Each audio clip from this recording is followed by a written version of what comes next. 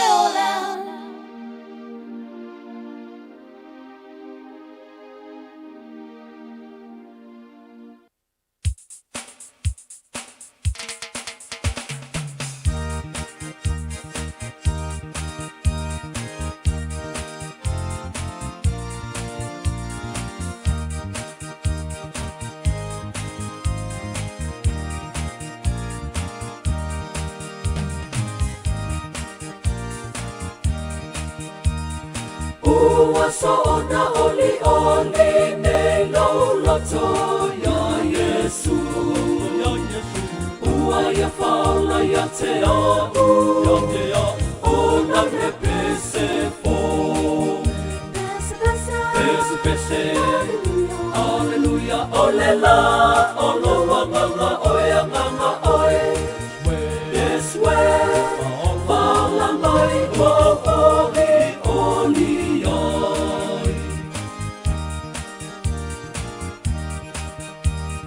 Ole tatotonga ela aula uwala ua faine Talulona lo fayatea ua muane alele Pese Alleluia olela olowa nganga oya nganga oe yes we ala mai wa oli oli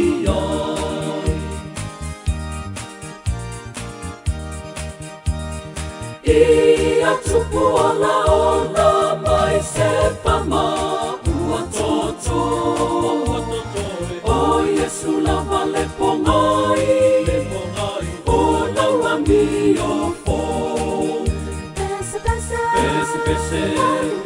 Hallelujah, olela, olowa nganga oya nganga oe yes we fauna mai o oli oli ai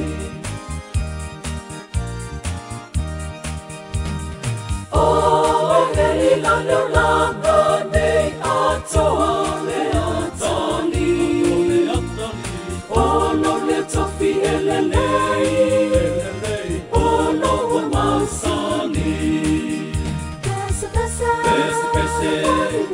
Hallelujah, olela, olowa nganga oya nganga oe yes we fauna mai o oli oli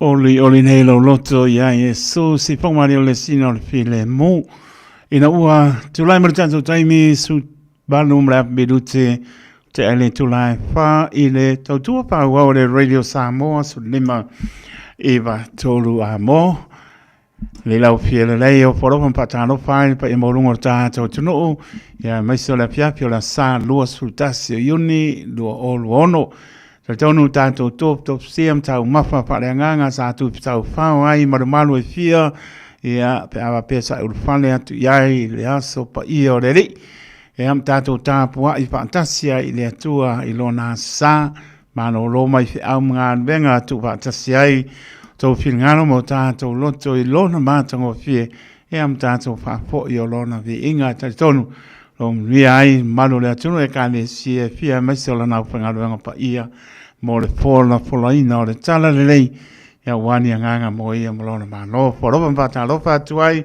pa i maulungo o tātou tunu ta alofa lama pata alofa ia pa aure tala leo lo pa atuna pa ulia so stapo au te ronela o langi atoa to vini o tau suina le vai o le soifua ia walama ni anganga mo ia molona malo Foroman patalo fatu, talofa lava. Patalo papo ia tunu malu le tunu bala ino fanga. Ia le pumoni lava e lo tu la po ia o tato bala malai. Laung sia tato ia na fam yanga tau si mai. I lo to soifua lau lei lo mato wola sili le nganga lo tato soifua maola au ona mo ia malon fingalo. Foroman patalo fatu ia tunu mau. Le fangaruina so se mauta ngase mauta malawa. Lo fatao to lia le mamalo le atunu i ngase o tino ia o foloman fatalo fatu ma lo fatu tatano atu ia o sil fia leli lana fa mano longa lo pa ia tu mo ai le malosi ia o foloman fatalo fatu so mota ngase mota mlao ia o te roneo atunu ma mau fa pena bon fatalo fatu ia la to studio la to fa salanga so stoese ia tarton lava ia no fanga e le fio o ia se ia taritonu lava malo lava le fili ma se apolo lo pena ia taritonu e mano le nganga o le li e po i mai lo ngona sala mom tato vo le li pa o le ana tato sama vali e fai alon fingalo ia manuia tato fo longa o polovan patala fatu so ia lon panau ia lo va pena po na mano lo mai a onga ia taritonu sa pena ia nganga ia to la onga sa pai tauru tu spa ia so ani la lava ngana ia matango fiele li ia soma ia lo fatu mo tau i le tau tua wha ua le Radio Samoa su lima i batolu a mo hanga sa longa lama o tātou po klama pe ona masani ai o pesu senga lama mbi inga lo tātou tua si e pa ia le tu lai lima ia o le porklame le fionga loia par tua ia leulua ia li i o Linda Woodruff pe a tane tu lai lima anga solai foi leo tātou pesim bebi inga. Tane tu lai ono pe ona masani ai a bea lava nea la leo fai mala wa alfingano lo tātou tua pe a tane tu lai ono ta le ono o tātou salinga lotu. Tai o sauninga o sunga le whapengainga i a semi o sia. Stiti ia malekani sia whapotonga ke usiano Samoa sulu le ola i Manukau City. Tai o tātou sauninga pe a tāne tu lai ono sunga le whapengainga ia semi i o Sia City mai le e paka sāsulu leola pe a tāne tu lai e ono. Whangasopo leo tātou proklame pe ono māsani ai ia se e pā ia lava stai me le fiafi ia manuia lava ia lau tāpo inga le ne fiafi ia maise niso e kālesia o lo whapenao no atu e whātaunu ina ia tāpo inga e whai uai fōi lea sā o nisi o e kālesia e lua lātou tāpo inga e o niso e kālesia e wana le tasi a whaavanga banga lea fiafi e o mātango fie fōi le mō fōntanga la lai fia i tono le kālesia mātango fie Bambino le whale i wā o onga nei yalom whanau ia e manuia lama lea fiafi la tōrungo le ala ia pe lama no wha manatu ia a walama ke pole lau ke fongi pe akakangi ka kia pe nalo whaole tia i maota malawa ia o le tūlanga na o lo mo mie o mai tātou a tau tai Yesu i o tau sā o le mu tā ora le mo le pāsia mo li tu a po amara e po ele sa ka makau maranga bale ia kaimingi i o feo ai kamanga le bale langi mala langi le o ila e se pa nge kala i fele ai ia tuli to ela mara sa o ka o ia la o mai ala ko mori momo ia fa auto le lei o le tatalo ta to mantala ia ai le tatalo ta to le li ia fa ta mala ta to ia tai maram lama i fa ai do lungo le awala le lama seisi o tu I lunga tu la fono familia le li. Ele ne po e fiafi o le sa lusu tasi yuni lu ono ia utato sa mali atu foi malanga atu le fai unga foi o le ne foi masina lo no ia o mai foi le afor tau sanga ta tato wanga ia tu le fai unga le ne masina yuni lo no masina o tau sanga lu ono ia maulunga I pervi inga no tato tua ia e pa awau sina leo ma se on tu atina lo maputa mai Island Bay ka lo fai aptai no salia mo pa mnianga ia ma se o lo tapo inga mai Island Bay I la Morningtone fai la pepe pilioane ma patu ia san masina ma fuaro yo tara pa po wina tanieru ma ainga ia o ai fo I ka lo fai a Rachel Sipa mai po in England po cleanliness ia mnisi lava o wa misi aku suafa ia lofa tele atu I manuia lau pa saunga nefia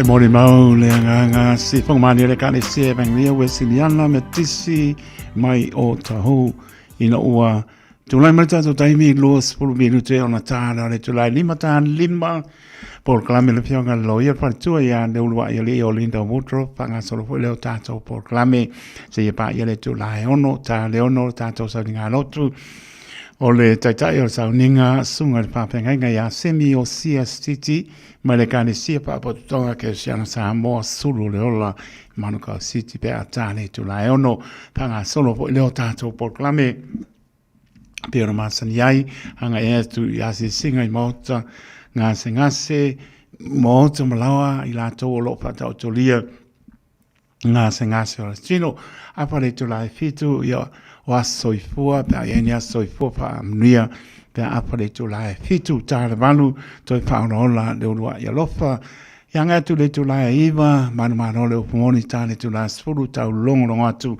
tau lungo po leo stau tuara una pata va to pata lofa tau tu pa ima lungo tato tunu ye kane sia fia o fio anga fia ya misu sa mon no le atu pacifico atu umala langma ne tunu le ngate leo lo va pena pa ponga le tasi ono tesimale tasi pa mo ya ai poro pa tala pat foi ya la tu tau tu le radio Samoa ma ya toro nei tau tu le radio Samoa i mato lava o lo ia tunu e mamau no pia ia tunu e mau ia pe lava ele Israel moni so e lava pa mama e mbama ai si ona tunu tato bana vala ia tato tu tasi le tu o ia lama so ni mai ala lo lava ngang pa ia wa au muri au to so i fua ia sa le mo ia la pa tato fa tu tato fa lango fa mo ia ia pa male poto o lava ni fa lango lo lava tamai ia tato fa lango le ngang pa ia e manino mane lei ai me oma ia matato sama mandi e yonana le wato e suima minute ona tale o le tu la e lima te vata lopa e la to lunga le apio po linga lunga le YouTube channel ma lo lava te tonu to wo mai sauninga lo tu ne aso ia ma lo file mula i o malulu ia le na o mana avela to langa pese to langa vi inga e mai se pa fonga mo fa longo ia tato tu fitau fao tau mapa pa le ngang ia tato fia sa vali e man tu natu pe le o mai le ni e ala ia na fiong pa ia ia tato muli ta iai a batu pa maloma pa tai e ka le sia fia malo tato tunu sa pa malosi ta po inga po ilvi inga le tua ia mai se la vola pinga le stofi ia lo va pena na pe ngai ia mar penaina o le por ina le tala lei ia fam nia le ia tu mau pela na pa unga ia te o tau patalo po malo le tunu o mai le tu ke lope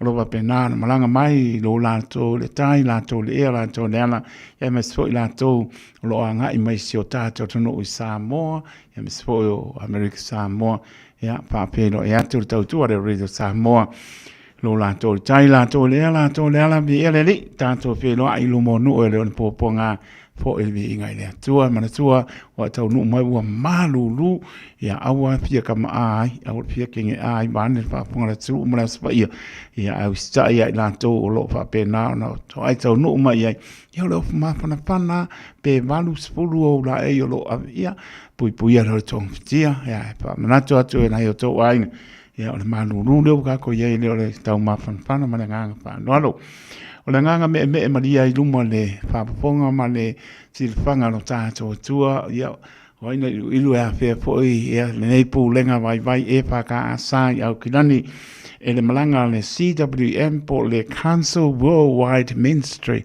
ia sa moe po le mautanga se me silin tā uan fia poi ia o wheiloa ia poi ma le sa i o le laulau a whono le ka le sia au i kanana fau e whaka asai kanana fau le sunga to ina ia pae tete sai floi ia marparetua ia mina ia pe o la oiana pea mai e fo lato nisi vaenga o lato malanga ia mato mafuta ni aso ia o mato le mafuta ma na yo mato matua wharenganga ia o tua mato o no nisi o fuanga lo pea ngai ai maniso e kane sia pe le kane sia mangele ia lo iaile sunga kiona makuaki ia pe po ile kane sia o tau o iaile sunga pa penga ia Ioane penuti marparetua ia Peau ia o se tasi po i o alo o ia kono ia tu patasi i le pai po i ponga ia le ala nau le maputai ia ma neia le uo mai mana au lol mato puleng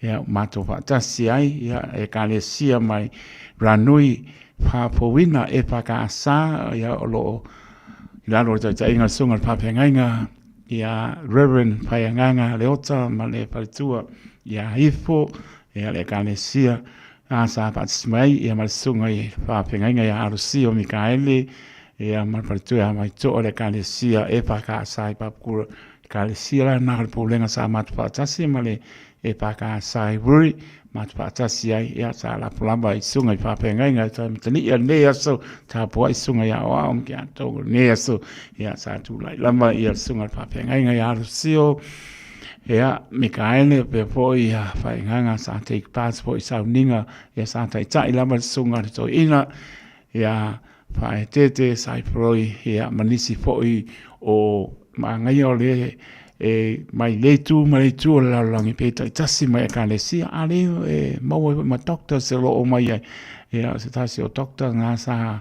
por ina le ma losi ia pai tau tu spa ia fo isa pengai mal sunga pa pengai nga pa nga nga se tasi fo pai au pe ia inkia le sa pa le talo ia mal doctor na sa pa ma losi sa tai lama ia le sunga to ina pa te sai proi a mata le manuia pa win le manuia mata ngo fia le upulea nga na i tato pa ngo fia na pa talo ia pangane pangta ona tu watu o ese atu.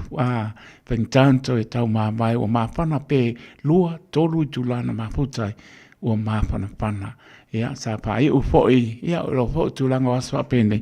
Ia pai u o le happy days, fapai for happy days mo sa ngia leo kai o mai mana o tato. Ia para lasia kulo ia le matanga mo mato tangata tu low le pengarong pa ia. Ia toi fa o mai mato tala ni aso ta ape mai ai ia lau sunga to ina tai tai o le pono kalesia au e paka asai kan fo lau sunga Reverend Elder fa tete sai floi ia mara to ia mina manuia o lo faiva ia fa pena ona to maputa i manisi o ngana ese mai nei tu la langi ile grupo paingo ino le CWM po le Council Worldwide Ministry. Ia, pe ona ta amilo ai, pe vaiaso, pe lo vaiaso. Ia, tato pe lo ari manuia, leo tato te ari manuia, o tō mana, patasi le atua, ta lai tara le so keriso, maua ni anganga ia tunu o la o tō wapea, ia maulunga i pea lona pi. Inga, so pa me lute on tāre o le tulai lima, pa wau i inga o lo tato o tua, ia ona tato se ele proclame para tua loia ia lulua ia li.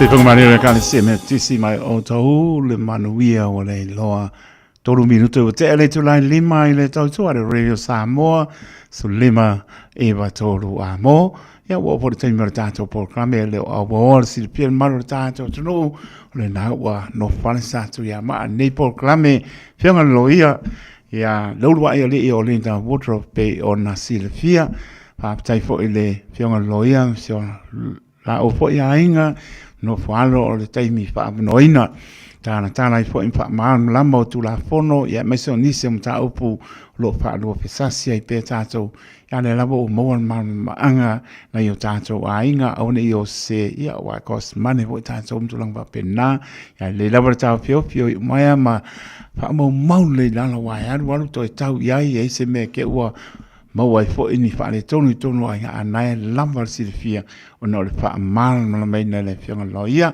ve fa ta ba le ona fai ma fon fa le po renga le Radio Samoa le atoro ta tonu le penga venga Sophie ya ma to te fa ta lo pa tu lo fianga le loia lo ai le o le ta wardrobe ma no le so fo maria ma lord for lau ya o lo no fa pa tai le tu on ta to ba fo vai le voto e mai lo soifua mo dia mano tato tu no le pengar men tofi ya so fata wa le tato lungo pe ngano le e le tautua pa wa le Radio Samoa su lima e va toru amo ya patalo patu le ngang fa lolo ia e fatalo fatu lo fionga taito fatalo fatu fo le pa ia mal mamalu o Samoa lo fa fonga mai le nei ai tu la fo e mol por kalame o tom fai atwaile nei au na fatau ba a fa pe fo i male feso soani ele fionga taito ia mal tato le tio tate vi ia mua lava le tua ona pule fa so i fua malona alofa wana toe ina mai fo I tātou I le nei aso e wa mawai le nei awanoa tātou te pitu wha iai I lungo le ti o whaftai poi I nei whamanuianga wa tātou mawai ui lawa ina tātou le o whātasi ma te wha ai ai au le nei lawa e maua le awanoa e tau te pitu wha iai ini mea e langona a tonu lava e manuia mo se tātou manuia lau tele e leo se manuia se tō tāti pe o whapea o lo whatonuina atu e sio tangata whatau wā whapea le fionga taitu mal tātou le tio le whai le auna lava o le nei pol kalame o le tau mawhai e tal no atu mata upu ma mea o tutupu I o tātou tangata I nei vai tau ia e fiso soani ai fo I wā le nganga lapal nā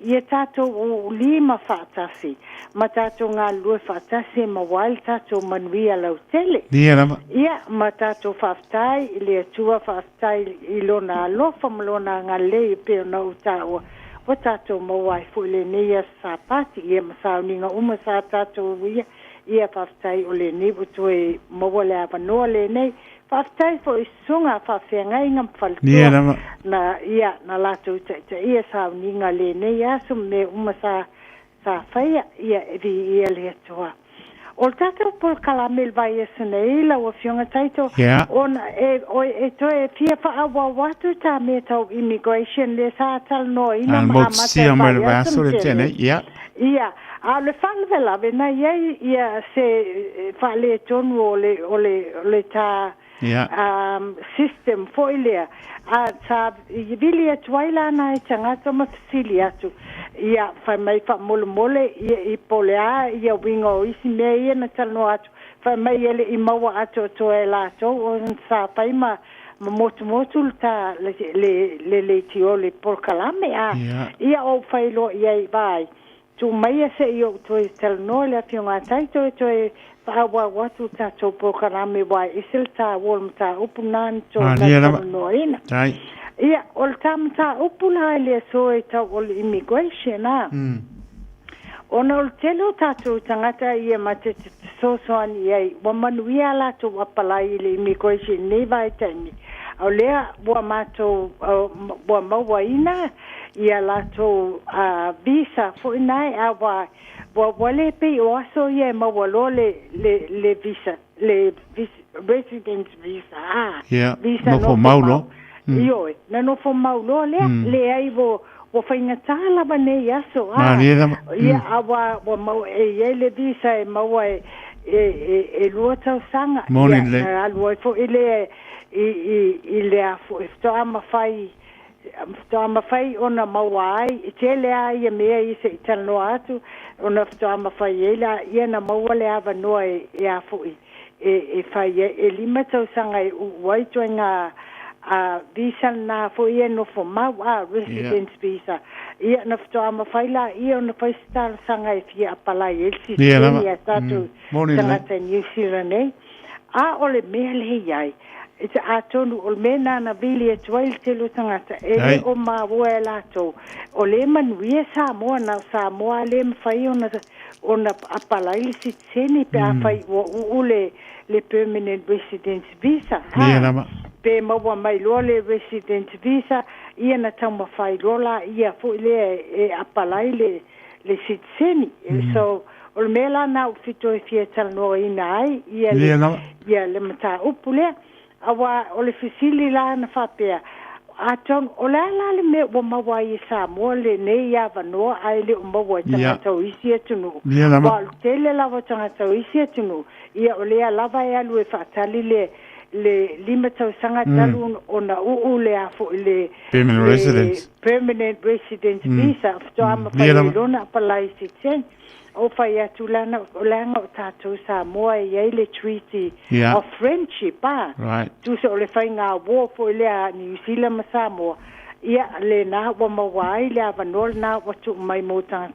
Samoa ia mana tua fo o le fo isa ia mena tutupu le dawn raids ma mea fo ina te ina o ina yo tātou tangata ia le na fai fo ia le a fo le io le fato e senga ai le pale mia o New Zealand talwai le na men tupu Yeah. o le mele le e ta te vi ia fo le tua nei fa manuianga Moni lava. awa o le lava e te nane lava na tupu me pe la o le don rate ia a o le lava e man a maua lava man tua New Zealand e le tauna na fai o la fai ia la to fu la sanga so ani o tatu tangata Yeah, ma fai loa mai ai e la te le o tu maulalo i lalo tatu tangata a la to i loa la to me se o le lava e tau mawhai e iei a wala fa sawai Yeah, lava. o le ava noa la le tu si e tu la fono o le Immigration New Zealand a fai o se tangata fi a palai si teni New Zealand nei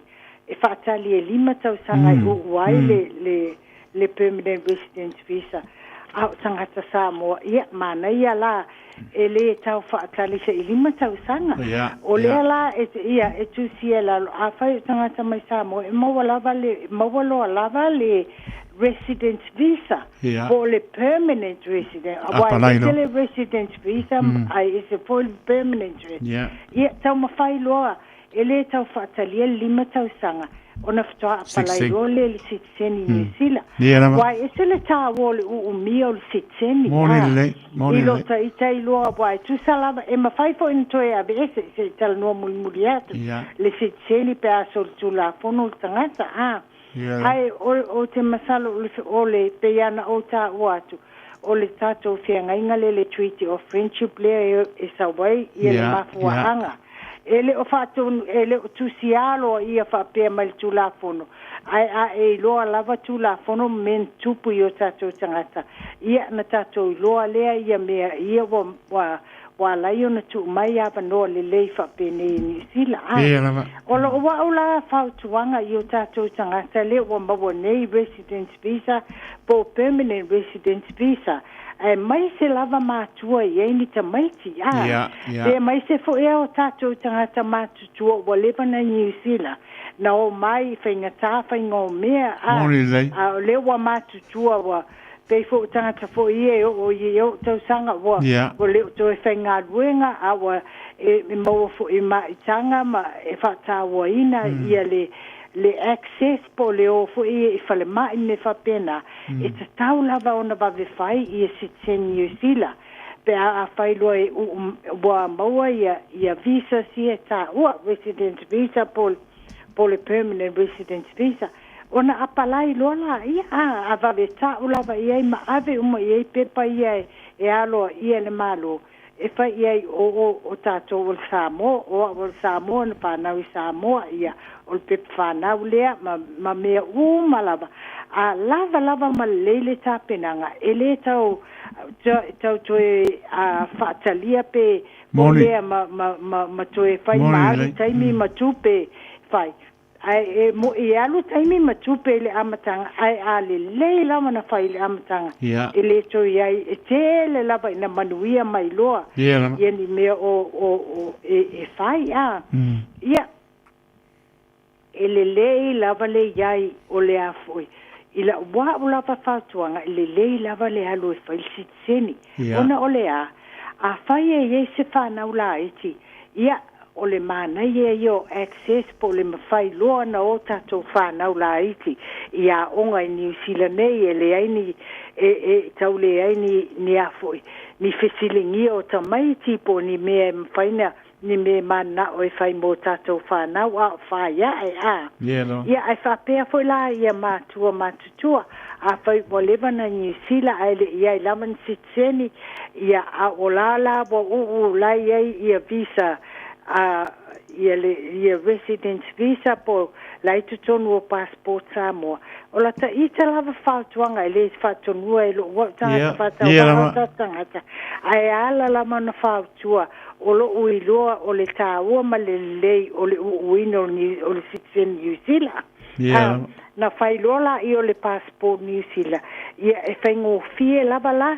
E pule lava la o le si mea o te fie tāua.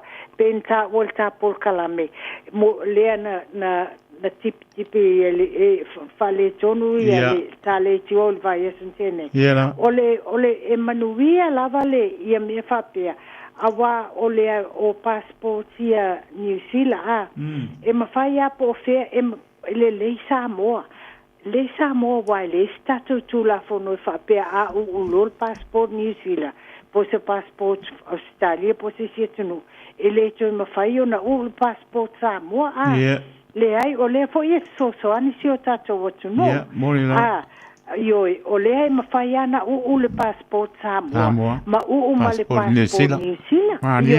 Ele pe wa pe o Amerika il whataita inga. Amerika ele mawhai ona se sitseni. O se si atunu pe a whai o sitseni Amerika lawa e mawaina. Tasia. Ia. Ai tasia, a le mela na whaftai le li o le fo e manuia si o tato watunu. O le wha manuianga lava o le umio tato passport Samoa ia mamwhaina ma le passport New Zealand. E le whapea la e whai atu a mea e passport nei ona whaongali na o passport New Zealand ona e sili passport New Zealand le ai. E iai lava i si atunu utate iloa e whaingo fie pea to travel patalu e o iai ele whaanga al passport New Zealand wa le tele lava o lai lau te loa New Zealand o tele o isi atunu ai mai sa tangata ele uni e se lato ngana ele o le ingilisi lato ngana e se ale la ngana le atunu le na ia na fesilingia le ia awa e afoi e fo le se tunu sa wal yai na o passport se lua ia awo a vatu fa mai o passport New Zealand tu kilo mai e ta o fa mai e ma si passport o fa atu o le ma lo passport le pat e fo te pau citizenship mangai mai o fa lo ia lo kai e ma lo ia o le lo ia o le sa to fisili patina because ia lo waya o le ya foi legal uma passport e a la fisili mai la po feme ia Samoa a i foi na fisili a ele fa pe o fai mai o le fa longa lanu po le me fa pena malama lava ele o malama ia o le tonu la na le na le ia foi le tato o passport fa ma faingo fie ai o le taimi o le te manatua lava sa ola e falani na o ola ia I Budapest le ia Hungary ai lai fisili mai wai o le ngangu ale ofisa le tamalo nei le ofisa e apo I tau le lo le ingilisi ai fa na le sa wala na ia ngana al mela na le ai ia na fa le tonu sa o ala tu loa ia si o le forma na man no fatasi mai isia mani le ilungo va le matal noa I mea o le matio ia I fono le UNESCO ia ai a foi ia o so tu le to ina vai na te lo le fa Hungary elan tautala ala tu lo fa ia I foi le o le loia o lai o le passport o Samoa lai le Pacifica o ia na umana fa matala umalo male mafale ton o mea lavala na le e foi tato iloa Morning late. Uni a faise pisilingia. E se i se airport foi lele i se nu e le masani no ye o tato tangata.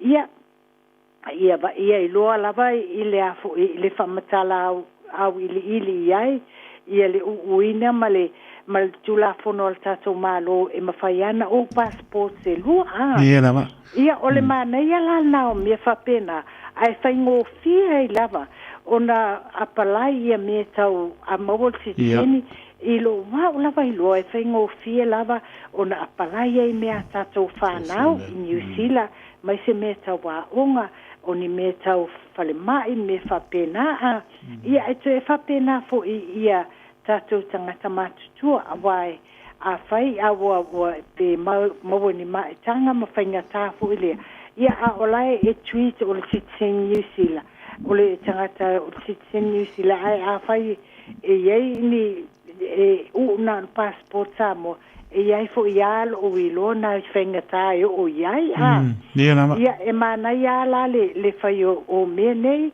ma manatua e mo e tele tatou me fai ai a fai lo e maua le residence visa tau ma fai lo la ia ia ma tau ma fai ia wa e maua le residence visa ia e lo tau sanga na apalaila ia for permanent residence pe na o fai atu ele o pe o asu ia na tatou whaatali fo le si lima tau sanga il se sen o mea la na e whaingo fia i lava o na tatou tau mawhai. Ai mai se lava le nei vai tau manu lea e o le fo i o la alata i teimi o le pālota mai loa ia pālota New Zealand.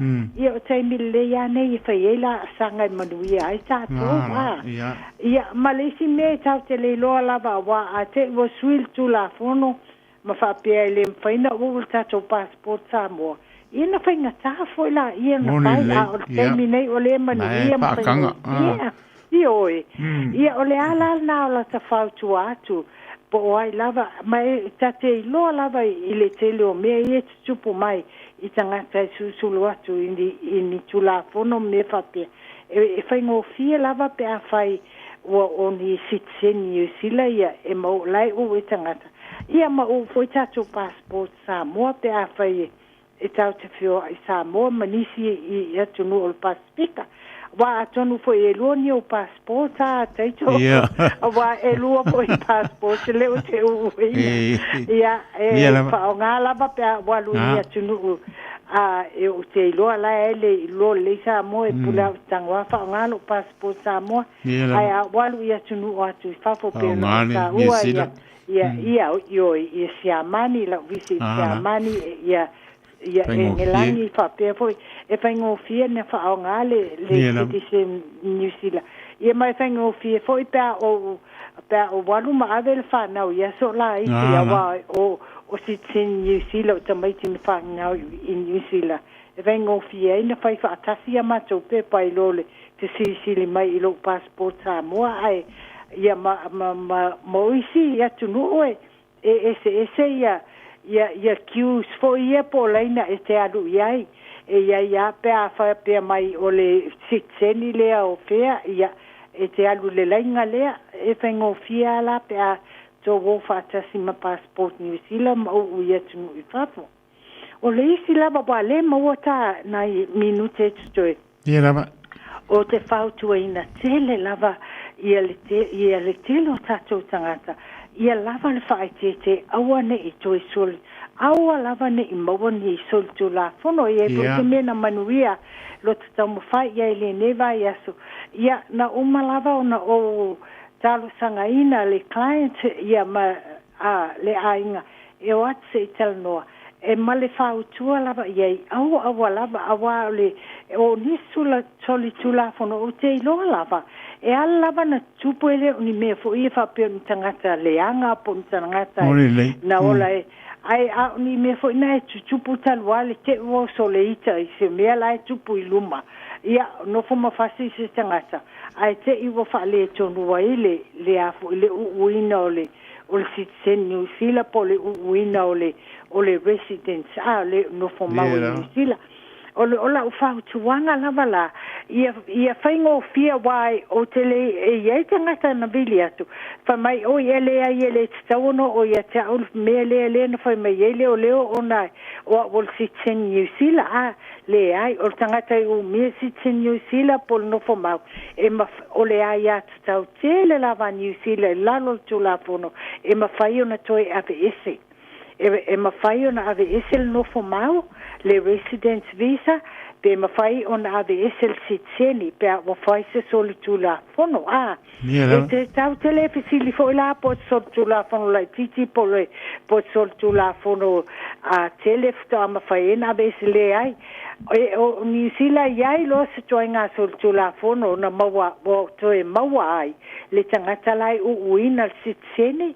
po se po le no fomau e mawhai o le a ia te tau o le malo New Zealand e mawhai o na apalai loe ave ese ia le no fomau pe apalai ave sitseni pe afai o sitseni New Zealand o la ye o tatu tangata o lo no fu male manatu se a maua le no fu mau pe mau sitseni le mfainto ave seina le ai fa mole e mawhaia e mawhai lava o la so tula fono o ila lo tula fono e mawhai lava ioi e mawhai lava i New Zealand na ave ese a ye sitseni mal no fu mau na whainga tailo ai servatul meta o deportation liability a ole ave esena i Samoa ave i Samoa ia ole taimine la o te lo e fo ina i tangata e se fulu tau sanga ele mawhai ona e adwa i si atu no mai toi fo ele mawhaina toi fo i mai ni sila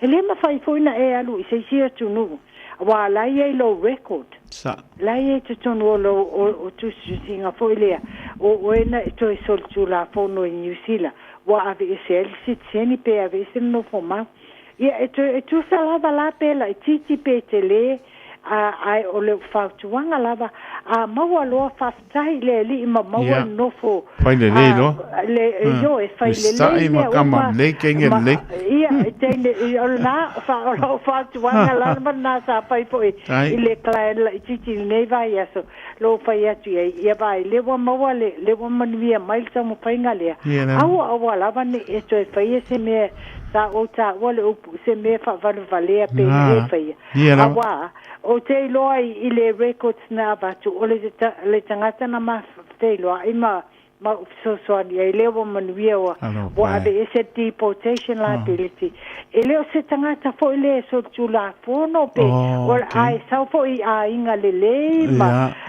io e a o se me na tupu i me sa iai na lai fo i na te iwa fa le tonu fo ma le si mea o te whautua tua wa ye tatu tangata o te tonu o whalwhainga luenga pōni o lai whainga luenga e whaatonu o tangata e mawalunga i o tatu tangata i al tatu tangata e whai iai tūlei le tangata tūloa whate te inga whape tūlei pe whai iai alu whafo pe fai o yelo lima tu lei fafo le fa pena ia tu salava por tu lei te tangolo ile tino tangata o le aso soli tu la fo o soli tu la fo no ia o le si mela na tu sapo se fato nunga mai tangata ta o fai le fato nunga vai a tu sapo le pule e fai tu fato nunga savali ese e te lolo se meo la tu puoi lo wita poi la bea lava lo ono sai sabali ese ma fatu ia ma tatalo le li e fo ia tu le ia le ono sai voi lo ai awone e no fo ma fai se me li tanga se tangata e ono lo fa pe o la e fai le mele fai e tuai lo pule skai fato lunga ia o sta il fato lunga le pule no fo le pule a lavo e fa o mai lo deportation liability ia na tele le o tupe matai me al popole ia ai le ngata ia na te fai e pe ala iti o tata ngata la te lo la o tu matu fa tu ia le ngata lo pole vai o matu o matu e a foi e no fo ai popole wa lai lo wa le si sa mo to ai e pe a kai lo fo i le ni ai ngai sa mo ia o le fai ngana o fo atu nunga fa i tatu tangata ai fa tai le li wa te mala ma fo i tatu wanga no ia ma tiu te o tatu matua ia ma popole nga fo i tatu matua le pe tatu o isi matua e tau e fape ia ngā matua ta mai fai te ria la tau le ai o tātou o ko fau ina e o pongi ni lava ta mai te mo ia o te ngia ma fai fapena e fai ngā e o a isi te e le intu la fono fa lo ia o te ngia o te le o te ngia ina ni upo au te tala noa fa ia i foi lele ini tala noa ngai i me te tau na fai ina ia i loma o poni ia tau mawhainga ia e lea e whai e tuai ia awane i o ni me whainga tāmato e ave ese tip o le si mea a maua le deportation liability ai ti poti Samoa e le ngata lai Samoa e le tue fo i mai New Zealand tau a to e pialu se tunu e matua i le mawhai lava. Le sepulu tau sanga na wala i te tono le deportation. Se longa umar suka usa. Iyo, se longa umar sepulu, ia, le sepulu tau sanga. A o le mea la te whai atuai, a whai o le nei mātua, a o po wa maliu se jo mātua, ele mawhaina o mai to e tu salava peta o watu o le maliu ele tuel tu la fono aiel na, ia o le whautuanga lava le na, no fionga tai toa wai, ele o ni mea whaingo fie nei mea, ele o whapea fo i awa, ia i lava tangata e o atu whai mai, ia, sorry, ol mena o whaia o le whatonunga mai a upule tawona utango e whaile mea le man mea le o whai atu. E o ngā ruenga e toe maua e le toe maua lo wola ma se puta tanga. O la e alu ese ai mo a inga mo mātua. Ia a whai e ni whanau o whai te whai fu i e mau whanau. Ia manatua lava ma tiltilo le lumanai. Awale na o le tiltilo le mele tupu ai tiltilo lau tele lumanai. Ia matangata e a whaina pe a whai ai tue whaale tonu ai a ve ese lo no fomau malo sitseni. Ai a maile deportation e deporti o il spulu tau sanga. Ia ole tau whainga tule nā pokalane ma le whamana tuake. O lea iai wa tātou sa mo le whamanu e ina nei taimi. A maua le residence visa, le permanent residence visa. Ia ma nei al nā taimi nā apalai ai loa. Pe maua fo le residence visa. Sa ma whai pia e ma whai whai sa lava lo i el taimi nā po tutusa lava tu la fono, ia na tau mwhai lola, ia na apalai le sitseni, e whai ngō fie o mai. Ile na o oele apalai e manue lau tele ia. E mai se lava pia whai o oe o sitama po sitina fo e o ni whanau la iti. Ia ape whape fo o oe o sea fo o tangata matu o tato watunu wa lebana i Sila Island sitseni ia. Ia famon mole tai to pe e sili vo ma po le sa tai e mansango fia lamba le fango longa me spo te tono lo family ina po pa po manu se ta to no ta pa fia ke lo pe man le po e no ia be lamba fa ta wala o le pa le watu mai le malo ta to no pe ngal pa ia le ri io lo tano mai po i mo la fionga mane a inga ia me se tau to ina malo ta to no matango fie tere to e mainga e mai se ole tu o lalo to e wha manatu ma ia maruti noa o tupu me le sa amore tunu pele a va peo le o e ka alo le o mo le permanent residence ko e mo le lau sixing a unge e fa pe ke solitu la fononga e sa wa le engo pongo po ngi e umana tuli le o sa no le fiona loia e umana tuli lo fa salanga ianga e ado le sa mo e pe ona e papo sa i me ngai ti poti e sa mo ia le pe a fa ye o le lima tau sanga a spul tau sanga ai mana tu o sa mo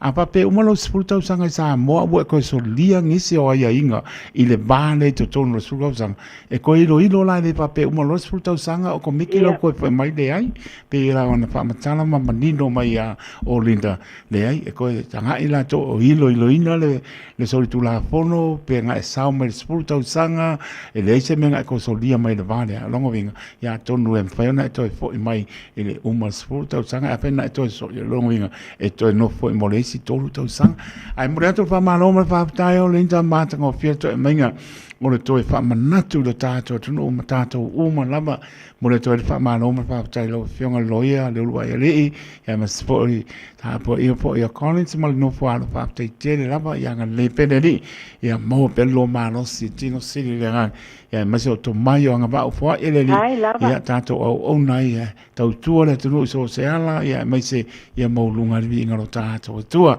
mo li so fo mo le malo tato tunu le finga lo pa ia na ya no pa nai tu asin sina ma tu lo talo mai mo tato ile na po sa maro so fua tau tu le radio sa mo la tato ta pa i lungo pe ngal e le tu la lima manuia malo longa puntanga le fiafi manuia po va ya so mo ya o lo man no falo mo tai nei pa so fua ya la pot sa no mo muli olina Ia, whaftai lawa fionga taito.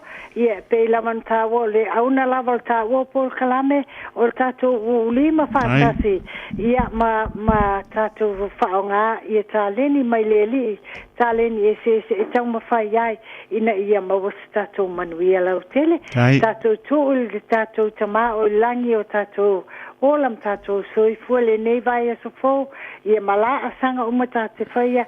Ia lofa le tue pui pui ia tato tu tato famo e mol tato tama o lang ia fa pe foi ia fa tai foi pe o nei sau no i sunga fa fengai ngam faltua malato foi a tau mafai e so soani o tato tangata a i tau ninga mele ia so ia ai tato toi feiloi tu tato fa moi moi tato toi feiloi manuia i se taimi o le vai espo au taimi nei ia manuia lava e le vai aso manuia po le aspeti nei ia tato toi felo ai ia paso i fuaina alo fatele atu lava lau fionga taito ia papea po lau pafunga ia paso i fuaia lo fatu ia alo fatu ia faso i fua so i fuaia so i fua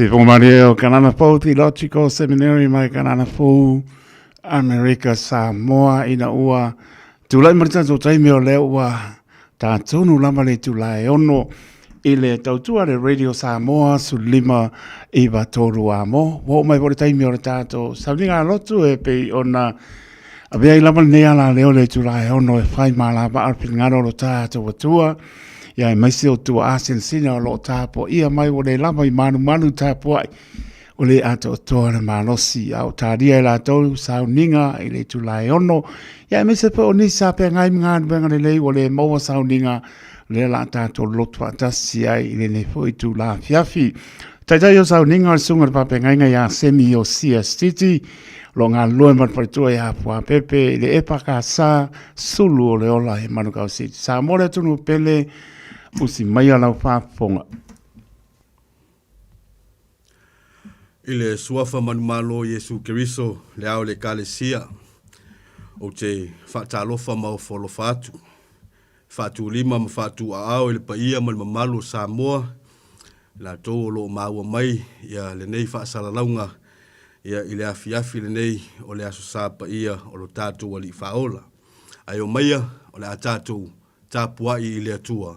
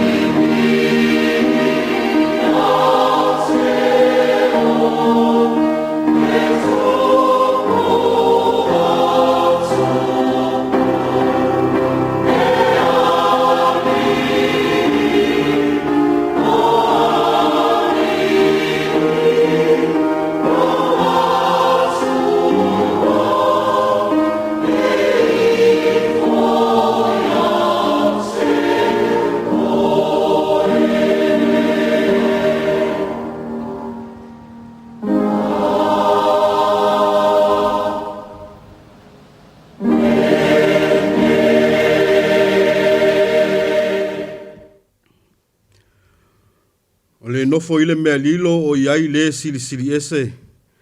E mau o ia ile paolo o le ona le malosi umalava. O te whape atu ile alii.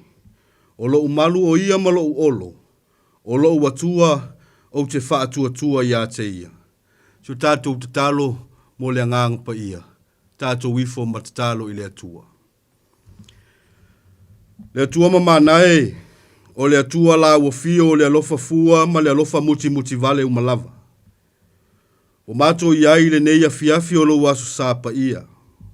Se o mato usula ina lo alofa ma lo wanga le lei. Ma se o mato avatu le taulanga o le whawhetai. O le whamanu ma le whaneitanga i ta taulava mo la uafio. Panga le atua lo mato tama. E langona ina pea lo mato le ato toa ma le matitiva fale anganga i o luma. O le ala lea o le matou mua i wala au i la uafio e ala i lo wanganga pa ia. Se ia fio mai. A fio maia e tautolua ino o matou loto taito atasi. Ina i o matou whai le nei tapua inga i le moni ma le wha maoni e te tauai. Ma ia i watuai mea uma i le wha sili ino o lo lava vi inga. O matou te talo. E alatu le swafa mamalu e sukeriso lo matou wali i ma lo matou whaola. Amene. La tātou vi atu i le atua i le pese o saunia.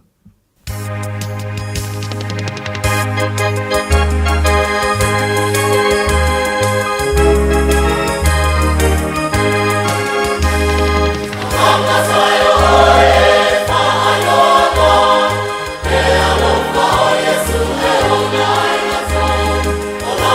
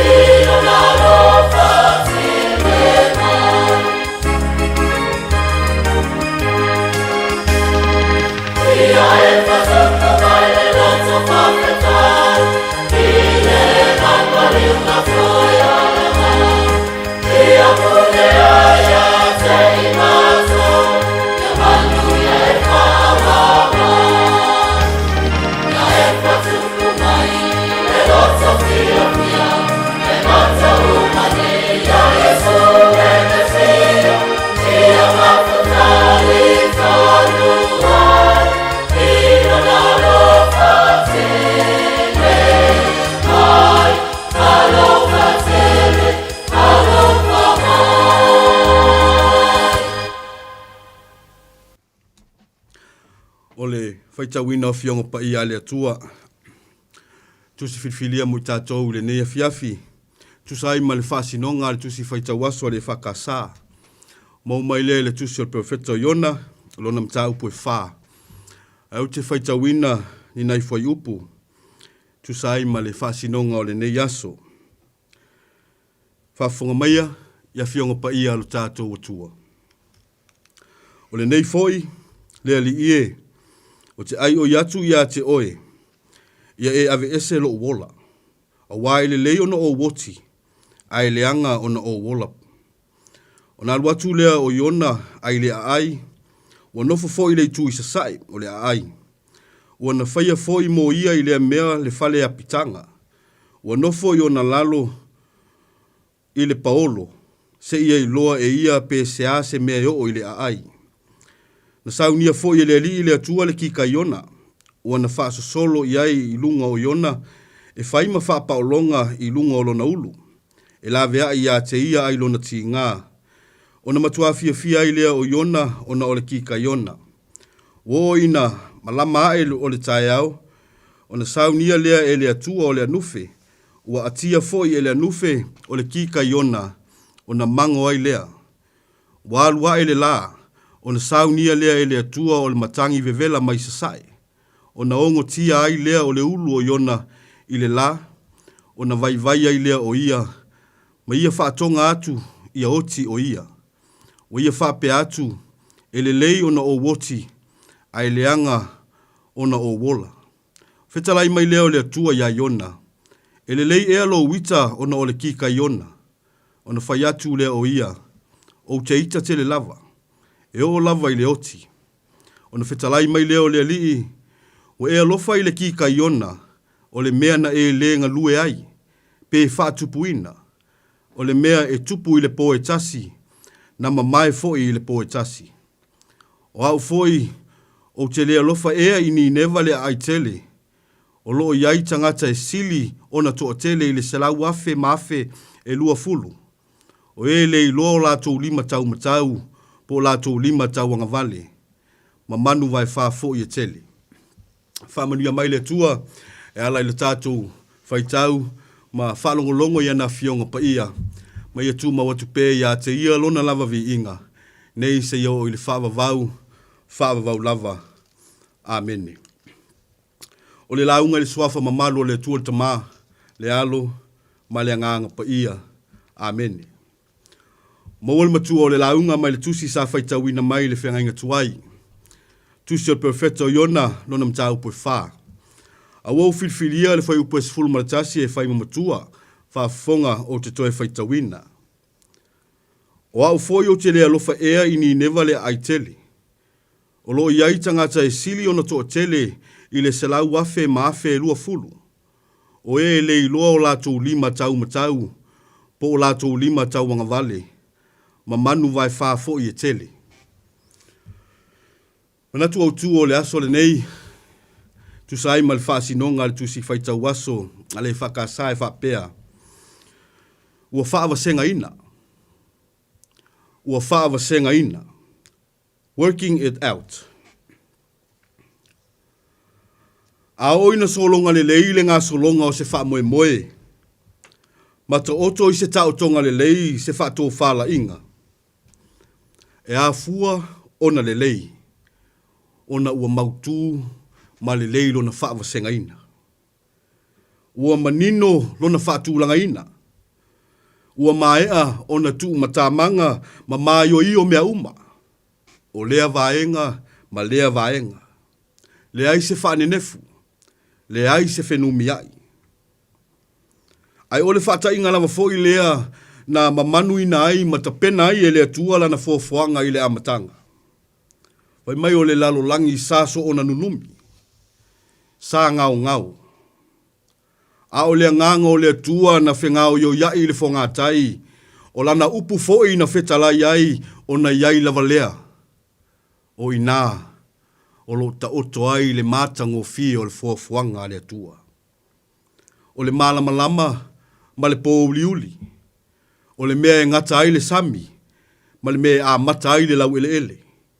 O le taimi e osoa e ai le la, ma le toe ngoto ifo, o le masina ma fetu i le po, o ia o le sami ma manu o le vau. O mea uma, ua maea o na tapena ina ma whaawasenga ina i le atua, ina ia ngalu lue whaatasi, ma ia langi fetali ia i le vi inga o le sili ese, ma le mamalu o le atua. Ai o tātou masani fo i le whaawasenga ina o tātou tūlanga, ai maisi o tō whinga tau ave i to tonu o tātou a inga Samoa. E iai lava le matai tāua. E wha ulu iai le au a inga. Wha atasi iai malana au tautua. O na wha solo ane lea i na i tātou tina, mana i tātou whanau. Wa uma lava o na wha wasenga ina matu matamanga mea uma.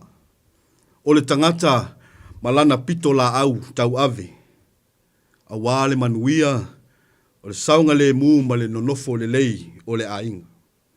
E whaalo longo foi. E usitai tangata uma i le leo o le wa avea mataitai. Mai le ai foi. E le ai lava se tasi e whaatu i ese ma te tee. I ala fua wa uma o na tapena ina ma whaawasenga ina. E lima taitai na ai le ainga. Whapena se wa inga i le tusi sa whaitawina i le neia fiafi. Le whaawasenga ina i le atua o le loto ma le mawhau o le perfecto o Iona. Ma ua toi whaamanatu mai fo i a te tātou le nei tala. Ma toi langa tila ai le tāua o le whaalongo ma usitai i le finangalo o le atua i so seala. O wao le manu lautile o le tusi o Iona. O le whaalia lava o le alofa tu noa ma le alofa muti vale o le atua. I le tangata na ia whaia. O le tangata na whaia lava i lona whaatu sapaia. Al wha moe le o le atua mo Iona. Ia tu lai ma alu ini neva i le a aitele. Se i wha ailo atu, ma wha mala malama atu le alofa tu wavanoa. A o le alofa wha pale o le atua. Ia salamo, ma fuli tua i le angasala. Ai fo i mai i le atua o manuia. O le atua e mauai lo lato manuia. E le i wha pea le tūlanga na whaia i le perfecta. Wa sola ese Iona mai le finangalo o le atua.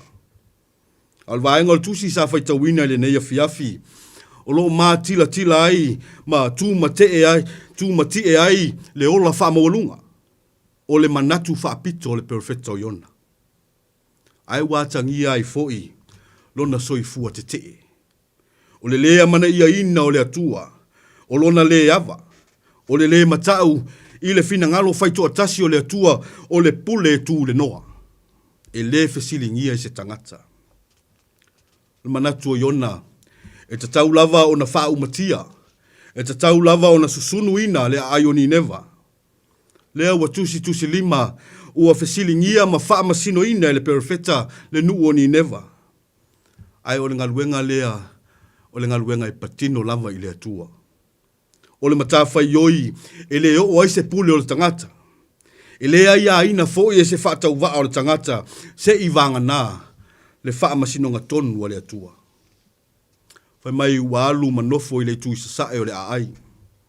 Ua na whai ai le whale a pitanga, ma wha tali ai, pe se a se mea o le a o yani neva. Au lea lava na sauni ai e le atua le kika Iona, e wha paolo i lona ulu. O le finangalo le atua, se i whaali atu. Ma tau atu ia Iona, e whapena fo i lona alofa i le aai o ni neva. Ai maise o lona finangalo, ina ia whao laina le ai. Ua whatupuina le oli lo loto o le perfecta. I le paolo le kika Iona. Ua whai ma whapaolonga. Ua whai ma la vea i o lona tinga. Ua whai ma vai ma lu i lona loto ma fatia ma ona manatu wha sausili. Ai le o le finangalo le o le atua. E le o le wha moe le na whai ai e le atua le kika Iona. E le ina ia langona i le perfecta le tūlanga o le ola fi le mu. Ma manatu ai ua tonu masao lana whaatatau. E le ai lava. Ai o se awa onga ua tuina mai e le atua mo le perfecta. Le lava na toe ave seina i le atua le kika Iona. O le whailonga o lana wha masinonga a mi o tonu. Ina ia awa o ina i pea le perfecta. Ai o le ata la fo ia lea o le atua alofa. O le atua I lave ai. O le atua na te au maia lo na alofa, o ia foi na te toi ave seina lo na alofa muti muti vali. O se vaenga I le mawhai se tangata. Le la ua tofo iai le perfeta I le whaingata. Le vevela o le la ua whea ngai maia. A ua le ai se wha paulonga. Ua le ai se ki ka iona sa wha paulongi ai. Na ia manatu foi ina ia wha salaina ma o ane le toa sa o le li ni neva. Na manao e ave sea le alofa tu noa o le atua mai ani neva. Le la ua toi o lava iai iona manatu. O na langona na peise I e fau leanga ai ani neva. A o lea ua toi awa o ina I lava o ia iona langona. Ina ua ave sea I le atua le ki ka iona. Ana tu fo se fangu ta ua fo lea mo I tātou. Le ai se mea mau wailo tātou teimi e whai ai ia whaatinonga le manuia. O le fau leanga. Tau ma whai e sa ili ma sei ma sa ili leanga o isi. Ai ia tau la mua, ia tau solo mua ia I tātou o na whai ma wha o ao. Ia wha o ao e whai mea silisili. Wha o ao e whai o mea lelei. Whaawao e whai o mea mātango fie e atangia ai lo tātou wola whaalangolango ma lo tātou wola whaatuatua I le atua.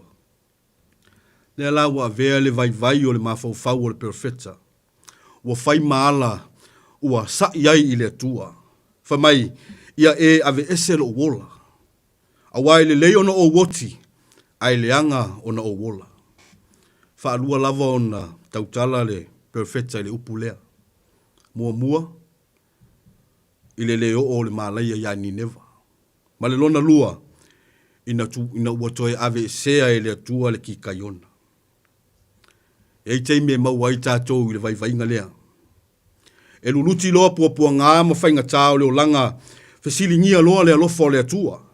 O fea ea le atua, ai sea ea wa tutupu ai nei whawhita auli.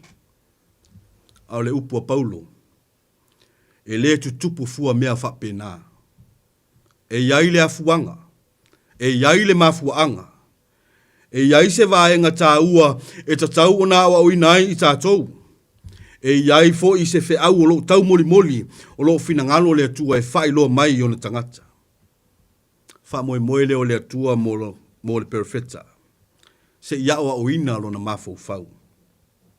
Le lava na whetala iai le atua e le lei e alo wita o na o le kika iona. O le mea e tele inga lue ina. Mai te lei whaatupu ina. Ai se ala e te sai e fua pea ave e se ina le ki kaiona. Ai se a e alofa ai le ki kaiona na o le tasi le aso na ola ai. Ma le fia se lau tangata o ni neva e ta tau o na alofa ai. Le lava o manino le wha moe o le atua ina ia iloa I ona lona se. O upu o whai mo tātou matua I le neia fiafi. A o au foi, o te lea lofa ea I ni neva le ai tele. O lo iai tangata e sili o na to tele I le selau afe ma afe lua fulu. O e le iloa o lato lima tau matau, po lato lima tau angavale. Ma manu vai faa fo I e tele. O le faa wasenga ina lea le atua. O faa li ailo na natura o le atua e tele ngese lo na to sa, ai tele pea lo na alofa. Le alofa ua langu te sia umai tangata uma. E le nao Israelu ai mo le lalolangi atua. A o le maualunga leo le sila a le atua. Ua te tau ai o na awa uina I e iona. A wa le wha pito lava manu ia tasi. Ai o le alofa ua wha safua mo tangata uma e ala ilona finangalo. Mai ui fo I lava I le loloto o angasala. O le sua malie o le ola wha pau o tangata ni neva. Ai o lo tu maupea le alofa ma le alofa muti vale o le atua. Sa mo ai malau wha fonga anga I le neia fiafi. O se fe au fo I leo le tala le lei mo I tātou. A whai wawa o ina iona I le atua. E te tau foi o nawa o ina ai tātou. Ai o awa o ngā tātou te langona ai lo tātou whatau wa. E langona ai lo tātou loto mawalalo e whaatino ina ai lo tātou wola walawina. Ia whaalongo foi mausi usi tai. I le musunga le anganga o le tua o le ute ma le aano o le whaamoe moe o le whiau o le neia fiafi. O ani a tātou fuafuanga. O ani mana onga wa tātou manatu iai. A o ni tūlanga foi o whaafatu ulu ma whaima avenga ma mafa i o tātou mafau. Ia tātou la foa i le atua. Tu i le atua e whaawasenga ina mai e le atua o na manuia lea o tātou la sanga uma. A wāo vai vai inga lava lea o le tangata i le nei fo i vai tau o le soifuanga. Tupu le poto. Ua masau sau le ata mai. Ua tele le tamau a inga ua maua. Ai maise o le whaia ena i anga waa. O tūlanga mawalulunga, ma tofi mawalulunga ua se e ai. O na tātou manatu ai lea. Ua atu atoa sa tātou whaatinonga. Ua wha mawalunga ai o tātou manatu. Ma ua tātou wa ai mawalalo ai e isi o tātou uso atangata. Ua mai la tātou wa ai ma ua ngalo ai le atua. O le atua e pule au au. O le atua o ia na te foai. O ia foi na te toe ave e seina. Whapeo ki kai ona na mimita ai ona. Ai na toe ave e seina lava i le atua ina ua saunia le anufe na te atia ma mango ai lava ma ua mate. O le ata le nā o le tangata e whatu i ese. O le tangata e tūma te e le fina ngalo o le atua. Ai o se whaamanatu mo i tātou. Ia tātou langona ina pea le loto whawhetai i le atua. A wā e uiso tātou se mo so tātou whaale tonu ai o loo mawalunga pea lo nā lofa ia te i tātou. O se whaamalosi au le leifo i lea mo na e tātou whanau ai maisi o le tupulanga talavou. E lea se whaatinonga le lei na whaia i ona. O le whaatonu atu e le atua ai sola ese. Fe alo whai solo. O lo tau soifua ma so tātou wola. Ua uma o na whaawasenga ina i le atua. Ua uma o na whaatūlanga i le atua. Ua uma o na tūmata manga ma ua mai o iole leila tātou whasino manga.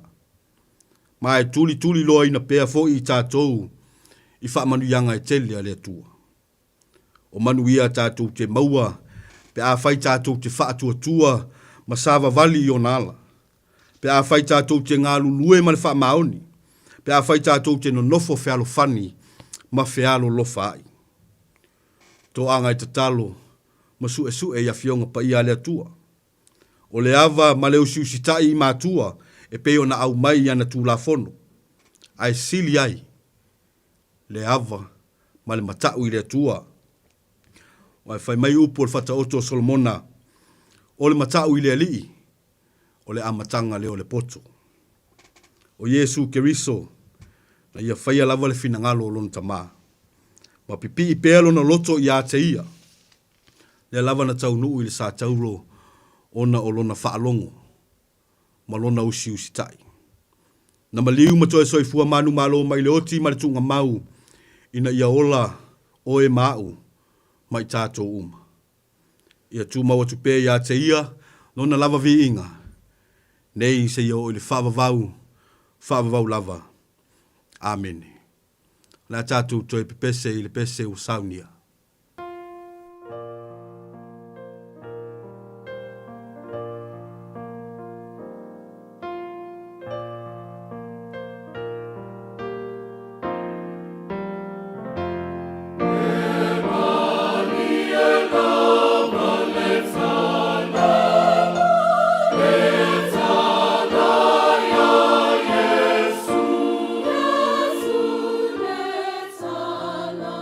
Lord.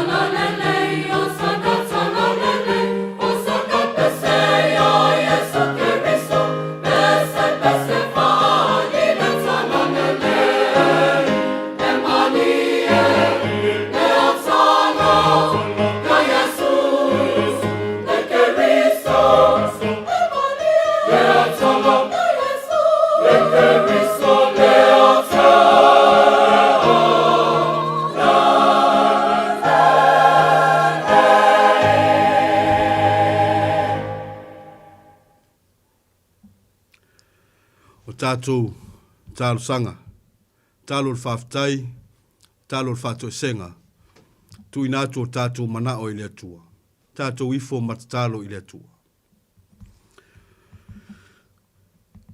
Le atua mamanae, o le atua sili e se lava lawa fio. O lawa fio e oule vi inga ma le whane tanga umalava. O lawa fio foi o le pule au le langi, ma le lalo langi. Awa o lawa fio lava na e fofo ina mea uma. I lou lava mata i sau ma lou mata ngofie. Mātou te wha manu ina ma vi ia lou suafa. Ina weto e tai mailo mātou wola, ma ua mātou waulia mai aile nei a fiafi. Wa mai a fo i tapua inga faitele sa whianga iai ma lo atunu. Wa malo pule whawhetai alofa. A wao lo manuia si o mātou atunu o Samoa. Le ao le malo. Le pale mia ma le kapeneta. Whapea matanga luenga ese. Ayana i mātou a inga. O mātua mātutua se o tulava ina ya mātou whanau. Whawhetai le atua lo mātou tamaa. Manuia e kālesia ta itasi o sio mātou watunu o Samoa, whapea foi ni usila nei. Whapea lau whaingaru nga tutofi, i so se whata whaitaulanga o loo launga ina ai lo whinangalu. Mātou whawhetai, o manuia leo au te tele o e kālesia ese. Komite lau toina, ta mao le kālesia, o taitai fono, ai maise o le laulau a fono e kālesia ta itasi. Ai ale loa le kālesia, i sunga i whawhia ngainga le pa ia lau whaingaruenga, ai maise o lātou wharetua. Ai maise ai, o e kālesia ta itasi o na tangata a lotu. Whawhetai ta mā, whawhetai i lau tausinga. Mātou vi ia lava lau fio, ona o le nei awa noa tā ua. Ao se au nanga ua whātino ina le nei ala leo. E wha lautele ina ai le fale ie o le ola wha le anganga o utangata. Ai maise, o le au ina i pea o i mātou ina i o mātou i loa o na sava vali i ala o laua fio, o ala lava mātou te mau ai lo manuia. Whawhetai tele ta mā. Whawhetai i o ta mau a inga i tele.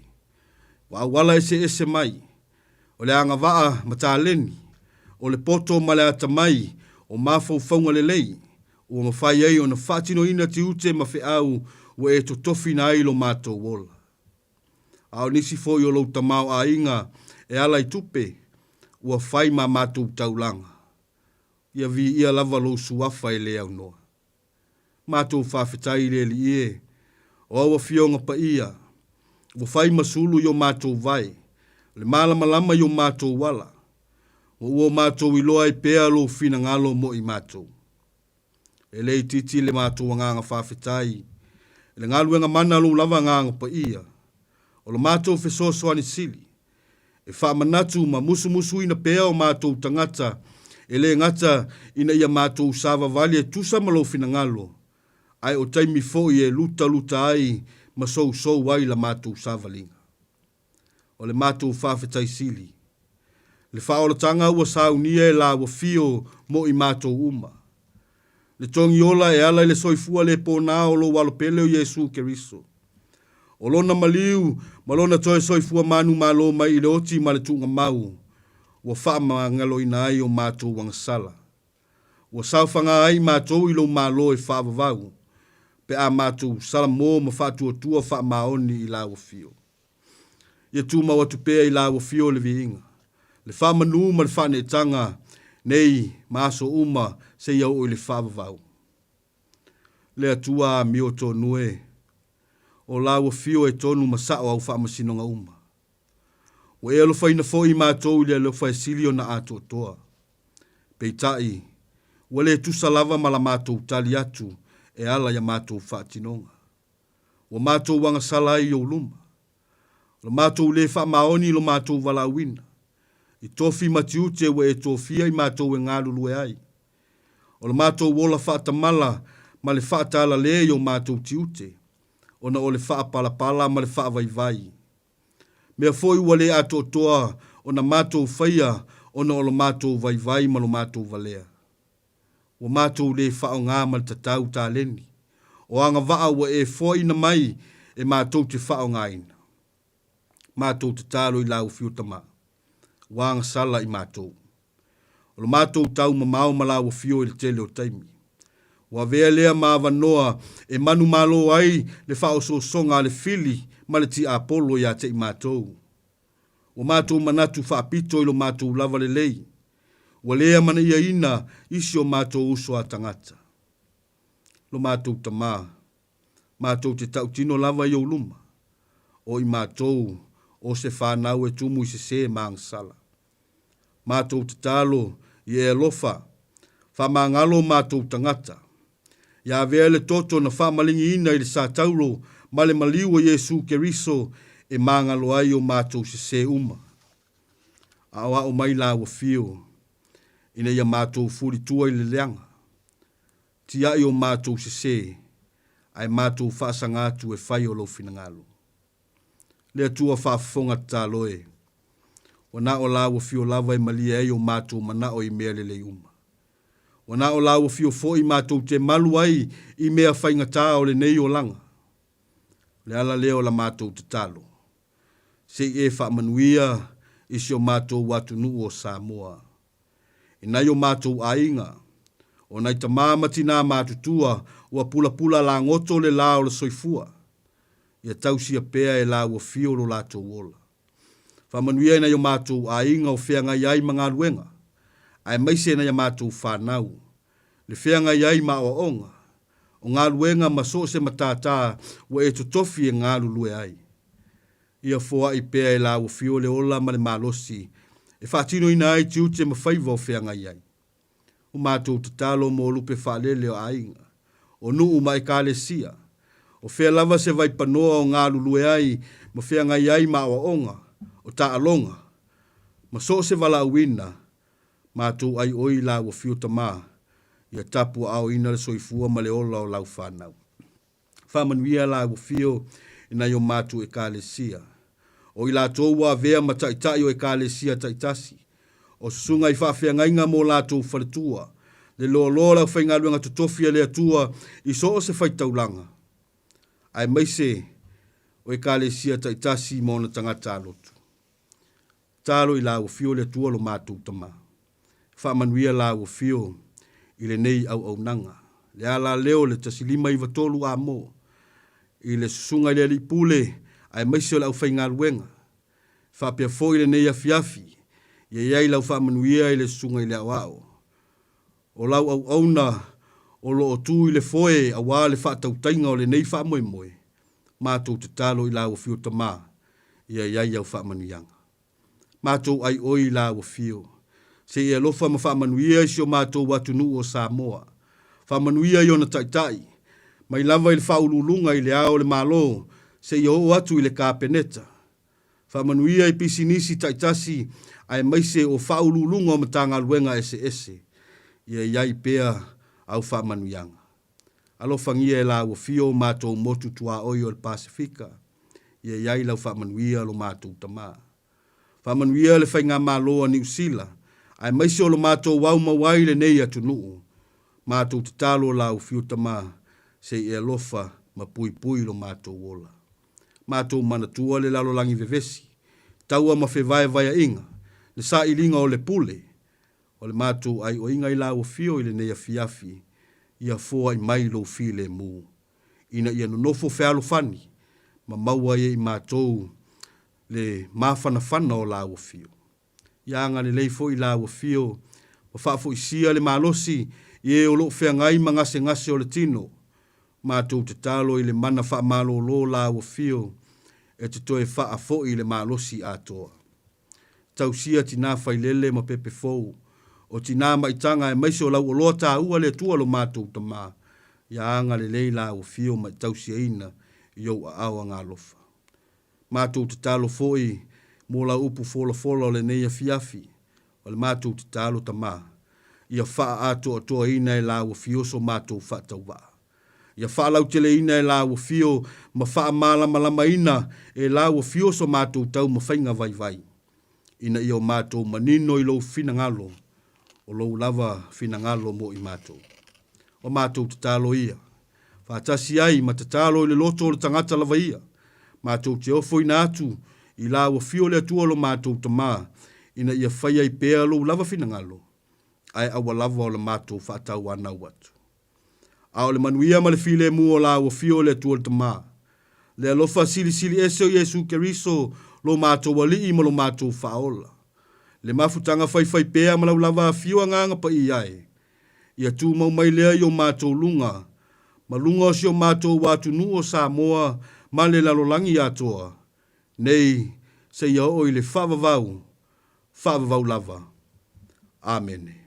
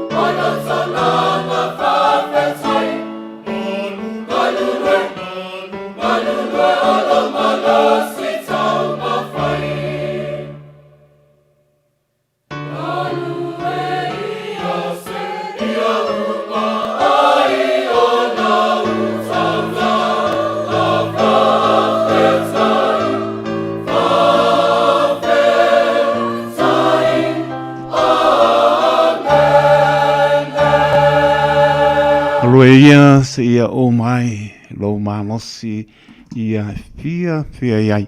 Se pokamani ole ka le sia papotonga ke General Marek Samoa ma le fianga o whanga i tua. Whamai atu ele tātou sauninga notu i le nea fiafi leo o longo i longo a le whaponga le maru o le tātou tunu le matanga o fia o le alofo le li e whania pea i lo toso i fua mono tātou wola e ala le whanga ina o lo toso i fua mono tātou wola pāneanganga. Taitai o sauninga nea fiafi o le sunga le papengainga ia semi o sia stiti. O ropa penāru ngā lue me whaitua ia whapepe le kālesia papotonga ke Siano Samoa sulu le ola i Manukau. Awe i le patau whaare au ona i whai mafonga wha leo le pōlenga le Radio Samoa. Le atoro tātou tunu e a mai se lapa le au whengarunga pa ia le atua, tua sinsina. E lapa o whafonga mai ai, ia mātou te momoni atu le anganga o le whamaloma le whapatai lau sunga le whapengainga semi o sia stiti. Tare tono o leo e sapa oti leo la le tautai i ne fiafi. O e tapena whaparetua toanga tina i maota malaua ne fiafi. O lau sapo e fionga pa ia le atua e ala mai lau sunga e tō matau bina ai. Lo tātou soifua ma lo tātou wola whaleanganga. Bantu e whamaloma le whapatai lau sunga le whapengainga semi o mālora tā pena. Mālora sa uni, whapatai le mlatu i le atua marantana lei fōra polaina ia wani a nganga mo ia malona mālo. Whapatai le manatu mai pela mano pai atu. O le nei lama ngā nuenga i le tōngia le Radio Samoa. La le apostolo Paulo le o se me wha le au ngā lo tōtau ti ngā le ngā nuenga le atu o lo le langi lo tōtau. Whamalo whapatai nia fia whapatai manatu mai. Tutu ngea po i whia ngai e o se rua e kāne sia e a meise o fōfuanga por kalame e rua mau. Ia le labo whaapa noa lo taimi o lo manatu i le atua malona whingalo. Bantu e whamalo ma whapatai, whaapetai tere le manatu mai. E meise e maulunga e vi ingaro tātou tua po i atu i a te ia. Tau ia i a lofa le li ma i a whaapo loa pēr le lo soifua. Maua le whao unga le li ia o lo le tino sili le anganga. Ia walama le tau suino le vai o le soifua. E tono le tau vini e wala uina ai le lua soifua. Ia o ngā lua wala uina ia maua ni anganga mo ia malona mano.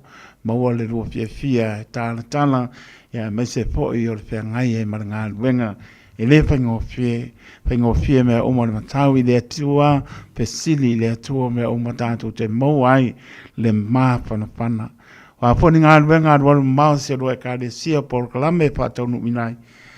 Sanga iane ai o le taito ifo manu via le lo ngā luenga. Toi foi le nea fiafi lungo ala au ne ia fea se atua le ala o le atua soifua pui le lua soifua maraparatua.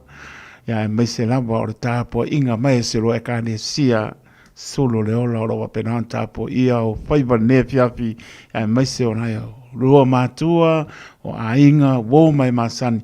Ia maise o uso au na le tala leila o whangaronga pa ia le atua. Manuia fo i atu, manuia fo i mana o longa le nei pō. Pea ngai fo i male kāne sia, ia iai pelo na file mū. Ia le manuia o le li, le lua ngānu, we ngānu wano mau. Ia maise o le tala ina o le file ngānu o le tātou atua. Saunia e le li o lao le li o lau fia le lei. Ia toi moe po is tātou whelo inga tai ai pēr tātou sauninga mese o le tala lei. Ia o mō nea manoa la fuatu lau sunga semi a wapo ni o lofa anga mori na i o tātou ainga o lua ainga o le tāpo inga si o lua e kāne si o lo tāpo i o whaiva nea fiafi ia mese o le maru le atunu la o whangan wenga pa ia le atua male anga anga whanolo. Ia, whawhitaile. La mansina le soa ia le saunoanga la ufionga taito. Ia. Po la usunga foi le awao. Ia o leo lo tu i le foi i le nei whaenga le afiafi. Ia e whawhitai mo le whamanuia, ia me se foi o le saunuanga matango fie. Tai. Ia e ai foi lo mamana tu e whapena foi so malangona. Tai lava. Ia e me se lava foi o le tapua inga sia ma e kalesia. Lia lava. Ia i sulo le ola. Ia o le matu whawhitai atu. Ia e lau sunga i le awawa. E me se foi o le pulenga o le ala leo nei. Tai. Tātou watunu whawhitai le amana ia ino se whatau waa. Ia e awai mai foi le nei afiafi. Ia ma taitaina ia le tātou tāpua inga le nei afiafi. O awanoa ia o awanoa i le au maua. Tai lava. Ai o le ngang whawhitai le atua. Ia ona o le whaonga ina o le whatau waa. Lia lava. Ia awa lana whi au malana tala le lei. Ia o se whamtalanga foi le nei afiafi. Ia e whamanuia atu foi.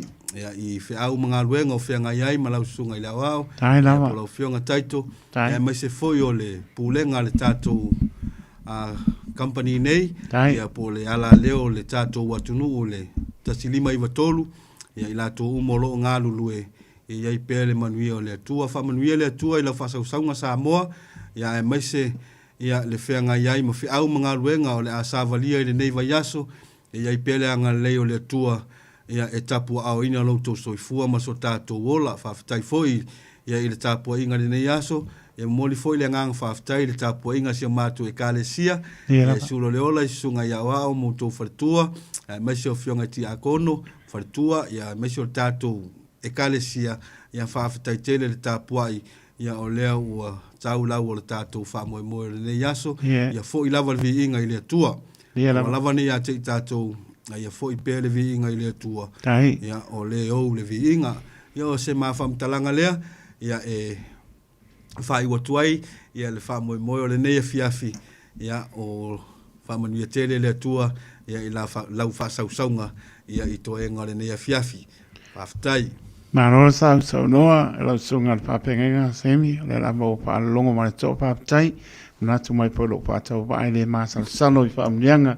Te amro ainga ya mes fo tu lo pe na na tau tu ai le tunu ya fa ya mo vi inga le tua, o mo nga no fa mo ya to lo pa anga se ro e kanesia, me se o le wa ma o fo i mai la to tai ma la to e sunga le ya sunga ya pui ya tal tono le o fe lo ai le lo fo le li la fa salamo le le li lo fa fo lo fa sa to te e manu ya lo to fe lo ai lo te la tu sunga ya o pa tua e me se fo le ponga e kalesia ta inga tu ya fe tau ma Silvia ya me se la to e kalesia e o lava na ya lo pa nau manu ya lava fo fanga ma le va yaso fo mo ya file mo ma le tu mo time day a lo fa te la pa so fo ya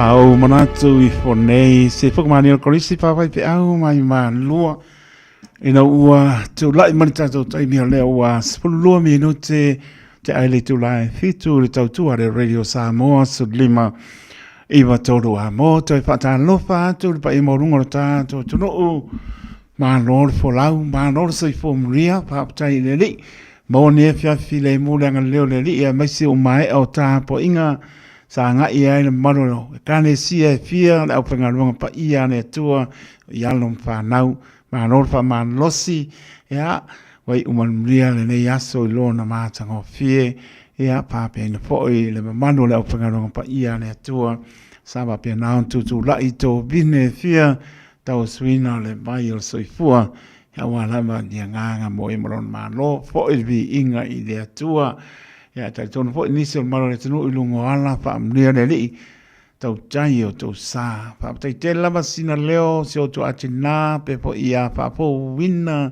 tan yelu ma le mai o ta fa tai tina ya ta ele to le pa yele I pele mai Australia ma le ainga fa pe po ia Rachel Sipa mai Point England Clean Ines ea le ngatai lea o ai po I o Palasi a sanga mano lava papai mapta mai a nutasi o sia pero ya mano papai ave pa mano sunga pa penga ya o sia semi o sia city ya mole te inga dato sauringa ne fiafi mano le tunu o pa malo mai Evelini tu malo ya pa malo lava papai Evelini tu malo marainga Nia po nia fiafia mai se o tapo inga sa pe ngai ne aso talo pat po sunga pa pe ngai nga ya po o pai nga le ota ma le partua ya ifo ma no foalo le kansia e pa ka asa pa po wina ranui pa te tele lava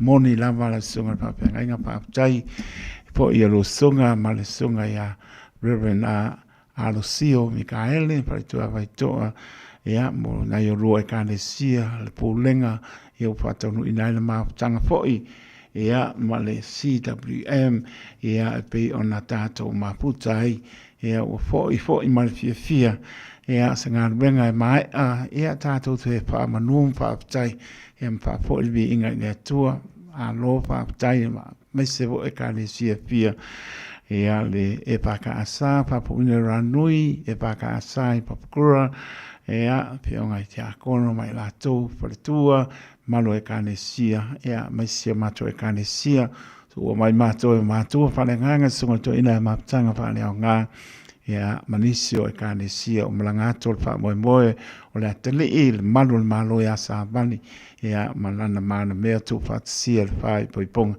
ea o mahe ale aso nafi e taitonu to e fo I manamnia pia nia ea o patonu ina lava e tātou fōpanga oma ya po be inga I le atua so fa mana malo ta to ri Yesu Kristo e pata lo fa tu ai la to pata to dia ngase o tino tano fai ele pengo fie tato uma lama o ngase o ma o tino a o tato tatano pe ma nganga fa to tua ma lo tato talitonu le lofa le ri o ia lama fo ma le se me pantano tato tua o lo fatu tua o lo tato fatu tua tato te malo lo ai tani mai lo tato tua tato sa ili atu mana mau te noa o lana pa mano longa e pa I mai ia I tato manaba tato te mano losi on tato au ngane mo I malon pin ngalo lofa tele atu so sa mauta ngase mauta malawa iau te oro nei o atu no o e mamau pe labo e mahua mai ai ia me ia o pe senga pale nganga o bi inga lo tātou atua whai ma vai mālua e ta oto ai I oti ngā lungo lo moenga bama ia e mata pale nganga le mata ngō fie ma le pa maoni o le ri I lana pa mano longa e pa iatu pa iane pa ifo mau o tātou manosi mana tua fo ia inga wha no ni se pele I maptanga mo tsia malanga mani mai se le nganga o le ri alofa te le atu so mauta ngase mauta malawa malo le tunu te ngai mati ngā o tino lopa tua O tātou pātua, tātou te malo roa.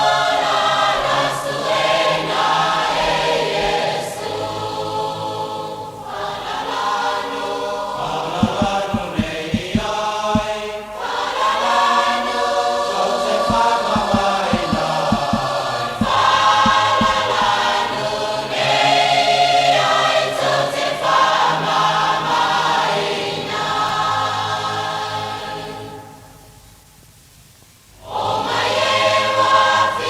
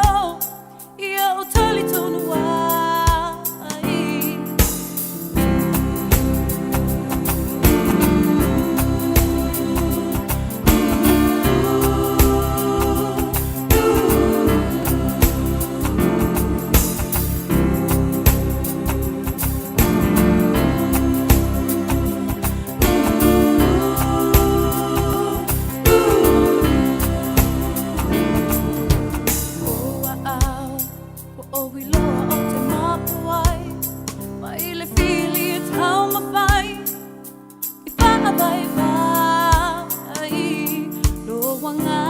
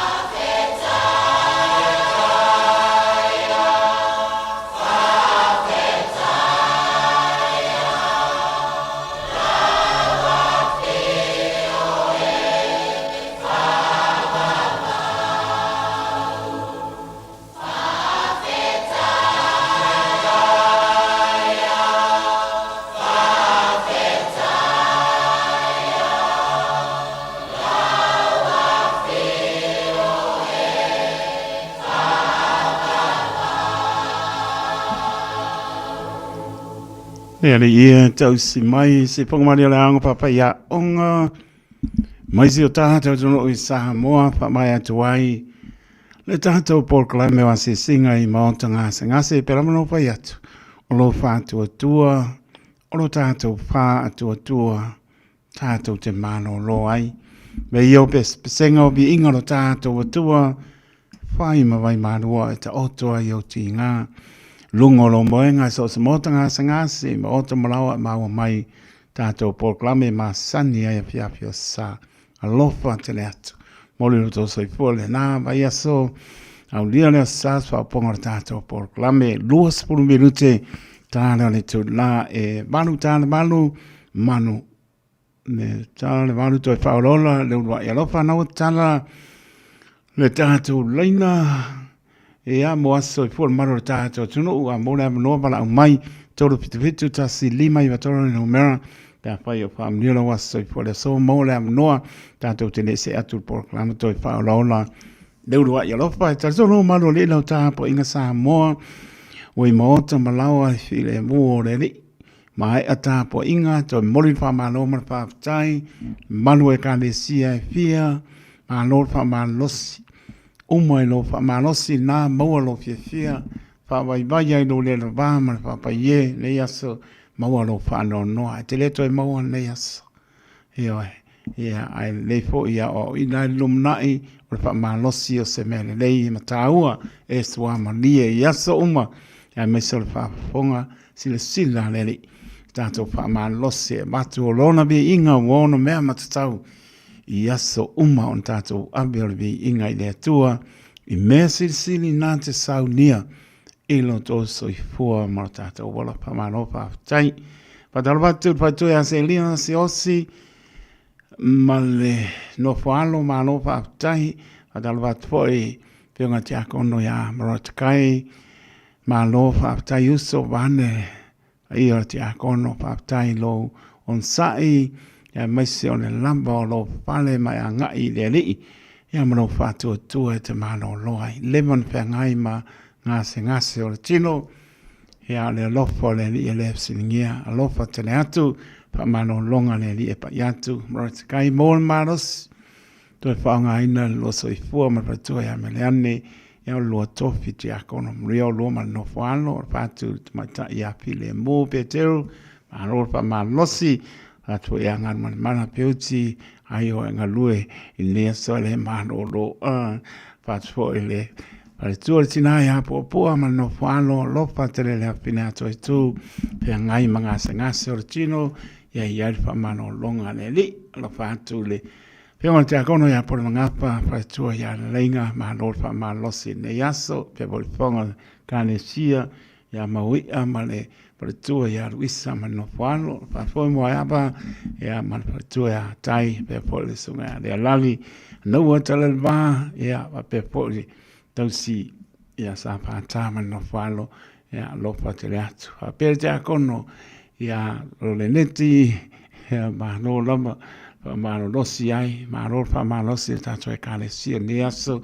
ma se o hanu fa nau mano lama fa mano si tapo inga ma se o maptanga sa pe ngai e malanga lo wa to fo iatu lo lato fa mautu e kinani lato fontanga fa mo fa to ina e le aso a taiao ia fa mano fa tai fa mano si ai tapo inga le ne aso Tale malu to faolola le urua i lofa ya i manuia fo i le fiafi la tau lunga le ala e non to fa manatu lama fa tata la fonga i la fa fonga mai io e lo fa tonunga o telefoni na te le mau so i fo ya o le malu le tunu o na wata u te le ata to le tali o telefoni nga wala ya o na ko ya la ya luka ya ke ia le wapa oke le ko foi mai ia e manuia le fiafi la tau lunga ala pai mani mata la lunga ala o le fa nga hina telefoni ia fa pena foi ia le alol le mo le pasia moli ta ua te le lo poi sa ka makau mana ngavale ia ke ua mana pangai bane va ponga le tro tana i pa ai lo le awala a sekila le se si lunga tu la pono lo pa tu se oso sunga le awao au mai i umai kanan fo i lio pati mal patua a sanafa e ma lor fa ma nosi a pe po le sunga e le awao ya tu ya kana pa pili ya mal patua tu lepe ya mai la tu umlava sia tato e kalesia fa na tonu stavio ruma ya la tu nu mai po na yo tato ma tu fa nganga pe lo e fo ile po atayao pe aulia lo bantu wo ya ya mika wa mai sa pa tinga loko nge uso pe ta loko fane ya no vande na tu tal ton sai pa ma losi ya nga wangi le makangi nga po o la tone ya o se ka ya se manu ya alo fatu fa ma fa pe ya to e uso talinga para sa la fai la lama me wo ya si fia tato fia ka alo uso ta alo ta wo le uso ya le na was a long way ta alo fat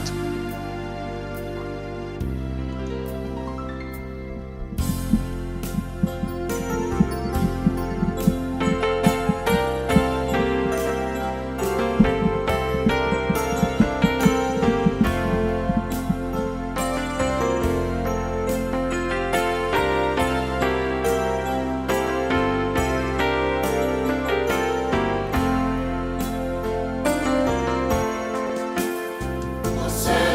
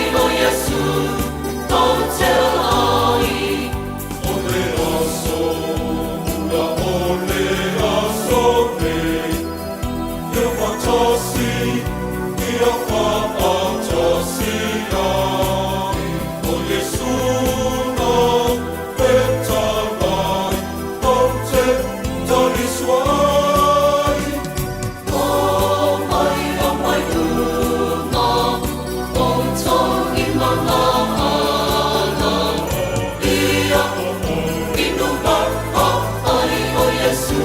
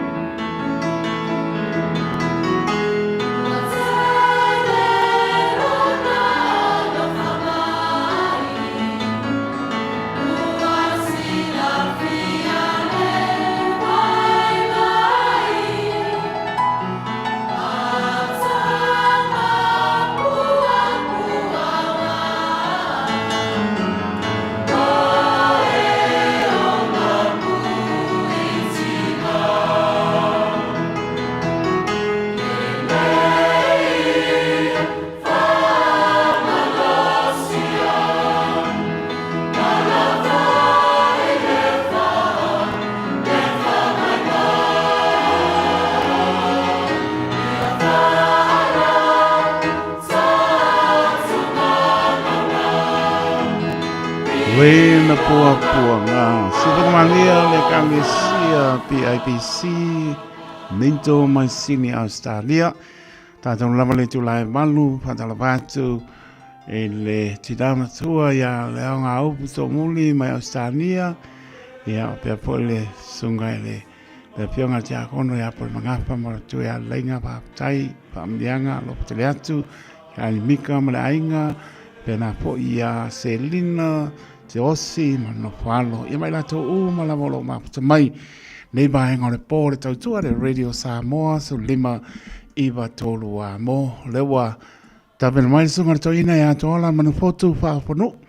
Sunga to ina ia teori tu loma toi whaolaola. Leulua ia lofa.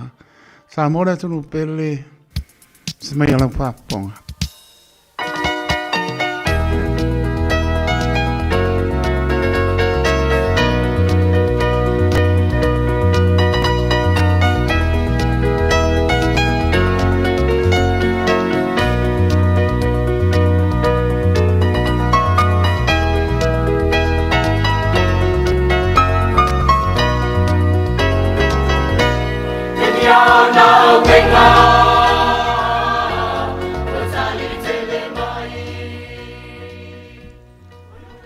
Toi whata alofa atu, sa moa lea tunu pele. O maua fo ile ava no le tātou po kalame ma sanile nei o le toi wha ola ola, ne ulua ia lofa. Manatu lava e au mea nisi o soa whaitau.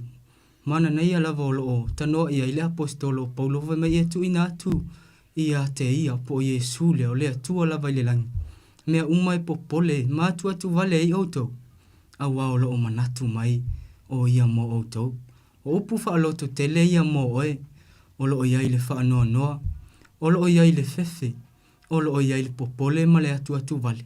Ai whai mai ia whaamtalanga le tuspa ia, tu ina atu lai le atua, mea olo o popole ma atu vale i oe le tangata ke wisiano, le tangata olo o iai peai i mawhatianga masaisai tianga sa tani, i le olanga nei. O wai manatu mai le atua, whai mai e ai se me tasi. E le mawhaia ia. Whai mai whamtalanga le tusial perfect. Whai mai pe ngalo e ai le tinala na tama. Hau oe ma. E le mawhaio na ngalo oe. I le sila whanga ati. Ma le sila whanga le atua pa ia o le langi. E sila ma la vea i mai ate oe. O le ava no whaaptoa fu i nei e toi o whalofa. Ma whaata alofa atu ai. Le tātou por kalame. Tal tonu o le atu lolo ia. O pa ia sautu afafafa sa moa, o i tū taulangi, o i tū te tele e pei o na whaalangi ma whaalupe i ailo tātou atunu. E taua ina whaapa i atu i le whaafeilo inga māsani, nei o tātou o ona tutofia le atua i pūnonga ma whata whai taulanga e fia. Le ngata i leo i la tau ua, au whai ngaluenga le atua ua malo o lowi taia mai le ngaluenga, e o whalofa ma, whaatalofa atu le tātou por kalame le nei afi. E le mawhai ona whaangalo ina foi. Le tāpua inga nei o tātou mātua, soifua mātutua, laua o sina. Le ngatai isi o tātou atu nuu i sa moa, tari tonu foi. O loo mawhai ona maua le awa noa e whaafonga mai e ila tau New Zealand nei, pe o le toa tele lava o nei o tātou mātua, soifua mātutua. O le mawhai ona maua le whaamanu ianga lea. Uma whai ona nofo maua ima, maua fo o se whaasili ngā mālosi. Le iai le tau o New Zealand nei, o whalofa atu le tātou po kalame mo o tau le nei vaenga le afi ia se ia o lava. I le au manga po le mālosi o le nu, o la mālosi o le nu, le atou e whaalupe ina e talavou le ngatai. I tama mateine talavou se ia o lava i se au pito i titi, e fia foi. E whaafafonga ma whaalongolongo ma maua le tātou po kalame o le nei afi o whalofa atu mo outou talia ina fia mai outou i le tātou po kalame ma sani o nei afi whaatalofa foi i le sunga le o ia taito o lo mwhai ona maua le avanoa mātou te tiu te atua le nei afi o le tatalo ia whaamanuia le atua whaamanuia foi le atua i le fofonga o po kalame le sunga toe ina po le whaila unga whaapitoa o le nei afi tau ina ia i le whaamanianga le atua nga lue atu le atua i lau loto. Hao mawhai ona maua le avanoa e te whaafofonga mai ai i le nei afi. Le tonu o le au whai le tātou te talo ia ona tā mai whaila i o se tātou pese. Whea ngai leo I tātou male amatalia o le tātou pokalame, o le au whea le tātou te talo lo mātou, ta mai o le langi. Yesu ke wiso lo mātou o le iwha aola nganga pa ia, lo mātou whesua so anisili. O lau fio lava e tu tasila upule ma o oe te whaia mea sili, o mea mamana, o mea oe ofo ai o mātou loto, o mea e mana na o ia te tali mo I mātou le tu, pea o na mātou mamau malau o fio, o na moni ai leo whamtalanga le perfecta o isei, o a mātou ua mio leanga, ua avele ma papupuni I le vao I mātou malau o fio. Te talo ia iei lau whamanianga, tama whanaua, so mātou atu nu o Samoa, lo mawhaiona maua le awanoa e whaafonga ma whaalongolongo ma mai moa ma iei le nei afiafi. Ia iei lau whamanianga mo I lātou, lātou fo iei maftianga ma iei I whale mai, iei le whaamalolonga o Yesu, tali tonu o mātou loto, o oe lava o le fōma isili, e te tausia mai iei lau au file mumu I mātou. Whamani iei lau upo le amwhaiona luatu I le neipo, saunia mta pena niangang, e lavea inga molo malo. Whamangalo matalia I mātou le nei afiafi, I lau lava suafa Yesu. Amen.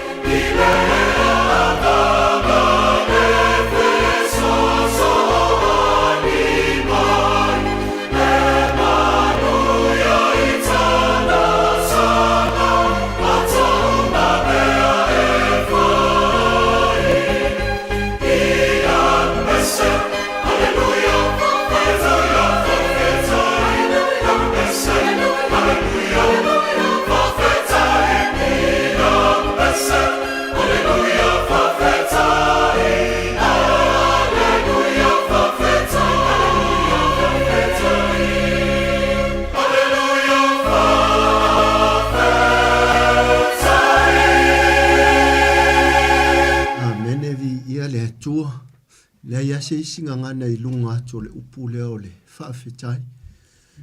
Ia e fiu lava e tausa ilini ma manu mana na ia tātou te spela ina haile anga le lei, le alofa, le whaamaro longa, ma le whaamanga longa le atua. Ia na o le whaafetai ia ala tātou vi inga.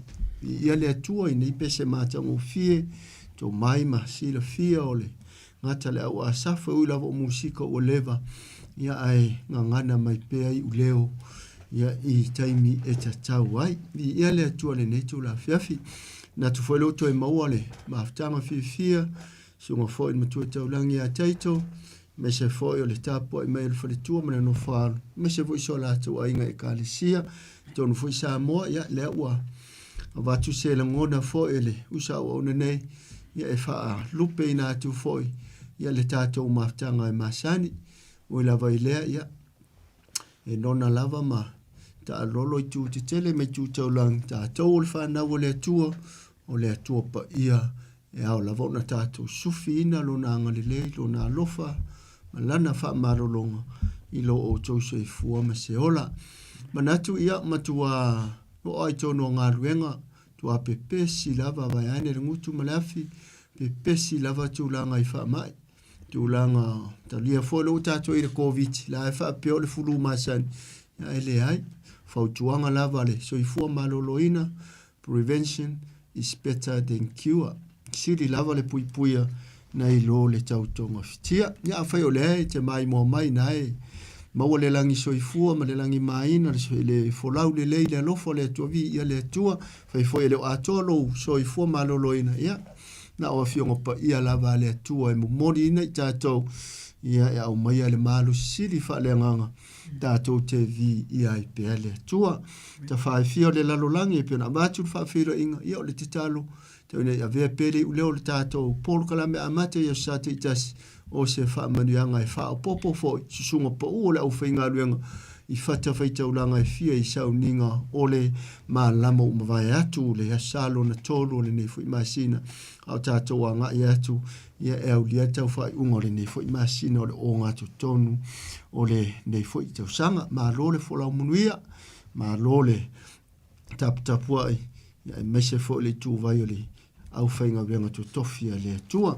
Ia e mole nei e fiafi, ia whai e leo iei lau tuspa ia, e leo iei fo i tono lau telefoni, ia o le tatalo lava malenganga wha maua lalo, ia wha aluane le anganga wheta lai o le tua taito luina, lau mai monga ma lau wha fonga ina ia o ngā se vaenga o le tātou wha sone nei e fiafi, ia e ngā lue atua ile anganga pa i o le tua mawailu tātou ori ma le fia pea ia na fionga pa ia. O le mata upu muli lava o le tuso le whenga ina tuai, ia i le mata upu e wha, tusi le al perfeta o malaki, ia o le tusi muli o le whenga ina tuai, o le mata upu e wha, ia o le a maa whaita wina, ia na isoa whaita upu po, ia a te le lava se whea o le a pa ia tuai, ma whesoa ni tuai le anganga pa ia o le tua, ia i lau whaafonga sa moa le netu la fiafi te nane o a inga maua pele. O le autua le mata upu le whao le tusi lea muli o le whenga inga tuai o malaki. E mua o na sau e lia i le o ai i le aso o Jehova. E mua o na sau e lia i le o ai i le aso o Jehova. Whaitawina le whai upu mua e whangata ma le whai upu muli, whai upu e ono o le ama whaitawina.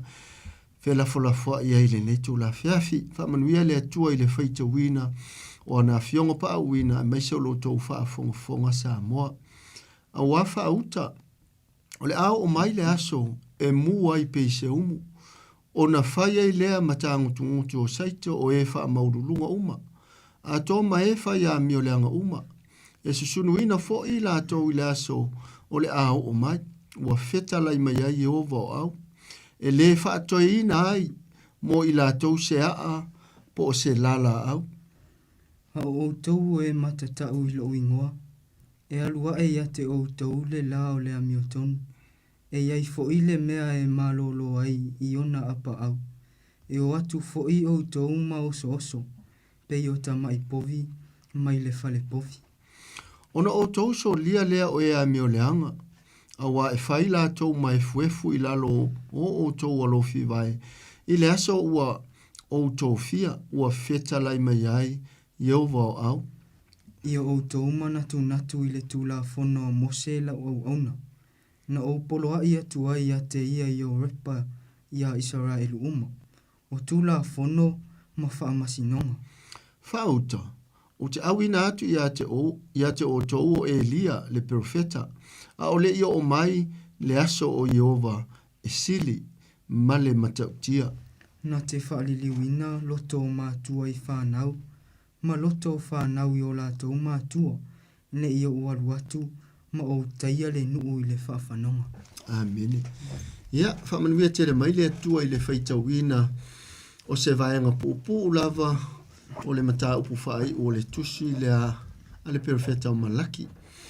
A whai e mauso a wanoe te whitawina al mata upu e tolu. ona e manino leai i le malelenga le atua na tu ina atu ila na ona le mata upo e wha. O le mata upo e tolu o lo wha aulu talaina o le valo anga i le fio mai o le li. Ia o valo anga i mea lea i lumana i ele i o mai sa mo. Mea le tutupu.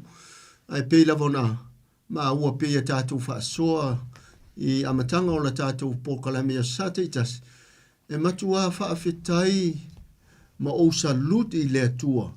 O na o le wha ai loa mai o mea e lumana. Ana le ila fionga le atua. Ma le tumu musu le anganga pa ia. Wha atasi ai ma le misiona a Yesu. Le na fio ma le utino tangata. Tātou te le ma malama le fina ngalo le atua. I mea ia wa. Uma o na pokalame ina le atua. Mai leo se tala wha ngongo se ori. E leo se tala wha ngongo fo isa moa le langi fau ma le lalo langi fau po le ola e wha wau toi tu mau wa uma o na ta pena e le atua. Mana tua sa unua ngā Yesu i le ana su whawhai mo mua whai upo e tonu. Wha mai Yesu awhai fo i ana le ta pena ina e lo ta mase mea. O te alu lama sa uni. Nono wingo. La ua feta lai manino Yesu ua uma. Ma e a ona ta pena e le atua. Lea le nofoanga tu mau. Wa tātou feoi. Wa tātou featangi. Wa tātou lai. I le polonga i le nei. Lalo langi i le ngata o tātou tangata o mau. O tātou foi o tangata ta se. Ai, atua ma natu e pupu lava ia. Mata upo le tusi muli nei. O se atala foi o upo o valo anga. O upo mea o tutupu, o mea e le tutupu, ma mea ua mahea o na tutupu. O le tātou wha sola le netu la fiafi o le toi wha manatu e le atua. E mua o na sau le perfeto Isaia aelei o i le afio wha alua mai o ke viso. O le mata upo e tolu o lo matua tau ma le finangalo le atua le tali upu o lo nanu. Matou te o atu mania. Ala en matua a vatu le finangalo le atua. E o lava i le tupe pa ia le atua. Fa mai le atua wo tau whaoa. O le upu le o le whao. E ese male ngaoi, o le ngaoi. Se ilonga waru ese malo whanua, se ilonga wa. Ba ai atu le ngaoi wa le isi lo maota malo lao. Fato ata pena le ola nao sa whainga. E ngaoi ni mea tō tino, ni mea taunga tā. Ia e o foi fato anga o la fumanu. Ai ole meo le whao me use mea. Ia o la ala a saune e tuu e tau mafa pe hinu a whamaile atua o tau whaoa. O e leo se ngangana whaingo fie le taimile ana mo moli atua li fina ngalo le atua le profeta o Malaki. Le tele o le whao o mea pa ia le atua e lana whanau. O haia mea o tau langa masafurua e tāua. E le whaapea o le finangalo o le atua e hou mea uma. Le whaifa mai ele whaisalamo o lo i ate au manu e fia afe o lo tata i tumutumu o maunga. Mai le atua ona ufia ai wa ufesili atu mo ufai atu. O le atua e hou mea uma. O le finangalo o le atua ilana tangata na whai. Ia ola ana. Ia ola matatau. Ia ola whaatua i mea ua foa i mai e le atua i lau si o manga, i lau ta mau a inga, i tupe, tau mafa o le lau whanua, o whaatoanga. Ia e o lava i lau soifua ofo ina atu mo le atua. O le mata upulana tātou whaitawina e uia pōpō, ai te le se whi au, o le whi au whaavalo anga, le walongo ma mau mai e le atua, e tā pena i ai lau soifua malo wola, tātou o kerisiano tau mawhai, tātou o kerisiano whātuatua. Nei te ua pō ia whaamanu i o whanga lo soifua malo tātou ola. Le anga o lea fio mai o lea tua e ala ia Yesu. E fio wha lea nganga. E te tau ai o na mautu lau tāpenanga, ma lau tāpenanga wha lea nganga. Le anga e lea fio wha le tino mai ke viso. Whamaile tātou whai upu a mata a wafa auta o le a o mai le aso e muai pei se umu. O na whai ai lea matangutu o saito o e wha mawarulunga. A toa mai e whai a mi o leanga uma. E susunuina fo i lato i le aso o le ao o mai. Ua feta lai mai ai i ova o au. E le whatoa ina ai mo i lato se a po se lala au. Matau tia le aso le atua. E matua matau tia asa mua. O le awa noa le wa umai le atua le so i fua ma le mana vaola e te ola ai ma o wola ai. O le fina ngalo le atua mo tātou le neitu la fiafi. Fa au ngā ta tau le awa noa. Le angai tōlo ala umanawa po na nei po atai au. Ua uma foi lo ua noa. Ma le toi alanga ina le upu le nei i le tuunga mau. E le toi whaia foi se me sili mo le atua mo lo uso atangata i le tuunga mau. O le awa noa i le taimi le te soifua ai. O le fe aula ua tu ina mai, pe au na ufai atu. E leo se tala whaafāngongo ma le lenga ma mana le atua, ma le fe au tu sao i lana au auna le perofeta o Malaki.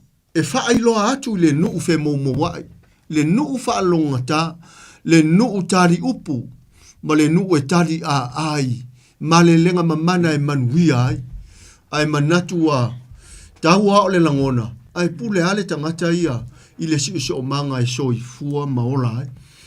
Ai ole mai moanga wa au maia ma se fe au mo i tātou le netu la fiafi teina ne pa anga masani.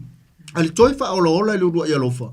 E ma mafa le aso o le toa sao o le atua. Le foi fa mai ai le perfeta o se fanaia. Ia ilona matau kumo mofa i po suma le fa. Fa mai e lata mai, lata mai, la valo matuate le vave mai. Fa mai o le aso o le taalili o le aso o le atua po i ova. E sola hau suru ai le toa. O le fe aula wala pita ina ai lau whaafonga maua sa moa ma lau mai moanga mamana le netu la fiafi. Lea ua whai mai le atua haka i whaai loa atu. E le toe whaato toe ina se soifua ma se ola.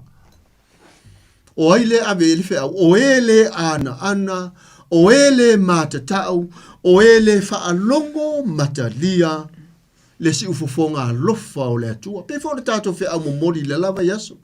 Na momoli atu e Yesu ya Yohane. Whaalongo na tari tonu a Yohane. E moe la Yohane wa moe ma le mauti noa. I le uleo alofa na ietalia. Ma le na whaalongo ma le ana ma le mata. We toi whaanguai o ia. I le tae hao le toi tutu ma le tae hao le manu malo. Pe au na ufai atu sa moa. E le tau whaafefe le atua e ala iana fionga. E ala mai au ngā perofeta o le whenga inga tuai. E ala mai tusitala o le au fai evangelia. Ma le au apostolo o le whenga inga fōu. E o lava iele i a oa o ina. Aina whaatumuina i le mana ma le upu a le atua. Ona o le finangalo o le atua. E longo i tātou wa o lewa na mo moi i lātou na ave i aile whe aule a le atua i le taimi o le perofeta o Malaki. Ai a whai o lewa e la ngona le neitu la fiafi. Whaamata e le te tau na fua se tapu. Whaamata e le te tau ona tongo se moe le lei lo fina ngalo. A o maua le mana vaola. Whai ei sau filifilinga. E le o se tangata le atua e tala pepelo ai ana folofolanga. E whai asi ma mafa upolo a matai. Upu tau whai o le mata upu muli muli o le tusi leo o Malaki. A wafa auta. O le o mai le aso e muai pei se umu. O na whai ai lea matangutungutu o saito o e wha maururunga uma. Whai matangutungutu o saito o e wha maururunga uma. E lea a fi ai la tangata wha atuatua. Tangata lolofa moni ma tangata la tautea. Au sia le tapula a ele ngata e wha longo le upua le atua mataria. Ai so i fua foi maola i le upua le atua. O le wha aula le momori. E fōringa mai o lo o iaile le avanoa. Laete le avanoa. O le whai ai le tangata whaalonga tā. Le tangata lae ola ifo ngā tupua. A vea mea le nei lalo langi e ifo iai. Atu ua le atua na whaia le langi ma le nei lalo langi. Lono winga o se fe au e toi lo ngoa ai tātou tangata whaatua. A whai o le lua ngia lo so ifua au namalo tātou tari tonu whaatua i le atua. E te tau ona. Tau na tātou wō mare mauti noa i le tua. Whapa ia ina i tātou. O lo tātou wō la whapa ia ina. O lo tātou walo lofa fo i le nā i le tua. Ma o le ale a veai o e mau. O se tā ngutu o se saito. Ua susunu ina.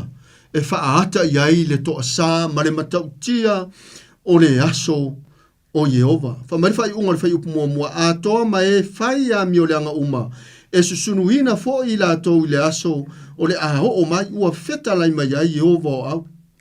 E le whaato e ina ai mo i la tau se a po se lala au. E whai a mi o le anga. Wha maurulunga le vaenga mua e sau le vaenga lona lua. O e whai a mi o le anga.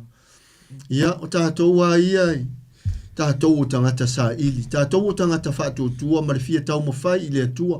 Le anga o le whainga tātou te le alo ese mai le anga sala. Walulu ina i tātou. Le tātou te ola matou so i fua i se lalo langi anga sala. Ai whaafetai le whaolatanga tu tasi le langi. Tau alo tātou whaatua tua. Tau alo tātou ana mamata tau. Le au wha maurulunga. Ma e whai a mio le anga. Fa mai le ngana lo feta laima ma lele tu sa o le tua i leo lo tu i le vao le whenga inga ma le atua le profeta o malaki. E le whaato e ina e o lava i se haa ma se lala au. Mana i le ngana si o tātou atunu e esele le mapo e esele mana ia. Upu lea e tele haa o le tangata i haa o le la au. Lea lai tau fatu ai nila ngona. E o hai se haa ma se lala au. Ai mana tua fwoi lea tau le vine ma tau suma lima le tuse yoane. Feta la Yesu le fai upe lima. O au neo le vine a o la o to. O la uma lava ia te a uma au ia te ia. O ia lava e fua te le mai. Fama Yesu. Waele ma fai e au ma tātou. O na fai o se me tasi pe ale. Pipi i le vine moni o Yesu. O le fai upula e lua le. Yoane evangelia lo mta suma lima. O le mana ia pe amosa wa vanoa. Fa mai o le la e fua tele mai. E teu e ia atili na ia fa mata ngofie ina mai. E se le mata ngofie. O le ala wa o mai mo tatou le aso le to asale wa longo mai ai lau fa afonga sa mo. O ai la tatou te. To ia i tu i le tua malana pule tu tas. A o maua le avano tatou te sala mo ma fo i ma le fa mauni le tua. E le whaia la o e ma o se tangutungutu. O se saito e peo na wha atusa i le aso le tupu. Le anga o le fina ngalo le atua na maliwa Yesu. E le ita pena ina e le atua le tangata na maliwa ilo na alo pele to otasi. Ina ia avea o se malala ola o le paafi se ori. E ia avea i tato uma. O e pe sea le pese lea ua uma na to usia ma tu ina atu. Ia mose i le whenga inga tuai. Mai o le pese o ai se ta nota, e o se tangata musika o ne nei laulang, e le mawhai o ne ia o au hina le pese, pena te ta ina. Mai na o i la tou o le au filifilia, i le aso e fio mai a Yesu, o ka le matango fie. Mai lau le whaamtalanga le whai upe lua, usi lau whaafonga le whai upe lua, le tātou tusi whaitau. A o tau o e matatau i lo ingoa, e alua e ia te o tau le lao le ami o tonu, e iai fo ile mea e malolo ai o na apa au. E o atu fo i o to uma oso pe o tamai povi mai le fale povi. Amene. I te whaafetai au se atua, oka se atua ina a wha pale. Se atua ina a lofa tu noa, ma lofa fua, ma lofa muti vale. Le ti ole whaarupenga o le atua i tele ngese lona to asa e le mawai, ai tele pea lona lofa. A o tou o e mata tau ilo ungoa, e alua e ia te o tou le la o le ami o tonu. E le whaatu sa ina susulu o le malamalama o le la, le tatu te wha ia iaso taitas i le au. E le whaatu sa ina ma le la o le ami o tonu a le atua, e susulu atu, e whaafeao ai le tangata e ola soifua matau i le atua. Mana tua pe ama uso wa noa, i le ngaruenga lo mta produsu ma le ono whai pesul toru su fasu lima. Ina watai ai, Saulo sa wai le ala i tamaseko. Na matua ofo i ena matapongia whaatasi. Aina te ifo Saulo ilo na matapongia. Whamai e ese hui ale mutini tini o le lai la ouli.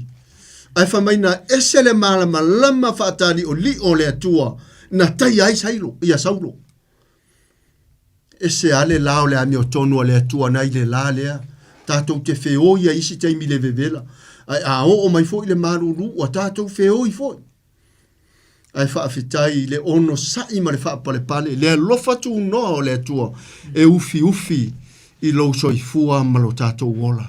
Le anga ua tātou wheoi o na whainga le anga, whainga sa ua sa tani. le lao le ami o tonu, wha atusa o le alofa, sulu ia o le atua. Le ala o maia le vaenga muni mule whai upu e lua. E iai foi le mea e malolo ai o tou. E malolo ai i ona apa au. E o atu foi o tou, ma oso oso pe o tamai povi i le fale povi. O ka le matanga o fia ia, mo o e foi e masane o nawa, tawa aba ai foi tūlanga i pā foi e tu ua ia tātou manu pālangi sa mua. Ia lea au mai ai le whaatusanga i le au mata tau le atua e o atu ina ua suruia i le ami o tonu o le lao le ami o tonu. Fa mai e oso oso e peo tamai povi le fale povi. O aise a le fia iai i le tau sama anga tamai ma moe whaai ua le langi. Le pāseka le atua, le tarisuanga whaai ua le atua mo na tangata na taa sei lungo le neifunga ele ele. E na o ma le upu a le atua. Na feola ma le ami o tonu a le atua. Na lātou tapa sa ina o lātou soifua ma o lātou langa whatuatua e o ngātou tonu ai ke riso Yesu le tala le lei e whaavavau. Le o ngātou tonu e amata mai whaai uai lana fionga le tusipa ia. Whamariwhai upu e tonu. Ona o tou so lia lea o e ami o leanga. A wā e whai lātou mai fuefu i lalo o tou walofi vai. I le aso ua tō fia ua feta laima iai Jehova o au. E le whaapito le alofa o le atua i le taimine. Ai a o loai na lau whai unga whai u i le aso le fio mai o le atua. E matua fea i nā whapor kalame le atua. E le toi va ai atu ai pe o tātou whai unga se la vea i mai le anga o te masani ai se le anga o siu ta mama siu tina le anga o lo tau songa le ai o le aso lea e le whai tu au pe whai ta ngata i por kalame le atua a le ua tele tau sanga o tu mai le a fionga pa ia le atua mai le maliu ma le toi tu o Yesu le ua fofola le mai moanga i le langi e le mawhaiona va ai e o tātou mata whai tino au le uma whaiona tātou mori mawina i saunoanga a perofeta ma feta lainga le atua i tangata whaauina whaapa iaina i le whenga inga tuai ai meise o lo na alo na liu tino tangata ma mafuta ma ona tangata whaatu tua o e na muli muli mata lia le upu o le atua e ese mai le au muli muli na ona fia mai moa i vavenga ma le fia ai ia ai te ena lava le upu o le atua le wa mai a mo tātou le nei tūra fiafi ona so lia lea o e ami o leanga a wa e whai la tau mai fuefu i lalo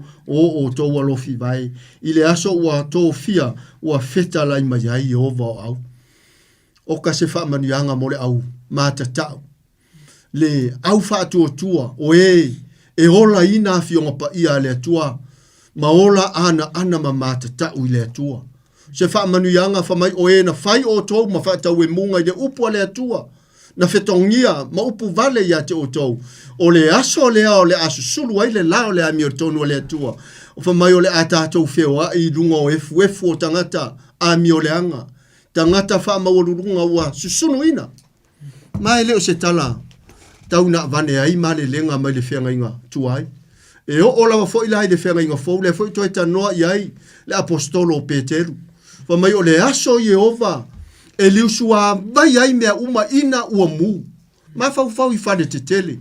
Ma fau i ua mea malolosi le to mai wha ona pōnei. Le quality taunga tau o mea ua mea ma whare te tele. O aia le afi. Le anga o le atua. Whamai o le atua. O ia o le afi ma ai. E liusua vai. Ma fau le ngangana a le afionga a le atua. E liusua vai mea uma na whai ai ina ua mu, ele se afi na whai e se tangata. Ai o le afi, o le te io, ma le safa mai le atua. De ma whai au na tali atu ia i se tangata, le matau tia au le maua le avanoa mo oe. Whai foi la lo tatu blangona ina. Whawhetai se atua e manatu mai. Matu ua avanoa i lau tape nanga malau. Sau ni uninga. A o tātou au mau. Ile nei lalo langi le tu mau. A o maua le mana vaola. Tātou te ola ana. Ma tātou fo i atu ai mari wha maoni. A o wha ma fola mai. A o felele a i le tua e peona wha atusa i le tātou. Ma tā upu i apa au o le tupo manu felelei. E sa paia malavea ina i tātou. Ilo tātou sauni e ngō ngoto atu i ngalu fe ai.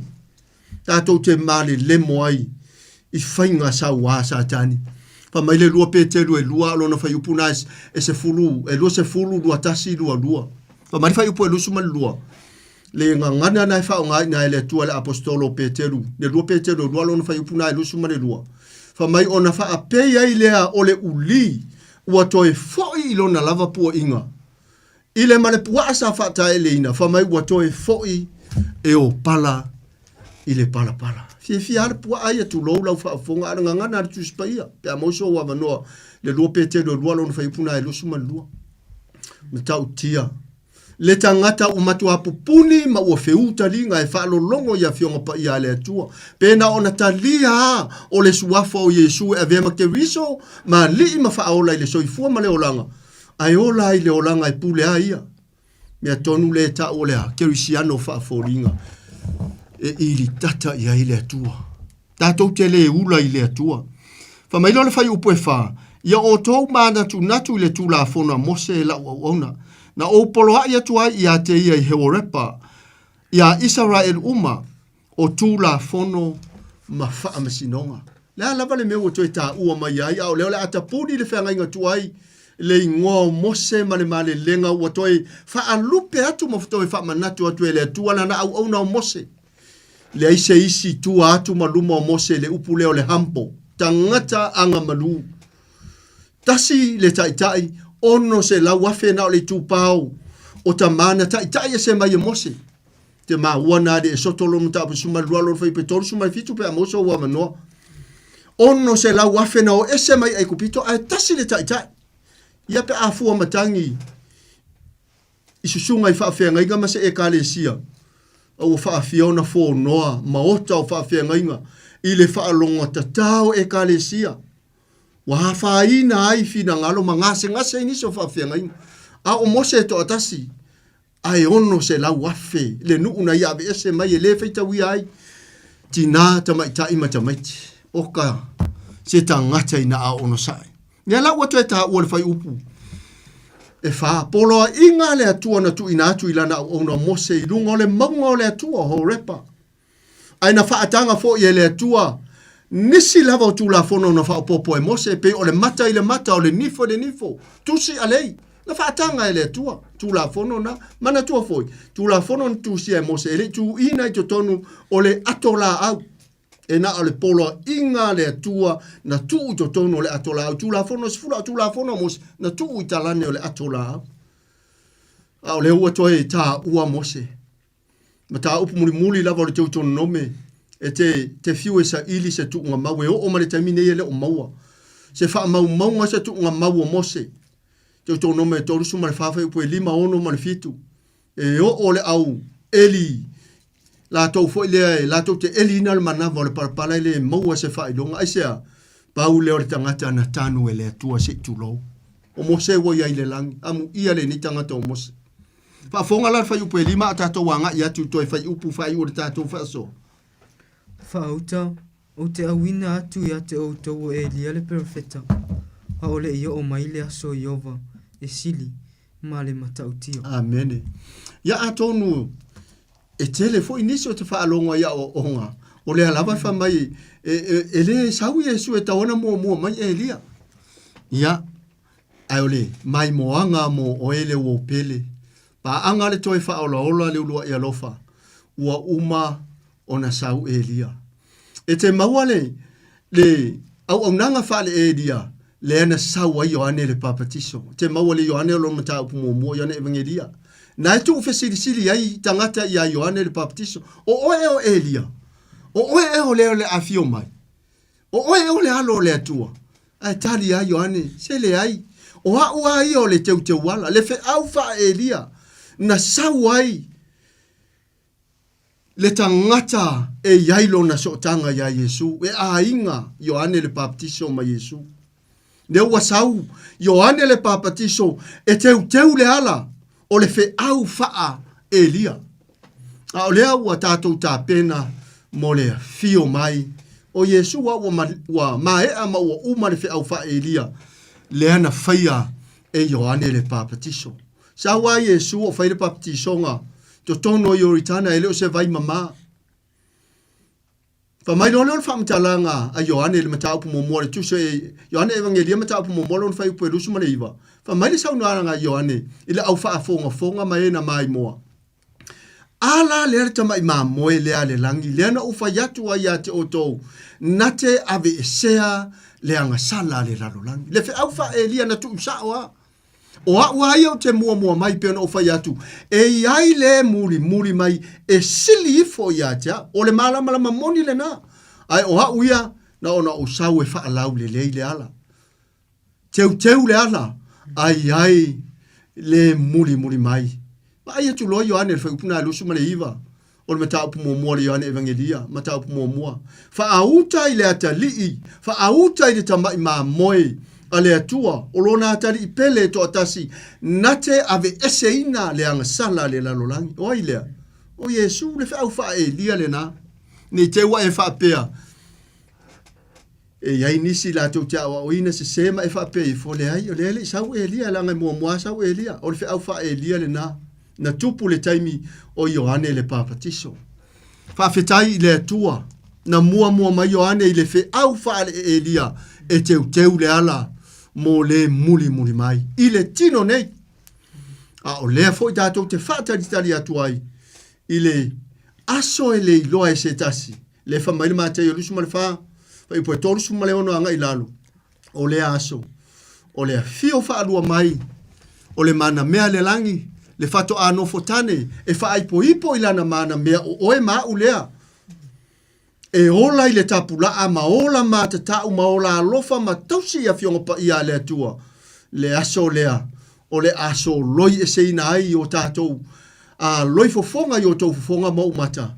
E le solo ina e se angeru. E le solo ina Yesu. Ai solo e le atua. Oka se wha manu yanga. Le aso fatoa e mai mo atua i le atua. E le o mata anga sala nei ma le tino anga sala. Tino oti le nei. Ai fa mai o le tino soi fua pea lava pea i le aso le afio fa lua mai o Yesu. O sila fa fonga le fa upu muli o le tātou fa so. Na te whaaliliwina o loto o mātua i whānau, ma loto o whānau i o lātou mātua, ne i o walu atu, ma o taia le nuu i le whaafanonga. Amen. E se le mātanga o fio le ngangana le whaatini i le male lenga.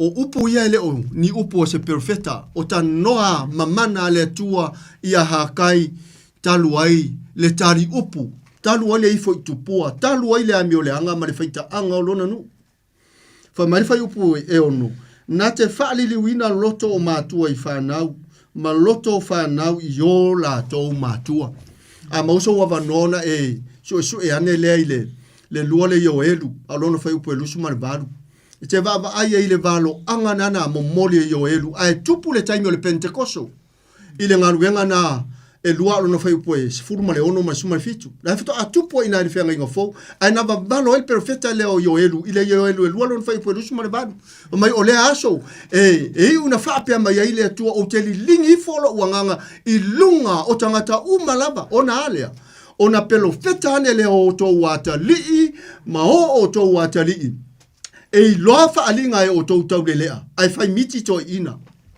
Ma tau tia. Ai o mai le whenga inga fau. Ai tupu ai le valo anga lea al perfeto yo eru. I le ngaruenga na mtau pe lua lun whai pe sufuma le ono ma le suma le fitu. Na toi ala langa i tangata.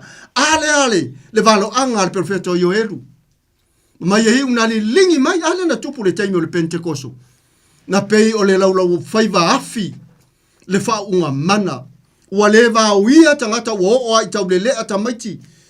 Ua ala langa i le whau unga le atua. O le upu leo le whaali liu o loto mātua i whanau. O whanau fo i mātua. O le mea le mawhaiona whai e se ta mama se tina i sona awhawhine ma sona atali. Pea mawhai fo na whai e se atali i ma se awhawhine i sona atamai i le tama.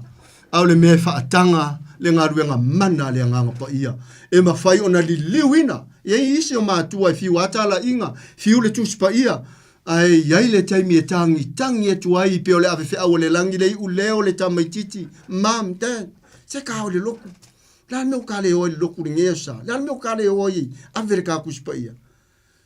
taimi e whaali liu ai oi u leo nao nei whanau e liu ai loto mātua ai le tupu la taimi le pe ona whamaiei le tua ia manaki taimi o le liuanga e li liu ai e le ata li i ma le awhawhine le loto whainga tau le tamama le tina le taimi e li liu ai fo i e mātua nei whanau o lo ta fili sau noa i sa tani i mea fi i lafi e ngata i le tunga mau e ngata i le ola nei a ona tale taimi a le atua ona whaarili wina lea i le taimi a le atua i le polo kalame mambana le atua e te le sila fia ma o loa mai leo le vaianga muli o le tātou mata upule nei tu la fia fi ne i o walu atu ma o taia le nuu i le whaafanonga o aie e ana sau no anga mamalelenga o le atua mai le atua malaki fai lo atu i la ufianga inga le te lele avanoa to te li liu mai ai au fa ma fola atu a au mamana ma au lofa le fai longa tangata o le atua o le taimi au te li liu ai o le taimi wa pati ai le tasi le angeru fa mai e afe angeru le langi ai li liu masala mo le tangata i to tasi ile nei la lolangi e se ale se atua ina a fai mea tonu. O le wa au mai a mo tātou. Ne i o aru atu, ma o taia le nuu i le whaafanonga. O le upule o le whaafanonga, e fai le mafui e fai le tsunami, e fai le a whaama le matangi te vai atu ala e anga i mai. E lapatai mai foi le au wa ai tauma, fai e le tātou tāpenanga. A o le taia i le toa sa o le atua, le ise tāpenanga, aisea, ale ua uma le avanoa, le te sapi ma tātou wola, i le alofa tu noa o le atua. Ai awane ngalo sa moa pa anga, ale toi fa ola ola le rua i alofa a inga mawo pele. O le fa pale pale le atua, se ia tātou wo o uma i le salamo. Ona tapu ni alo le o le alofa tu noa o le atua. Le fa mai le atua, tātou te wala au atua i maunga mapapa mafuri maia, tānu mia i mātou. Ile matau tia o le sila fanga le ti e le no foari. A le alanga le au whaatua tua mla au mātita o mai na ana. Ma la tau a vea le atua ma ta ma a vea Yesu ma li ma whaaola a vea le anganga pa ia o le perisona le ma ia le ainga atua o le tai tambai lona soifua i le aso ma le aso la tau te whape atu. Whaauta ilo mātou atua ua leva o na mātou whaatalitali atu iai. E whamaile uleo le langi le au una lele hia ma le whamaoni. Ulu fale maia i le fia o lo wali. Nia Samoa, o se fe au e mati ai lo tātou wola whaaleanga. O wai le whai mo tātou nene i olang. Lui tau lulunga leanga satani, o mai, o maftanga ma le pelepe. Nia ale ase tātou matamata i atu i Samoa. Moni o fionga pa i ale atua. Tātou te leo to i se taimi whaingo fie. O ta tei, se taimi mua tu lau lava Samoa, te lango foi nana tau muri mawina. Vai aso lentua na etu neo, vai atu. Tu lau lava le whaamtalanga i tu mule hava ma le whaaloa. Pe au lai whana pe ale isi, ali utele i lopo o where nu, ta whana ina o mo lio le ala tele. Tato wha auta ia, le matau, ti o le meo iai, whainga sa wasa atai. Sesi o fio anga, tala whaatai, i o whale alili, ia le ana tupu mai, lu su fitu tau sanga. Tango atu le lau malosi fa umatia lo na anko. Alaina fa utua le anko. Tu ilalo le leo le la au fa ia. Fa si fonga mai fonga taulanga i le atua le mea masani ai. A ita i satani. Ia, vi ia le atua Samoa. Fe au e vatu ina. Tau longo mali. Titi mai mali fangu foi. Sungal matua taulangi.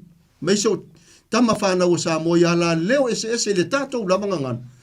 O le fe au lava lea. Tātou te leo toia. Tātou te leo toia hola i se. O langa whai ngō fie ma saunga le mu. Ngā ngana fo i maalia le wha alongolongo. Sunga le matua taulangi o sunga le au au. O wale tu rialo sao. Fo le alma na i o le launga ma na i pesenga. Le wako akipi wha fua se i o ereska avare i mau po ai kuri au ai kua hola mōri fe ko ai de mō le ala. Whainga sa kangi. Wa maka ukia. Kasi le me le lu i ka ko ka le au fa ko rungo le au wala. Ai wane ngalo le emo mai mori mu, emo mai mori lan mori, emo mai mori no me mata o le ata o le tula fono. Le uma le ngar tu la fono. A tato le tau sia fano fa fo se ilo le soifua le lana o male oti. Ta pena. Ma o tato wola se o langa fa le nganga wa a fio ma Yesu o tato wote ri Italia Yesu ma vea ma tupu i lo soifua ma li ma fa ola i te ina lo soifua. Ia, a vea i tato mata ngutu le au fa maululunga ma le au a mio leanga. O e atua i meo le tino ai ngalo o na ifo atu i le atua na whaia i tātou. Anga le leile atua sa moa, whaiwa matiu te amata o le vai aso fo, ia, o le titi mai lava le sungai, le awa o ia teito, tau tuana na i o tātou mātua soifua mātua, o matua mā losi a le maruru, pe pesi fo i wha mai pe o le feta leima le kale, mātou fo i ngā ruenga, ia wha pe ema whainota whai atu, ia isi tangata fo i leo tangata anu o tātou vai ane alau wha afonga maua sa moa, a e fia tale tapuni o tātou o tau fofonga o tama ia e a wha peo lo latou o tunu na whaia ia le ia o oe lava te pui pui a lava e oe lo so i fua malo wola a vele upu le nea fiafi ia o se wha malo singa mo oe le ta oto mai i le tau lia o le fala a purusia o tau whanga mal whalaef wha anoa noanga foi ia a matu i na o oe lava i whaia le whai unga o lau tā penanga wha le nganga i le fio mai o Yesu. Whamanuia le atua sa moa, lau whauina i tātou se te talo. Whaptai ta mā mo le upu, whaptai mo le taimi, whaptai mo utangata, whaptai lau a fionga o le malama moni o le upu mai lo fufonga, whamai Yesu e ao ngai ao ai, e whaatonu, whaapoto i nai. O lau upu fo i e le fo i fua, e aluatu ma le mana, e sau ma le malaia, e aluatu ma le manuia, e sau fo i ma le tangi au e, o le ua au maia nei fe au. E tapa sa ina ai lo mātou ola, sa unia i mātou o wa e le tu mau le ola nei. E le to e sala mo matou e whaise me siri te tunga mau, a o ta oto le tapa sa ma le ta iala, e fua matangi e le whatu o tua tari tono tangata, se ia o i lau a fio mai, o lau a fionga le tuspa ia. Wha mangalo i mātou, wha mnuia i mātou, le aru alau upu le nei tu la fia alu male mana por kalame muni mai ia ile anga le leo lau fio ala leo u malava o lo fa ngai nai le ngana sa e fa manuia ia sa mo fa pena ona e fa manuia i tama fa na o sa mo ai meso le fa fonga mana sa mo i le atu li manu male ta fa la lang fa manuia pa anga masani le nei tu la fia le matu ta mama tina so i fo matu le au finga benga to tofi ala o fio i punonga mai kalesia ia o ne tofi me fale tua fa manuia fo le ona ia taito mo tite tau fa i o ne ne fia a mama langa tu fo i lungo le ala tau tai la o fio na ile fa tu so le oti o le poliuri ai mal malama me o mai lau pe ai fio me se tai mo le nei po e mana tu i mato lo malo wa ele fai mo i mato le nei o langa le tu mau mai yo mato lungo malava le lofa tu no la fio fide mo Yesu ke viso a to ai tama male maftanga mafana fana malunga sa nei yo o ile fa vavau dava amen.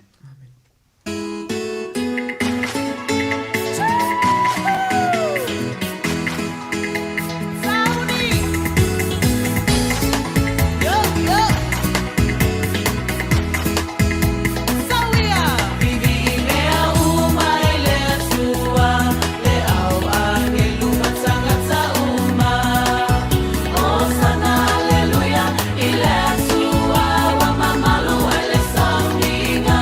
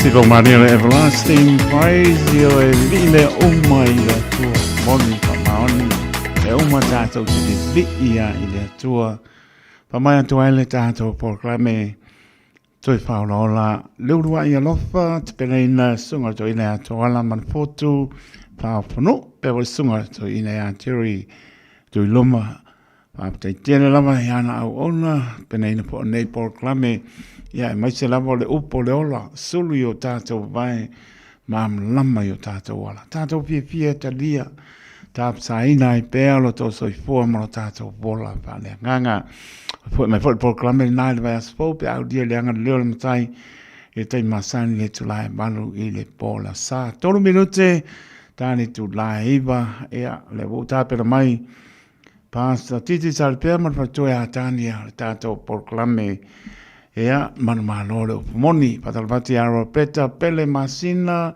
leanga upu so muli pepo ia selina se osi male no foalo ia mai lato umalama pa o Mrs. Wapa ia lofa te latu manuia po ia mano longa le neipo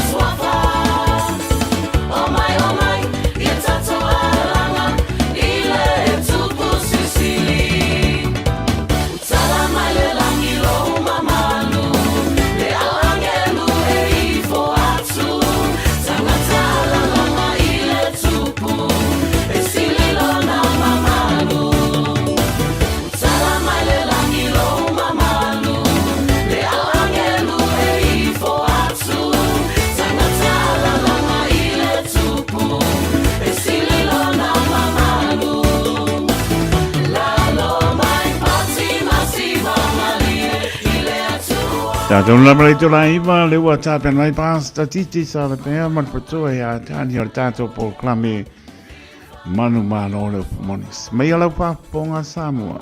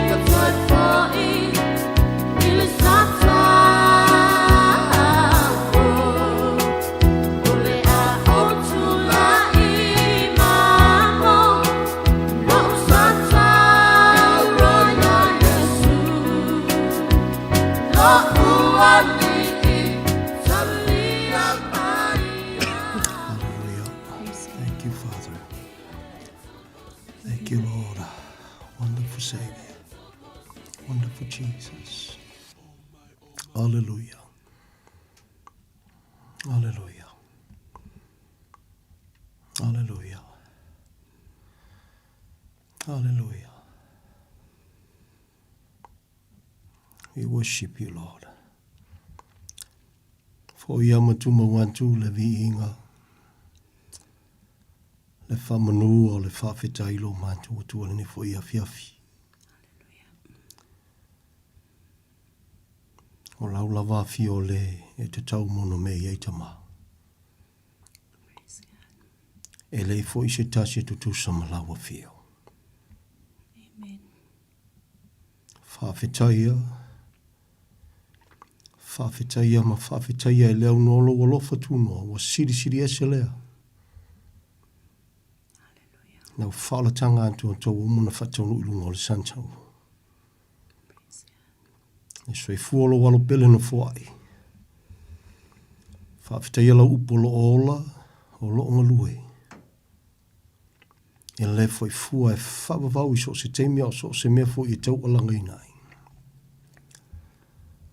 Whawhitai alua nganga pa ia le fisosoan sili wa e fua i outangata. Le ngata loa fio tutonu o lau whanau wa whamau whailunga inai fo i o matu te ngata mo lau wa fio. Ma so se tasi salamo ma whatuatua atu lo warapele. Whawhitai le foi fua le Samoa te tala atulo na loto i ate o le nea fiafi. A tia le whatau wa o me whingaluenga. Lo fina ngalo lofa e whatau nua e leo le loto le tangata. Tu mau i ate o le vi inga nei maso uma. Malu pui e iu ao lofa lau whanau whawtai tele tama. Ala ia Yesu le whawtai. Amen e mamene. Praise God. Hallelujah. We worship you, Lord. Le nei tu laole a fiafi. E ori lava loto e whangaina leo whatau vae. Wha leo tuai fo se whatalo whale nei por kalami. Si o tātou atunu pelo Samoa. E whatalo wha ma whawhelo ai atu le tātou por kalami. E manu malo le upumoni. I si o tātou atunu pelo le nei i tu laole a fiafi. Whawhelo ai ma whatalo whatua i sunga whawhenga inga mwhaitua. Tua asi sina se ia o lava ialo ma whanau. Whatalo whatu. Whatalo whatu foi tātou pāanga masani. Ia mai se elo whapenau na manatua le nei por kalami. Whaonga ina leo ona whatau wa o titi au tau tau sanga. Whatalo whatu so i fuamanuia ila lo whamaleanga le. Praise the Lord. Whatalo whatu foi tātou viewers i lunga Facebook, le YouTube. I o whia lava lo o au atuai le tautua le nei ala leo, whatalo whatu. Whatalo whatu foi le au auna, ia po le sunga le au au ia taitolo, tu le foi le nea fiafi, malo le ngalue malo le sai. Whamanu e tele le atu e lau sunga ma le ainga. Whatalo whatu foi le au uso le nea fiafi, ia tautonu lo no whatapua e mai, malo lava le tatalo, malo le ola whatu atua, malo le alolofa i le atua, le ngata i lea, ia inga lau tele o whatu atua, so i fuamanuia i le alofa malanga leo le atua. Amen. Iona la sila lo whatalo whale nea fiafi, le suka ia titi sarpea. Ila ave mawhi awa le atua le nea fiafi. Ia whatau waa lava le au ona nei. Ia e lo maua pele maa lo si whale anganga mai i le atua. E tau alanga i le upu ma le afionga pa ia le atua. Ia whamanuia tele le atua e lau sunga. Ia mai se foi le whafonga anga si o tātou atunu pele o Samoa i ia le atua. Amen. Ia, via le li. Praise the Lord. Whamanuina ma whawhitaia le lofa tūnoa sitisili e se o le tua. Soifua. O le na mua ia lofa mai ala i lona alopele. Praise God. Ja, nou we valeu ta fatalo for my dia ja. Fatalo fatu ja. Na tia lo ta fatawa o nauni, a wona o nauni. Ave fe au. Ja ai oni ave fe au fo o sta ia le fe au. Ele oni ave fe au e tu lowe a. E mo moli le fe au e le usta. Ja e fatawa. I se vai tau mafai. Ja, manauti no foi ma manatu ya. E mwhai whena tau tino ma le loto e wha maulalo ua. Via le ri. O tofu mai nul so ma leo leusita i leo pumoni. Ia ilu i tau i ei fitao le tūlanga. Ia ua inu al so ma leo. O leusita i le upumoni. Praise the Lord. Ua o malie sa moa i le maliwa Yesu. Ua o malie Samoa i le Le matango fio lana upu. Ia, onge upu. Onge upu le tangata e wha leo se langona o se wha whitai wha lea wau. I le tu o le na mua i alofa mai. Praise the Lord. Ia, ole tūlanga le nā. Antonu e whaafunga ne whiawhi wa tō mua tuali tātou maftanga. Ia, ona ole tūlanga e tau tinoa le tangata ia lea tūlanga. Ia wai, whai ana tō anga le lotu le tangata ma tūlanga whapea ia ai. O si kamai whisiri ngā whisosongi e tō mua tuali tātou wa whiawhi sa mō. Wa e mali. Wa mali e se naunaua o se ngā lala i le tua ala le mali wa Yesu. E malia i le upu moni a le tua o lo ua hawa wina i tātou e tusa ma le upu. Praise the Lord. O se tasio vaenga e mawhai o na atangi ai ma ia ma mai loa i le tua inga tangata. A le tua inga loto foi o le tangata i le tua. Once again, Samoa. O le awa unanga nei ma le porkalame e manu malole upu moni ia e leo se tala ingo se lotu. E le tapua inga le mantou te mafutai e se kamako se mantou kamai whaleo o le mantou te tapua ai. But it's not that. O le fatu, o le feau, e tusai ma le upo le tua ia o lo tawalanga lama wa wina, ma mori ma wina ia na ia tapena ina ma ia fatanga ina le nei avano e lungo le tio Samoa. Ia e o mai lava le nei a fiafi o lo tawalanga. Ia e tawalanga ma le loto e whamaulalo. E tawalanga foi ma le mautinoa. Ia tātou te leo tau au tango tango. Tātou te leo tau mate mate se tātou amio. Via le ri. E tātou tau au na foi ma le mautinoa. Ia tātou te whatawa. E vai tau mawhai. Ia e ale matango fiole. O le whatau waa e ola e le. I le upamonia le tua, tolu fitu ta sirima i wa tolu numeron whaina e mafuta mai e le nea fiafi. Alleluia. Ia ise tūlanga le upa le tua te mana o mia i le fiso swani. Wana ni awau na whatau waa. So se vaenga le upa le tua. Markenese o le whalinga. I ona o onga e meise o lona tūlanga i le maua lunga tele o le mariwa Yesu. Ia o te fia feso soani atu. Praise the Lord. Praise the Lord. O le matango fia i ole ola e tusa ma le upu ali ma dia. E matau tia foi. E matau tia foi. Ia le tūlanga le ole tu i ole malosi o le tangata. Ia ai pangale e leo tusai, ma leo po le tua, e se foi le makau kia o le foi ma ele ngā. Ia e whaonga iana o Paulo walawa le tangata e whailoa mai ma, awa o mai ma wha manatu mai, le soifuanga sa iai ma le soifuanga e whaingo ina o le ma ele ngā, e le te tau. Ma tau tia foi le to inga tangata, ma tau tia foi lona soifua sa au nai ma le manatu o la lava ele lei ma tonu ma sao, o le memoni lasa tonu wa masao ia i le teimi ale maliu Yesu e fua ilana tau tinonga i la le tū la fono e lei matau le angaina le awa unanga le nā i lalo o le soifuanga i le vā o le atua ma Israelu ia ina ua pupula mata o le neitanganta e whatetau lava ia Yesu lea ua maliu ia ina ua pupula launa mata. Ia whaonga i le atua tusai ma le walaua le atua. Ia lea la walai o mai e fo le nei fo ia fiafi O ani toi taimi, o le ase umi, o le finangalo alofa o le atua, o pale pelo na alofa tu noa. Ia via le li, e le mawhaiana toi suia le whiau. E le ai fo se mawhaina toi suia. E paule tangata o le a mawhaina toi suia o le tangata ua whaase seina. O le tangata o le atau mawhai e toi whaupopo se si mea. Via le li, o le whaititenga ia ma o se alofa foi le au no na tupu pele loto. Whaimantanga tau le tua e leo sesi foi tala le lei ia awa iaie ua whaatua tu waleina o tau. Ia o se vaenga e tupo e pele alofa ia Samoa. O lafo ia pepese tangata uma ia Yesu.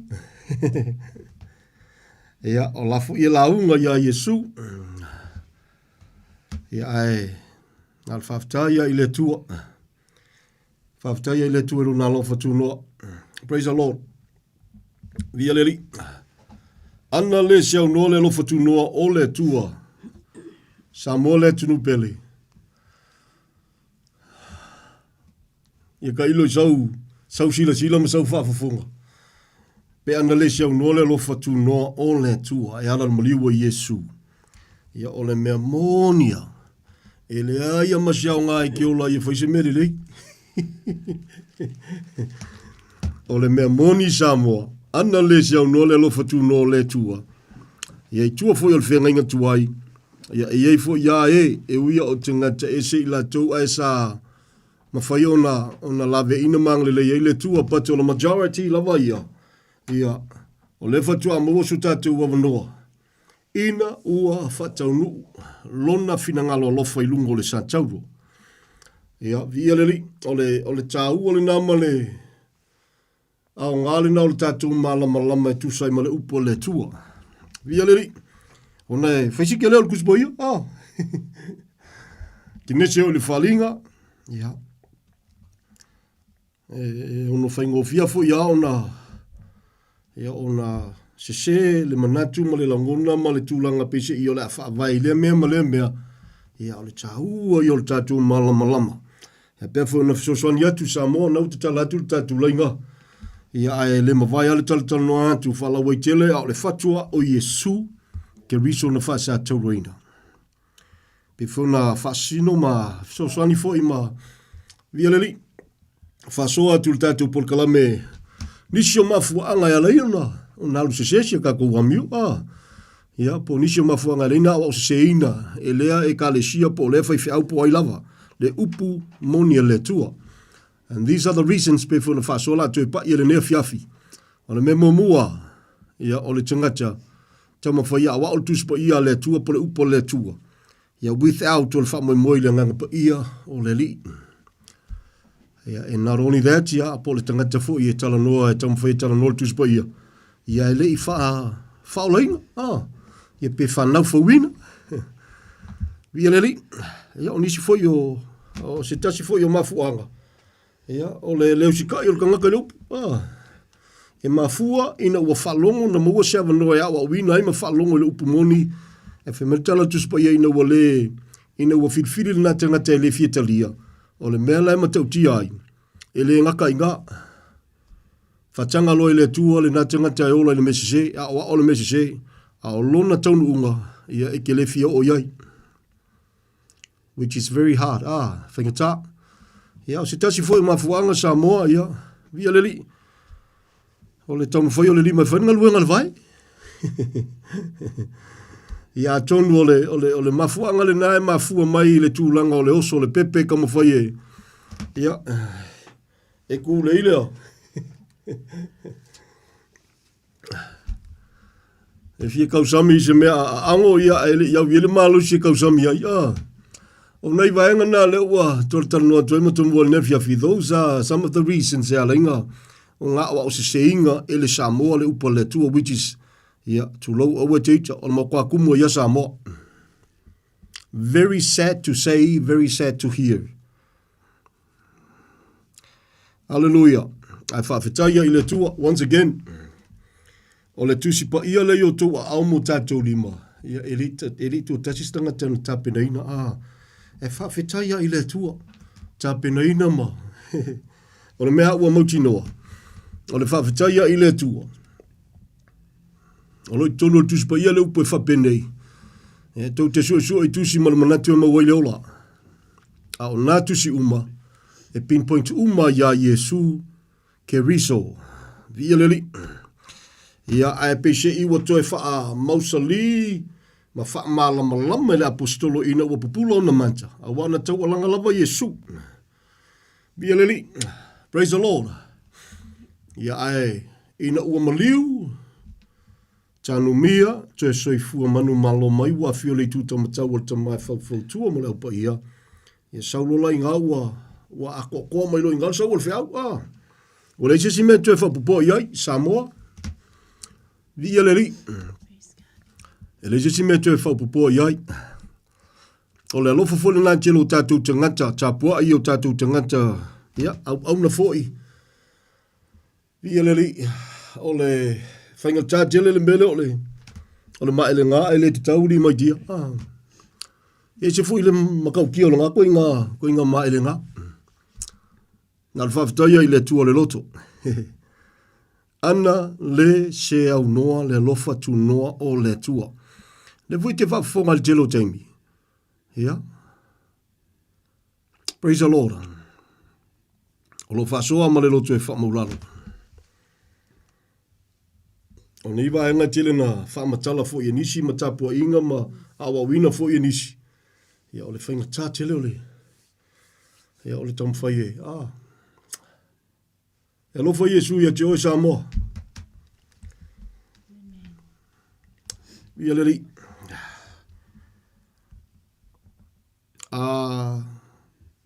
Asa ili se fatu pe sa ili se mafuanga e sili o na te tau mo no mea manu me le tasi ia Samoa. E fa te tau i le tua. Lona fina ngalo na ala o ai o ia and all that. E mawhai ona whaasoa tuaile pol kalame manu malolo pumoni ma whamanatu pea ma wheso swani ati oi Samoa. Ia e manatu e le tesi whe awa sida tu nai lore na. E lofa le tua soifua ia Samoa. Ia leri e le na o tātou si ka mai e le ia koa pea na whaafonga e le ia tuase se midionga o Samoa. Ia o isia tunu ia wo o le pidionga. Ai o le alofo le tua i le fisilingia. I te ngata soifua uma ia tala nua antu o le Samoa le tala nua antu. Samoa e lofa le tua soifua ia Samoa. Whapeina tātou iloa. Ia o le mena tupu ilunga o le Sātaulo. Ai o le mena tupu ilunga o le Sātaulo po le soifua Yesu Keriso na foa ima ma ia tau ave. Ia o le talina o so se tangata soifua, i so se mawhatianga, i so se avenga, i so se whawhitauri, i so se mai. Vi ia leli, e le whapela o whai atu le tūlanga so se mawhatianga, so se avenga, o na whapele o la ele koe whailoa ia mangi mawhatianga mangi avenga. Ia manino le leila o whawhonga whamolmole, au le mea ua mautinoa, he is the only answer. Ia o so se whawhitauri. Vi ia leli, praise the Lord, praise the Lord, praise the Lord. E lava me tutupu e laude le tua e lui el tangata. E me tutupu e laude le tua ono le matalo le tangata. E foi me tutupu e le o fale kongo le kangaka. E se falia na matautia o le tua. Praise the Lord, praise the Lord. E foi a tangata e le tutuso uma me fatanga e le tua le tangata e ui ai. E foi tangata e makwai o koe ka kala e le tua le olanga e o se olanga makamaka uki ia nga koe apakulo le o le tua koe lave ina mawhanga ina ia so e whawhitaia i le tua o whea la le kuri mangu o whea le vaenga o whea le awalanga uia koe le tua ma whawheilu ai oi ia leli o le mea ua mauti noa o le ngalua o le nganga o le tua Samoa whamatala le tuspa ia e pupula lo mata o Yesu na whaasa tauruina le fatu o le whiau atua le tuspaia. Ia si wana ngā ila e te manatu o lua whailoi ma Yesu pe ua e surrender fo i le tua pe ua e salamo ma ai e sesi mea ngai kaula i elau sila sila. Ia ona toe whesosoani atu le ma le loto e whamaulalo. Ia e pe ia e le whailoi ka ua ma Yesu. Ia pe ese fo i le Yesu na te lua whailoi. Ia o le tautinonga le tangata o le tua ina ua pupulo na matawha mai ua tonu lo manatu ia o le toi loa sesi mea. Tau o Yesu Keriso na whaasa tauroina. O le Yesu na le tusipa ia, o le Yesu foi na o Israelu lenga sau e la vea i kako. Walanga mawhai lava. E mawhai ana tātou pepese ia Yesu, e mawhai tātou whekangisi ia Yesu, e mawhai nga e kakalo e kangi, e kakalo ma, e mawhai. Pala mea ua mautino Samoa. Via leli. O ia lava na whetalai. I le sao atu le tangata. Po I lato. Na ona fai mai leli e. Ia, talofa. Ole mea fwere na e whaafitai loto I le tua. Firstly, o le tua I lona alofa. Lua. Ia, ole alofa I tangata o le malama. Ua o mauti noa sa moa to telo tātou tangata o tangata e fia tāpua I le tua. Ua o mauti noa. E tu sai ma le wala aua le tua fo I malana upo lo wha manino malamlama le soswani o le nganga pa ia. O tātou tangata o tangata e nau e fia tāpua I. E uia e whatawa. E uia e se whai tau mawhai. Ia e pangalea. Ia ole nau atu le Samoa. Ia e ngau ku loa wha vairunga ole mele moni. Po le awa onga se po le awa onga wha filongia. Ai quotes foi le upo le tua. Ole whainga tāla le nā. Ai ole alofa foi le nā to telo tātou tangata. Na te whawhola atu le alofa le tua le iai tātou Samoa.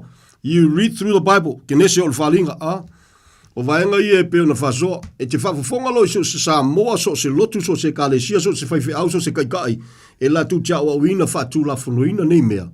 Ia ua lava matutoe le nā e whailoa ai e le I langona ina e le natangata. Ia pole nā fwoi au unanga pole nā fwoi tapo inga. Le mawalunga o le mariwa Yesu. Praise the Lord. E le mawhaina tue whapipi ia i le mengo le se fulu tu la fono. Lai tu tono tus baia. E le whapipi ia i le se fulu ai. Lai tu tono tus baia. E le whapipi ia i le sapaki. Lai tu tono tus baia. E le whapipi ia i le peltomenga. Lai tu tono tus baia. Even. Hallelujah, Lord. I le mengo le papatiso. I le vai. Lai tu tono tus baia. A ke le songa kaukala I se mea Samoa. Praise the Lord. O nau Yesu ale tari. Yesu na faa sa tauro ina. Ia, via le riu, ka le mangkua whairi mai tia po o wha whiongo ka. Te tala lewa no fo I se o se Samoa ia po ai fo I se tamali ia o se whaiwhi au fo ia o se kai au ai e susu mai e tātou tala noa. E au alawa nei mawhawhau e ke loko I whea. Susu mai man mele. Ma tuspa ia le tua. Po le upo le tua. Wai le whapeo le kusi dea. Tu loa. E mwhainga susu ngol kusi dea. E ke le malai ai. Let me say that again. E ke le malai pe susu ngua. A o upu ia tusi ai to tonu al tusi lea. O ngā lai la wele I ungo tātou. Can I say that again, Samoa? O ngā kusi leo se kusi po umane langi. Whawhetai le tua le ngalua le tua I ona tangata sa tāpenaina I tu whatasia. Mea na te tupu ma moli mawina. Ma whamatalaina le finangalo le tua. Mai le taimi ma le taimi. Ai leo kusi le ke. Ai o meolo tustusia. I te tonu. O lo whaalia I le finangalo le tua. Le matautia o le tua. O io le tua moni e to tasi. Vi ia le li. Ia o nā lao le afua ia le whale kongu kangaka. Praise the Lord. O le whaingatai, o le neimea, o le pese o le tangata, o le manuia. Ai leo sika I leo pumongi. O le whaingatai, o na pese o le tangata mai mōri mau e. Manuia si o matou ainga, manuia au lofo le tua, manuia le ai meisi al kama leo sifuruai. E manuia al mako ainga, kalungu mako whaia. O le whaingatai, o na e whaimai o na te manuia o le tua. A le tu Yesu I fafo o le o manuia. E se whamtalanga tuspa ia, of course. Ngalawa I kongo kuspa ia, lautika ia. Ua e whaimai, ua e le mativa I se me tasi. Ua e whaimai, ua e mau mea. Al sila Yesu, whale kongo ka ua se I tulo wa ue keika. Ngai leisi o fuai o ka ua. Whainga ka Whainga ka nga wholo le mea mongi Samoa. But that is the truth. O loo. Kumu at kele o kapo inga ma. Yeah. No, se mai foi inisio tātou mam whape ia o no lotu na tātou polonga ai. A lewa sidi a kunga polonga kanga kai kunga lotu so-called lotu Pentecoso. Lotu whaolinga. Very sad, man. Whaingatai ana claiminga ngai ke manguia Samoa. Pe o kufar sa. A ngai kuia sui whafo. Whai asio ka mangi ke lo ka kingo te klea ma klei mo le manguia ala ku Yesu o le a lai no manguia tangata i leo langa. Very sad. Praise the Lord. Praise the Lord. Praise the Lord. Sa mo le tunu bele. Le ia ma se meo na me fa polonga ina oi. E le ai ma se meo a onga ina pa ye fu ne fiafi. Ye pe fu se a onga te manatu te fia fa ilo mai. Nothing. O le makango fia fu lenga. Ia o lo malama. E le ngata i le tua i lo na lofa. Ia wai fu i tātou. E tu sai ma le upo le tu. E wai. Ia le ri. Whenga ka kere ka kuhu. Ia ai tātou te le o manino le lei. So sani le tua ia te o Samoa. Na ua te talatu tātou lei ngā whai a fo i o ngama kwa i se alau whaalongo wai. Ki le mga oi ko i se me ke fo wa.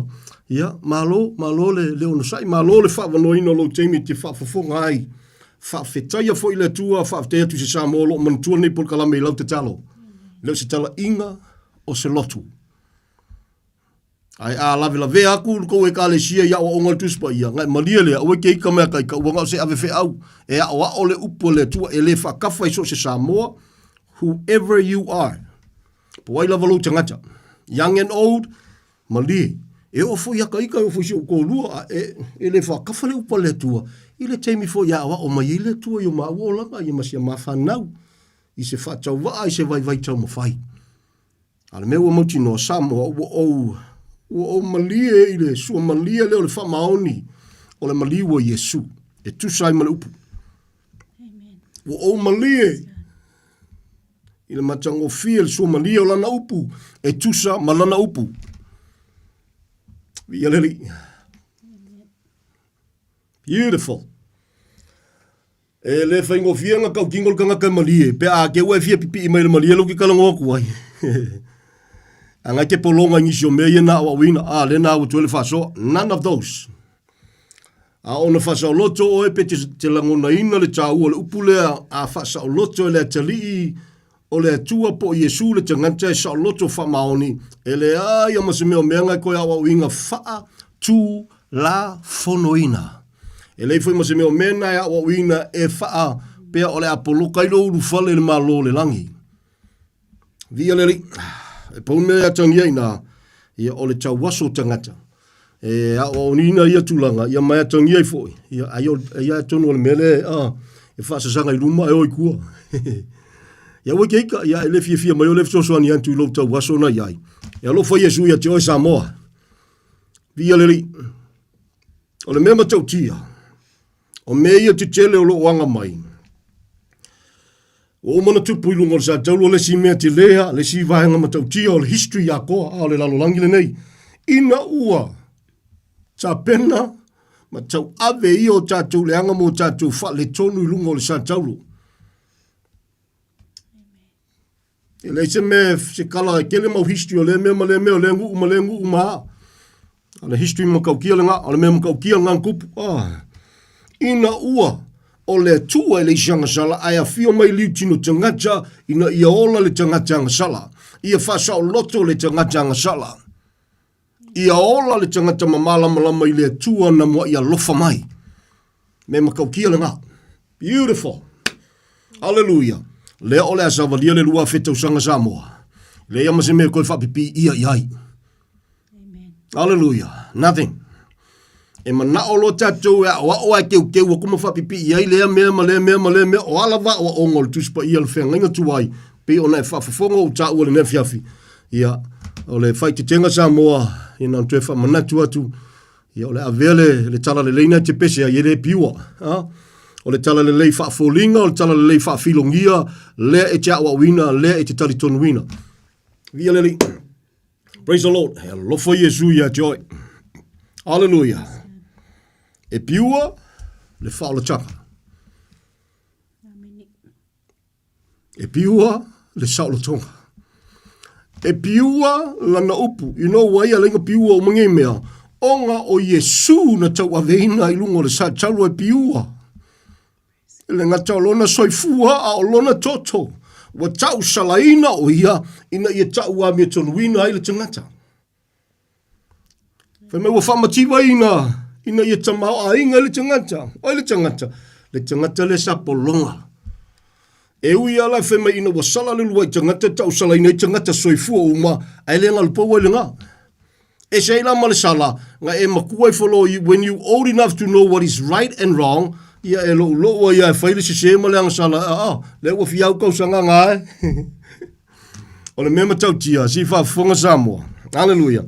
E ia le la ngona fa pena ia le foi kukupu kemi a mi se foi kako e timi ka ke makamaka koi kako fainga malo foi ma la fonga ini so Jamie you know ya uma kusi malili molesi piko ya kusi kule molesi piko o le mema tau tia sa mo fa fonga ona manatu lo lesi e wa we fe lolo o e mamafa wa o kama se o ke le lo se ale mele o mala ma te fa manatu nefiafi e ile olo I se loa na tala no altus pa ia fa matala Yesu e ila tangata na malili wale ina wa solo le olo le na e fe meltus pa ia ia ila wa ile la ngona fa penale nu wa besori kamala ia kama le hanga ia kama le ska kai mo wa le nga solo ia ma feoki ai ia fe melo po Yesu le se ko e fa fonga ma ia mai atou le salamo e kukusa o ko mala wali le la e kukusa le me alu ai se tulol kanga solo ele olo nga ia mal kanga uma ole fulu ai la kwa ia ai se a pe ale ai Yesu po le tua soifua le olanga o le fiaule na e o mai le Jamie le nei Samoa e pi mal ia kama nga kala le mfainga fa nga fu tanga telo Jamie o le ulpo ia po le meuli o le sala po le anga sala soli o le wingo le famtala nga fiso soania tatou o ni fa valea o e sa kangi mai fa pe nga wa le kiki sio ka mai fa le kongo ke le oi o le anga sala o le tele yo me ta o tuspa yo le anga sala ina wa fio mai Yesu Kristo ina wa maliu hallelujah tau ave o tatou fa le tonu tu ilungo le sa tau fa melo tala tuspa ia paula le o mengo le anga sala o le moli mau mai le anga pa ia o le anga sala o le fa tua ia te ia le oai o Yesu Kristo lo na suafa ia tau ave o tatou se mo tatou le anga vi ia le o le mawalunga na o le matau tia le na o le lofa tu no le na o le tua Samoa uso au na fai fe au kai so se kalesia e lofa Yesu ia tatou ma lole tau mafai ma lole soifua ngalulue so ni atu o ngi fa pipi ia se mele o kusia kusbaia e mafai anka ko sia ma wol kele yo ma kalangole se furuai kele ma kalangole sapaki kele ma kalangole se furukula fongo and all that a kalangole la le lofa tu no you read through the Bible Samoa le lor konito mta patolu fe mela apostolo Paulo a te faita wina le teimi o mose ma le fea ngainga tuai na lava tu maule o fiufi e le pupula kako o le ke pese ia Yesu ia le ke pese ka waso o na avele ma me te le malamala mai po oile Yesu le te pese ia o ne ngalo e ile Yesu ese e ile tala le ese e ile nganga ese vi ile li so sonia tu male loto e fama ulalo ama dia Samoa tunu pele ole me matau dia le na ta ua momua ole men tupu lungo santaulu ole si me makau kia la le anga mai ole faafanonga ole to asa ole tua makau kia e ke le mawhaia Samoa le tunu pele tatu te le mawhaia ele I whaia foi mo se tangata soifua. Vi hereri, se tua ina lofa, se tamai na wha maoni. O leki, so soani o leki au kilo foi, lesi ma. Ia sila foi a oilo loto futif. O e amana ia maliwa Yesu. O le te le ia so soani o le na, si kamai fe au lenga. O e amana ia maliwa Yesu. O e whawhetai ala maliwa Yesu. O e au ne tu sai ma le lofo le tu ala maliwa lo nangapele. Wa tala nofo ni me ingol whialwhaninga. I le whialwhangi ka kongo ka kuke a inga pe ka kuke ngupe ka kuke lo loku whakasi no. Yanga e lilinda vai o whialwhaninga na. Pe ka kuke au laka pi pe au soka po la lava. E fake. Can I say that again? E fake. Kasi ale menga o le whalwhaninga moni, o lo tala noa le tuspa ia, o le whalwhaninga e wha vaile mena tupu i lunga o le satau ke riso. E upuna Yesu na lafo lau so. Ia o tau whalwhani, wha pei ona oua lo wha atu, ia te o tau wha whai inga i lona lo fo le tua, na fo il so i fua lo naro pele. Wow. Ia so ni mo tatou wa sa mo. Afa ngai ke mangako ngai ko whalwhangi o ngako ke lo loku whakasi. That is not real. Okay, full Maria. Okay, kama yo lef so nyak. Vialeri. Ol por kalame ole lo fole tua mosa moa au. Ia na tala ile nei ava no. O te fa feta ia mo te fa feta ile tua le no. Vialeri. Praise the Lord. Praise the Lord. Olo ye ni so tatou so foi olo ola tu sa malupu moni. Ai le to teli. E siri aku ko keli.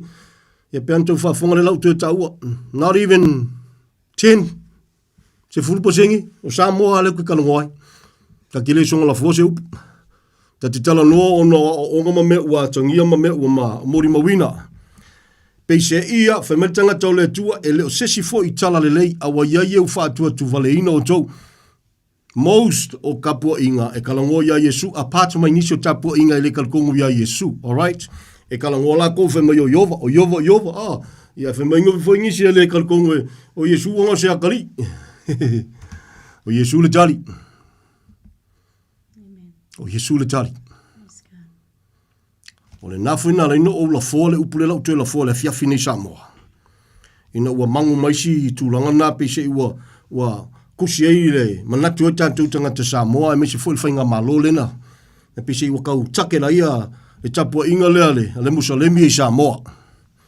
Samoa, ni kamaika ngaka ele ia kose. I don't think o se duose lau i Samoa. Samoa lai kumu i loku e a vea ngaka i Seoli. The question is, ia la kusis kama i mea lea o la ua leva ngā kuku whalesa o loku i e kalangoa kuai. Leo se me whainkai kia ule laua koe ngō loku ngā. Au te whamau lalo i le tua at God's own time. I'm not afraid to say that. Samoa. Praise the Lord. O le lofo le tua i ate oi. O leva i ko Kongo Samoa. O nisio e kalesia. E whaululu i lunga. E loloko e kamai e lunga. E sa aveo te chai o tātou watunu. Makaukia. Samoa le atunu pele matautia. O Yesu le tali. O te ita whamon o le alofa le tala no atuai. E ke le lava kia ko sao le tua loa ngai mai. Hallelujah. Hallelujah. Awa te. Awa tātou te whamawalunga, whalilunga, whavalvalea i mele. E oai kako se ori, Ua na o Yesu ke riso. O tua le whenga inga tuai. Via leri. Praise the Lord. Sa, o le lawai e ile por kalame le tua, ona o le tua whenga inga. Le ua ve sepe ua, wha maalo to Israelu, por to telo Israelu, wha tawaso i la tau, se ilu fale la to tonu ese. Se tasi foi nao, sosoani e, ia tele ana sosoani e telo teimi a, tatou lau whailoku. Just remember, mangkua Israelu lau kakalo, au ke fia Israelu marikele o ngasu man ngau ngausa. Ma se sea i male awa onga ma o se se ina i tangata. O le maa alai maa Israelu, o le tua lai wha maa ina, o la lau mele la whai. La lau ka, lau mafkanga kakalo le la kou ka mawhai la vea Israelu. Be very careful nei te ua ele i lole kia kingsi le tua malang pol kalame. E mafua o le kawaso ka kou le malam lama. Vai ia awa o ele kawaso le kawaso. O le tala tuspa ia, o le lua le iunga, ele manuia le taununga. A lofa atu. Ono le lofa o le tua. Praise the Lord, praise the Lord, praise the Lord. Mana tua Israelu te talo. Elo se kaimio Israelu. E ui lava fe metala tuspa ia tu vavai tu loa koe. Of course, towards ya Israelu.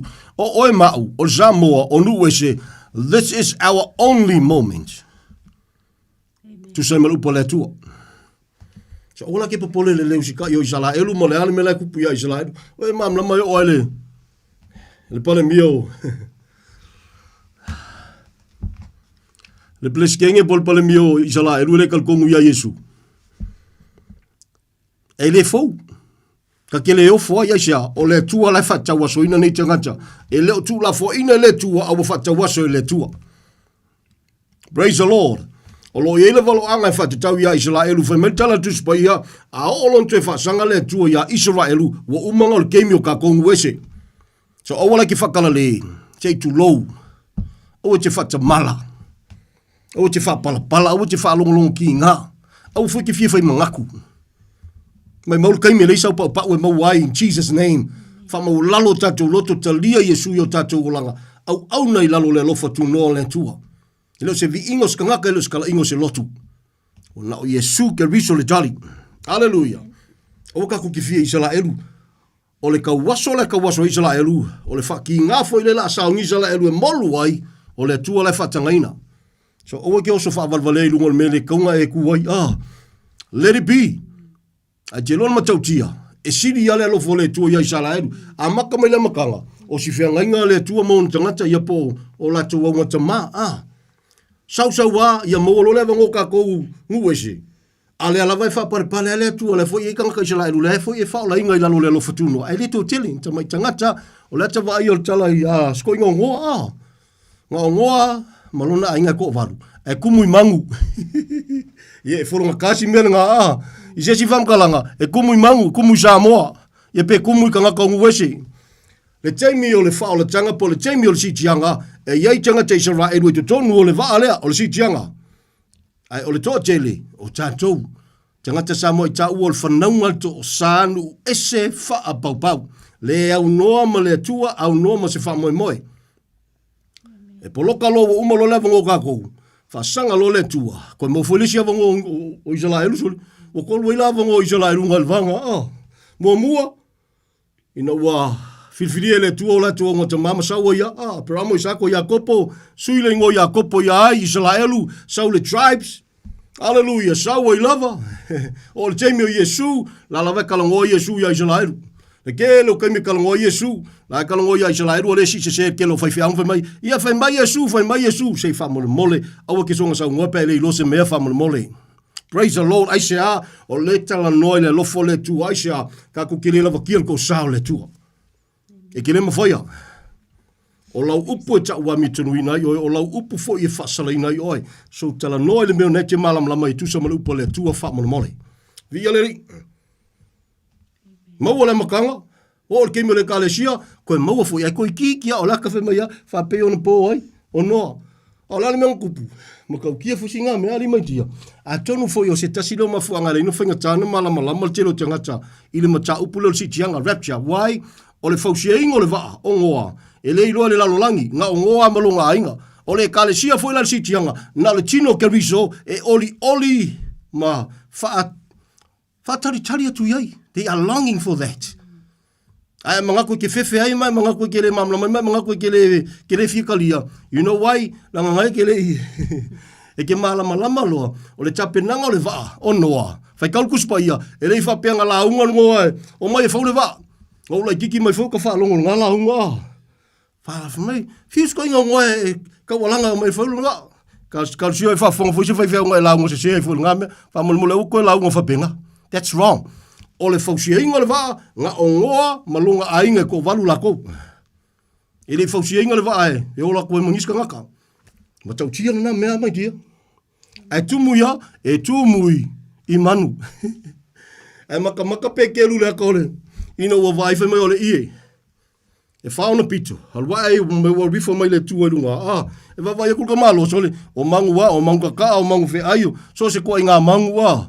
Fe me o manatu o ia, i le mele vai o le mangu, ala kalongo mai whaalinga, le ai o tangata, o ai le prefer i tangata, nu ese Samoa i ta ua nu ese whapapau, ta ua o tatu malama Samoa, e alofa Yesu ia te oe, hallelujah, praise the Lord, no wonder wailanga al ko valua, ngol kemi o le kalesia, e kumu i mangu, I'm not afraid to say o kai kola uli, wal talana tu spaya, ia lan me popole pe ka kai kole uli. Take too low. Pe ka foi kai kol pusi pe. It doesn't worry me, man. Hallelujah. Paula mea hua matu noa. O titi o tangata sanga sala. A ua lofangia le tuela le maliwa Yesu. Ua whama ua lalo le loto ma whatua tua iai. And that is all matter. Hallelujah, Lord. O ke Yesu le kari si finga ngā whai kua ia. Leo ko umi ka kongo le ka kukaini. E whaia koe ke le isau mohonisi. Taua o ai. O ma moe o le whanaunga Israel wa leilo loa. Na i la tōna no usau wai wai whafonga i whetalai ngā Yesu. Ale ngā sau whai mai ea. Le pepese ka kou ngā sau Yesu mo ka kou uma. Via le li. Au ke Yesu le whafonga ko whai mai si whafinge. Le li e sao a oe. A o me ko ulu mai a. I le lao ai le makai. O ke i whafonga ku le li. Ia hoi so le ae. Makau kia la le whakua kua le whafinge le ali. Praise the Lord. Praise the Lord. Sa mo le tunu pele. E le se tali. Na o Yesu ke riso ale tari. E uma foi le ke mi muni. Ko fa sanga lo le tue lo na nu, fa metala tu spa ia. A on te fa sanga le tue lo na nu. O si al fenga nga fo. O lai ai sa lai ru fenga kwai. Me fu nga la ma e manatu to e mai le me o me na o le tua. Ia o le fenga ta. Ia o lo atangi ai. Ia le tawaso le tan no tu spa ia. Ia Israel wa.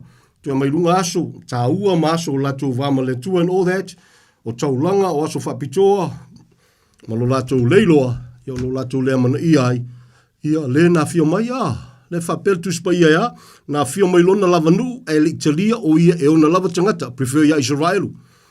Au i lato e na, talia ma whatutua, ma tala lava no. E ui a wa onga i o le whetala Yesu ia Israelu, ai o le avano wa te tala, e makala kwa mamakala kuia ka kuia ka ungu ese whapaupau, whanaunga to sa a walo whangia, ona o le maliwa Yesu. Via leri, o le telo te mea o wina tuspa ia, ia tasi fwere nā vaenga, ia le tatou polkalabe lumana i whamalmole, ia a ifuni maupo ni te me whetala Yesu te fia malamalama atiri, i whamalmole, you're not quite sure po o ai kongu le prefer iei, ia, o le tatalo. Ua nao se wheso swani, ua nao se au na whatawaa. Ai, o le wala aua le tue leo la whatawaa, le te whafonga mai e. Feel free to call. Whasoa, ta te wheso swani atu. Ta te wheso swani, e tu samale upula, what is written. Ai, a whaile o kuskusia. Ia ngai maria lea. Ia la whapea ku whaila kakari. Ia whamaruru. Karia Yesu ra wolang. Ia sika ko whiloa ia i ngā maleri whaola. Ia ngai whisidi dei ai, pe a whape musi ava ngai whisidi ai. Ai, a whaile o tu siel tu spa ia. You will hear me e kalangoa ma wa winga. Ai a whaia reo pakongo i, ia, tulop e le kakile, walanga i fwoi lau fia, wha mawalunga wha valvalea, kama ia fia whaia onga kuspa ia ki, nganga le mel kuspa ia, kam whaia wha popo wha pe whai loku, o au langa au ke master, langa au ke doktor, langa au ke, ka lofa wha mawalunga wha leilunga wha valvalea, pride of life, o le mea nganga le mangui ai, sa kangi, e wia le kasi se mea whale kongo wae wa manatu e o kunga. Ia le ka kongo o ia. Al tala tuspa, ia soli le kasi whale kongo sa kangi. E le kasi nga se sa kangi. Lai mea whale kongo i momu. Alala mga. Nga anda nga whakanga i le tua. Nga olo inga wa mga e si akulangkulanga e kukusama le tua. Nga longa. Lau i loma rona iunga. E le kasi whale kongo me la makanga. You read through the Bible. O le ka uanga ka koma namar kuspa ia. Fesoswani atu le tua. Ile nei a fiafi, angale leile tu o le tātou atu upele o Samoa, ile o se tala ingo se lotu whamanmole, o le whamanatu, o le tau alanga, tau ngā tālo tātou tau. Na maliu Yesu o no lona lofa, o lona fina ngalo iawane i whano se tasi, a io o tangata umai le salamo, na o ia lava le ala, o io le ala, o pumoni, ma le ola. Na mlama whai o tātou, por kalame ono o tātou taimi, na whamaulano tātou loto.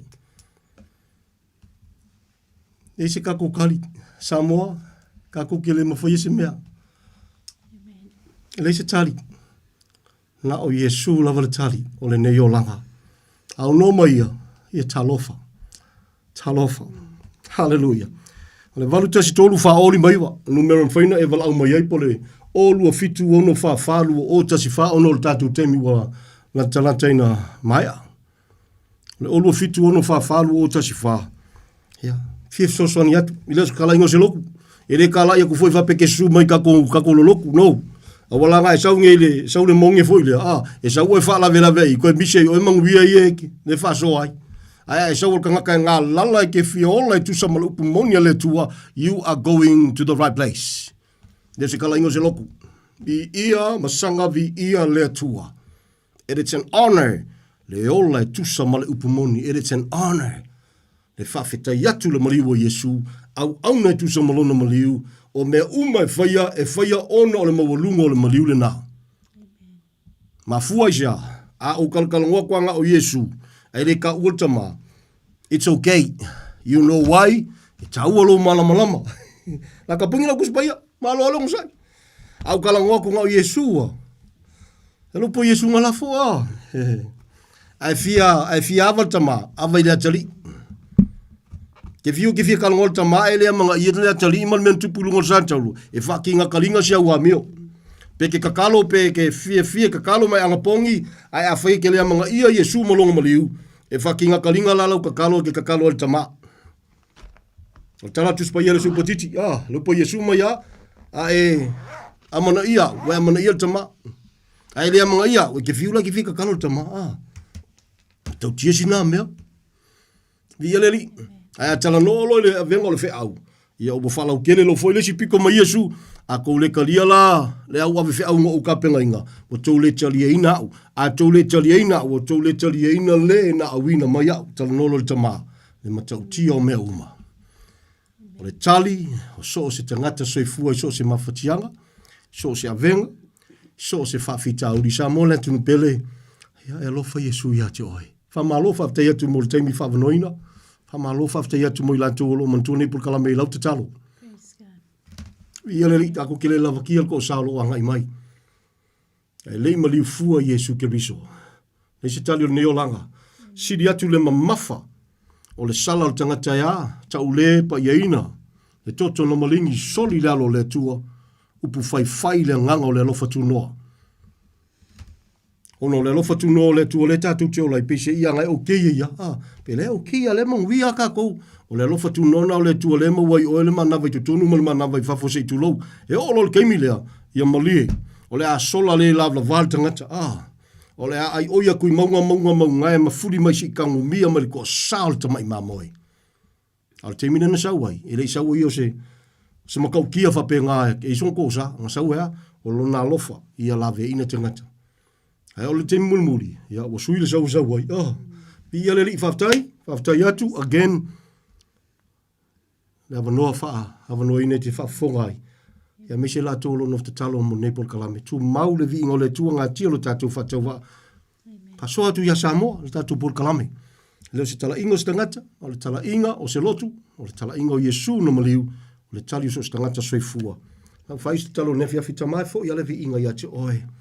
Whaftai tele lava, Father, thank you. Thank you so much. E le ngata le nei aso le nefa fiafita maa tau alanga lau upu moni.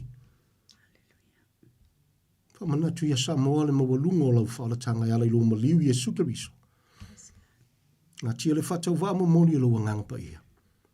A wao whamana tu alo wanganga pa ia. Whapupula i mata o si o matu watunu. Si i malama lama ta mai leise tali o le neolanga. O na o Yesu Keriso na whaasata waina. Si tia tu si o matu watunu pele o Samoa. Lona tai, lona whainga malo, yona tangata anu. Yo matu ainga le tino ni woni e masani. Whamona mole lau whala tangata mai awa no te tala o laupa moni. Hawa wina matawalanga ina ia whapenao na whamanu i eina aitama, maola ina. Hau tu awa nolo walofa tu noa. Le whangalo ina tama alo nua Israelu le te talo. E tu sai malau upu tama. Lau e kalesia, lau tele iso se ngangana, iso se lanu e usalamo moni mawhatuatua ia te o Yesu Keriso. Si tiu au lofa e leo nuolo mātuatua.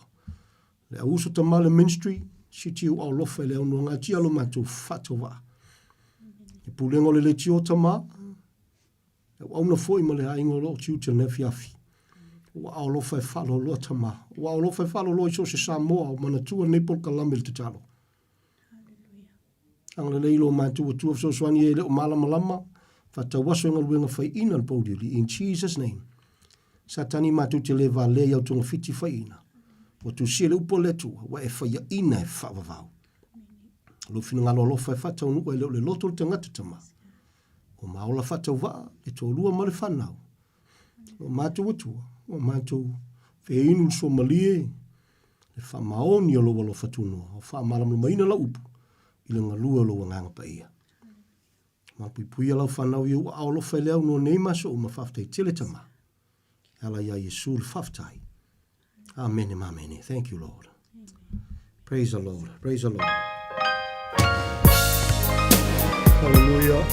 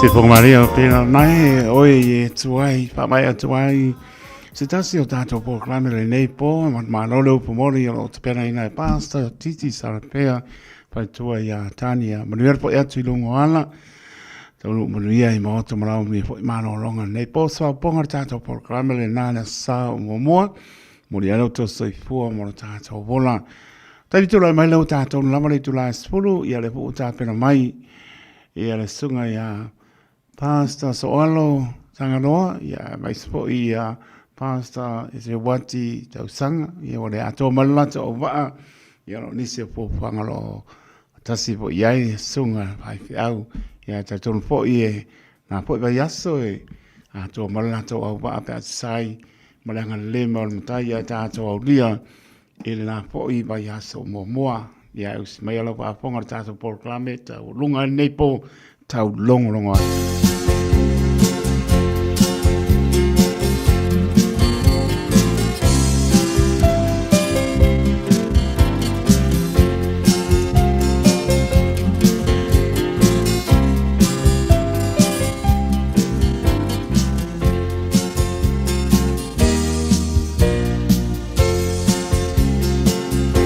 Te longo longo atu te alama Lene tala lele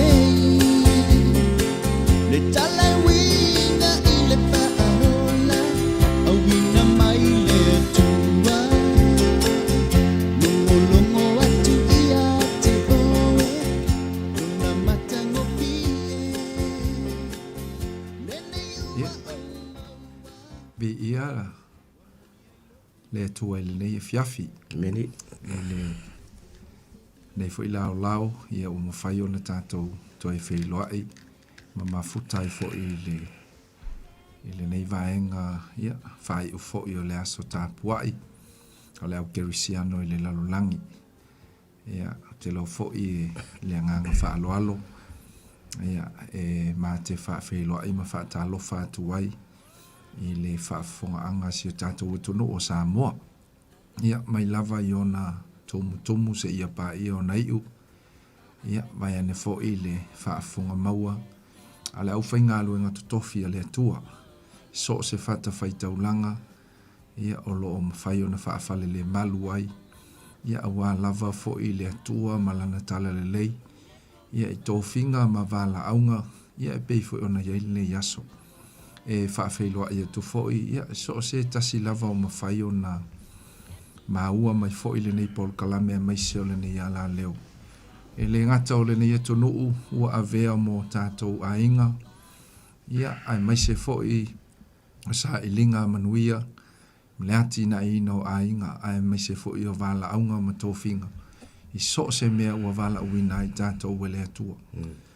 Ia le ngata fo i lea o fea lava se tafa o le nei ke lope o mawhai o na au atu i ai le nei ala leo e mai se fo i o le tautua ia ale nei o fisa whaasalalau ia mātou te whaafeilo i atu i le suafa manu malo Yesu ke riso le li o le ola ia le li o le toitu manu malo ia ua mawhai ai o na mauai oe maa u le wha o le tanga ia ua tātou sapi ma sa o loto ai nei i le fina ngalo alofa o le atua le nganga whaaloalo e whaafeilo ia tu foi ia lau sunga le lia wa o taito ia o leo lo o tūpe le foi ia awa le tautua ino le atonu e le ngata o aso le vai aso ai te loa o le tā ua foi o le nei aso i polo kalame whaanga solo o fe au o le tala le lei o pese pesenga whaakerisiano o lo au wala mai ai lava le fina ngalo le atua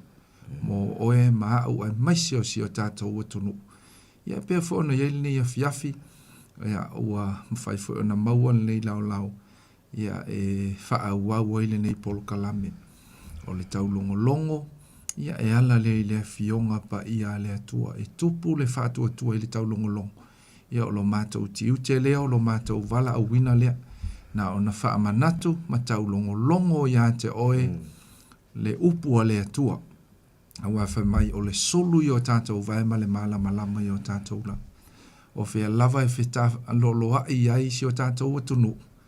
Ia tātou te mataua i le atua malona finangalo.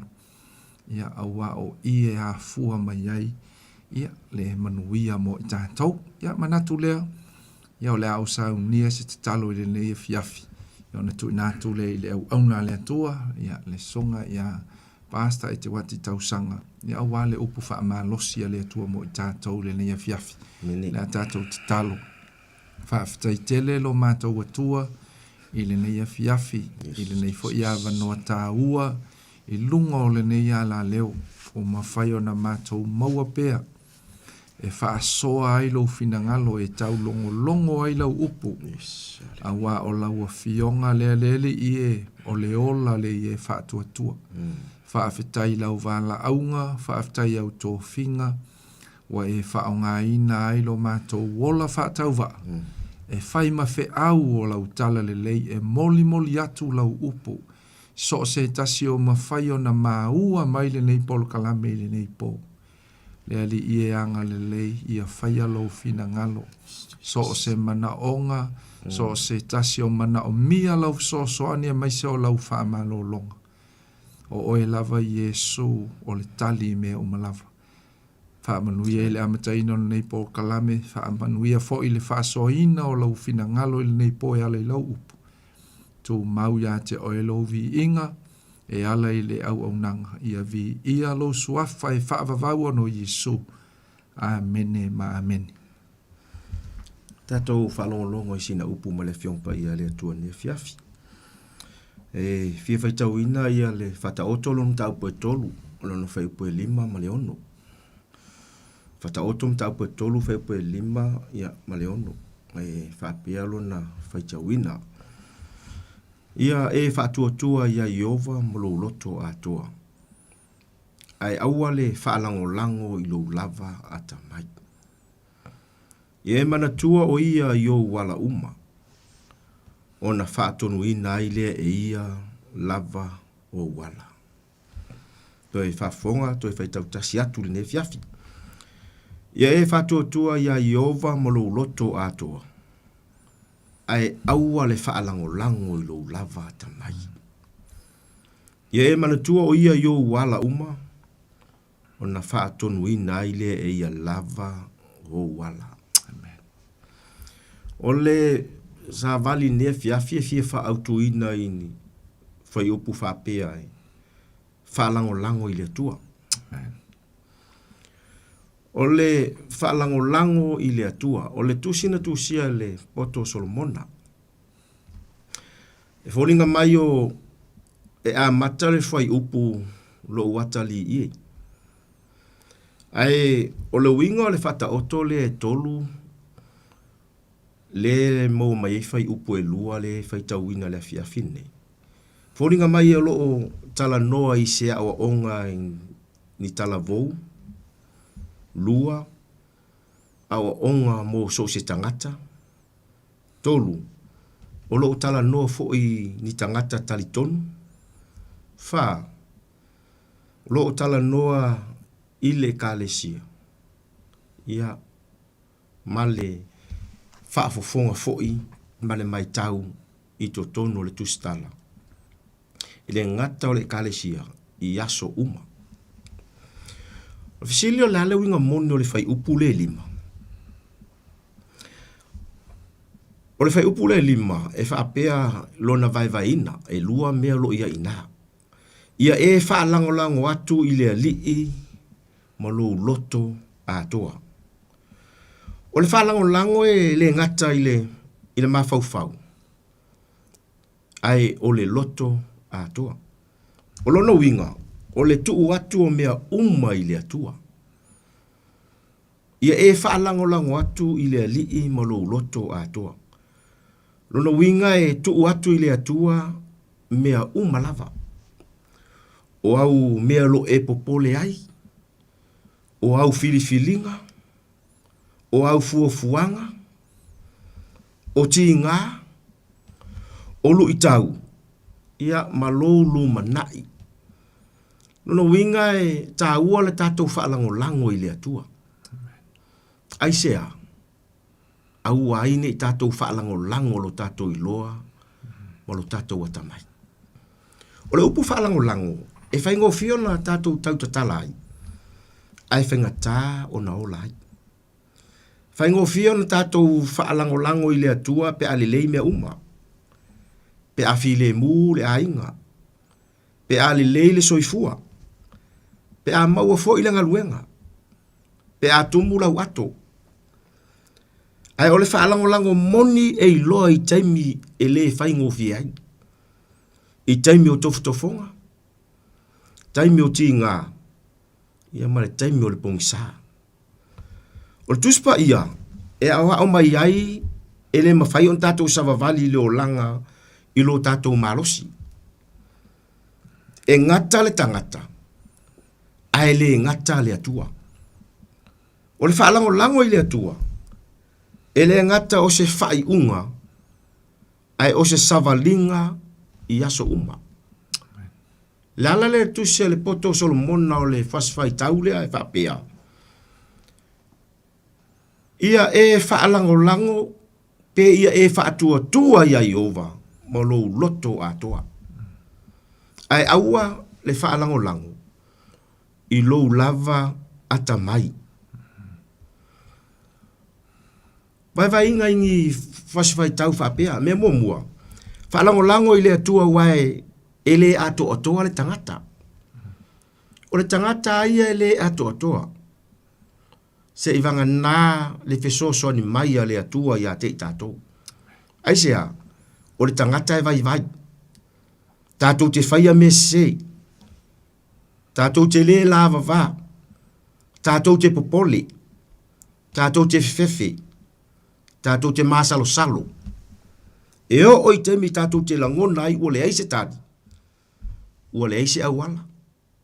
Ua le ai se wha moe moe. Ai o le tala le lei Samoa. Ai o le atua e le pei o le tangata. E le suia lo na alofa. E le ngata lo na mana. E le ngata lo na poto. E le ngata lo na anga le lei. O le mea le tatau ai o na tātou whaalango lango i a te ia. Awa o ia o le puna o mea uma tātou te mana o mia. Lua, whaalango lango i le atua wai sila fia i le atua mea uma. A tātou whai tau manino i le whai upu le lima. E whoringa mai o lai whai loa e le poto Solomona. E le ngata o le kalesia. O ni tala, whoringa mai o lai i aise whaatonunga mo ni tupulanga talavou. Tangata talitonu. Ai whoringa mai o loo awhi mai ai e le atua. Ni whaamatalanga whaapea. I tātou whaalangolango atu i a te ia. Awai e sila fia ia mea uma. Ke loa e leise mea e le sila fia e le atua. E ngata lo tātou i loa. E ngata lo tātou malama lama. Ai, le leia o se atu nuu. Le leia o se Samoa. Le leia o se tamā o se tina. Ai loa whaalango lango i le atua. E loa o le atua na te sila fia mea uma. O mea ngata i le malosi o le tangata. O ingai a mata i le atua i lona le leima o na wawenga. Whaalango lango i le atua. A wai sila fia e ia mea uma. Na te sila fia lo ananafi. Na te sila fia lo waso nei. Na te sila fia lo tai au. Na te sila fia lo manai. Tātou e ngata lo tātou i loa. Tātou te le i loa mea lo whaatali mai luma i a te tātou. A o le atua. Ua loa na sila fia e le atua lo tātou lumanai. Le manuia o lo whaatali mai e le atua i a te oe maa au Samoa. E sila fia e le atua mea uma o lo e whianga iai. E sila fia e ia o ti ngā. O le si vaenga tā ua lea Samoa. E sila fia e le atua o tātou ti ngā. E sila fia e malama lama le atua i o ti ngā. Langa sia. Langa o ia o le atua na te sila fia mea uma. Tā ua i o tātou whaalango lango i le atua. Wa e whaalango lango i le atua. E whai loa mai ai, lou malama lama i le atua. Ai whaalango lango fo i le atua. E whai loa mai ai, e te iloa e moni e sila fia i le atua mea uma. E sila fia e ia mea ngai ke popole ai. Mea ngai tā ua te whai mai whai upaidima. Ia e whaatua tua ia Iova mo lo loto atua. Ai sea, langa na te sila fia le mea ngai ke popole ai. Waka maa kufonga ke whaafofonga mai ngefi afi. Kele yo mea lo e popole ai. Kele mea lo alu ia ilo popole. Ai, aua ne ingalo Samoa lo watonu upeli. E sila fia le atua le mea ngai ke popole ai. O le al mea ngai ke popole ai. Malama mai le atua. Kele i whaaleo atu. Kele i tau atu. Aua loa na sila fia le atua. E sila fia fo e ia o mawhatianga. So o se tangata mawhatia, tangata e whaalango lango i le atua. E sila fia le atua, ne mea ngai ke mawhaki ai. A ka usia ko ngua piko sili o ngā kele mea o Samoa. O tātou tangata Samoa. Kele o kako mawhakianga. E ke ala i whorkai au ke mawhakia. E o ai lea ulio e mawhakia. E ke moe anga ke mawhakia. Ai sea. Langa fo ia e lo sa'o mea ke whaalango lango ia. A sa'o mamoni le tangata te whaalango lango ia. Ngai wa aila ia lea. E le ai se me whapupo lea oi. Ma e le ai fo se me te mawhatia ai. Ai sea. Langa o lea tua. Tātou te whaalango lango ia. E se le fia ia o mana onga. Ai te lei tala no atu ia te ia. Samoa. Tofu a tātou ma mana onga. Ainga, kalesia, so o se Samoa whaafufonga mai le neipo. E tofu ale tangata molona manaonga. Ai awane i ngalo ya te tatou, o le tala le lei mo oe maa. E sila fia e le atua o tatou manaonga. Wa Paulo me e ati ai le sila fanga le atua o tatou loto. E le iloa e la uolo manaonga. E mawhai whainga e tala noi la uoma ta ue iso manaonga. E mawhai na e tala noi lo tamata ue iso manaonga. E mawhai na e tala noi le whaiwhi au ta ue ilo manaonga. O ai ala tangata ta ue ilo manaonga. Aua ne i ngalo ya te tatou. E sila fia le le tua tatou manaonga. Ma na ia le tau ile tua lo manaonga. Aua le tau foi le tangata lo manaonga. E ile meanga ke mawhaki ai. E ilo manaonga ile aso mali aso. Tau ile tua. Malama lama. Sila fia le tua lo manaonga. O le atua sila fia le ala e te alu iai e te le iloa. O le atua sila fia le tali o lau fesili ma lo manaonga na iai. E sila fia ia le fofo e te le i maua mua mua.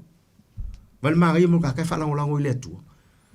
O angi mai o a fe ai lau sa walinga ma lau soifua. Ke iloa o e Samoa. E sila fia e le atua le fofo e fofo. Sila fia le atua le fofo tatou loto. Ke lo isi kaini.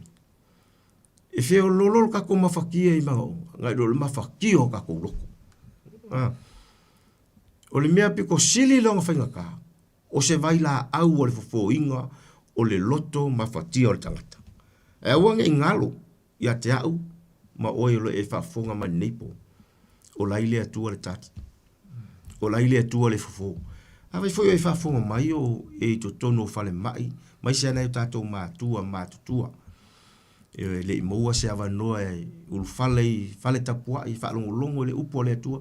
Sosoani le maftia. O le tala le lei mo oi mātutua lo whafonga mai. Po tonu foi o ainga fale. O le tala le lei mo oi. Tau i le atua. Sila fia e le atua le fofo. Malama lama fo i le atua ia te oi. O le mea le te tau wai o le tatou whaalangolango ia te ia.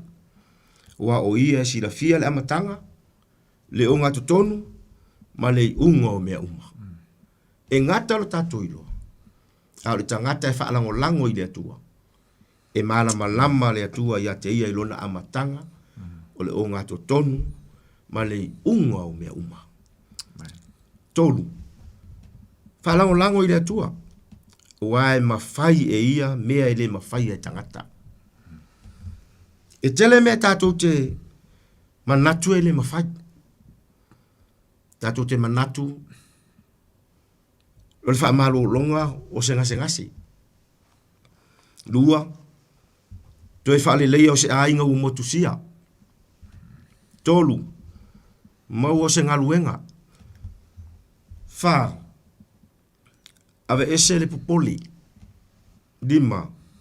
Toi whausia o le loto ua maha lepe. Whalangolango i le atua. Awai mawhaia e ia mea e le mawhaia tangata. O le kanga kai e ngake e le mawhaia se mea. Se vanga nā le tangata e whalangolango i le atua. E mawhaia e le atua mea uma.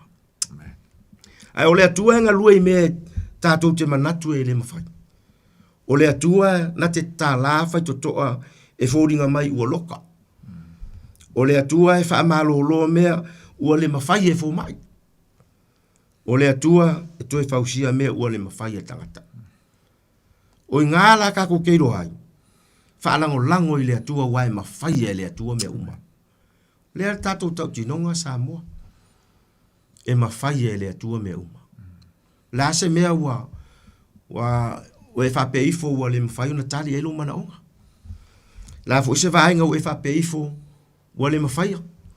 A wane i ngalo ia te oe Samoa se ua tunu. Pele o lo whafofonga mai neipo e mawhai e le atua mea uma.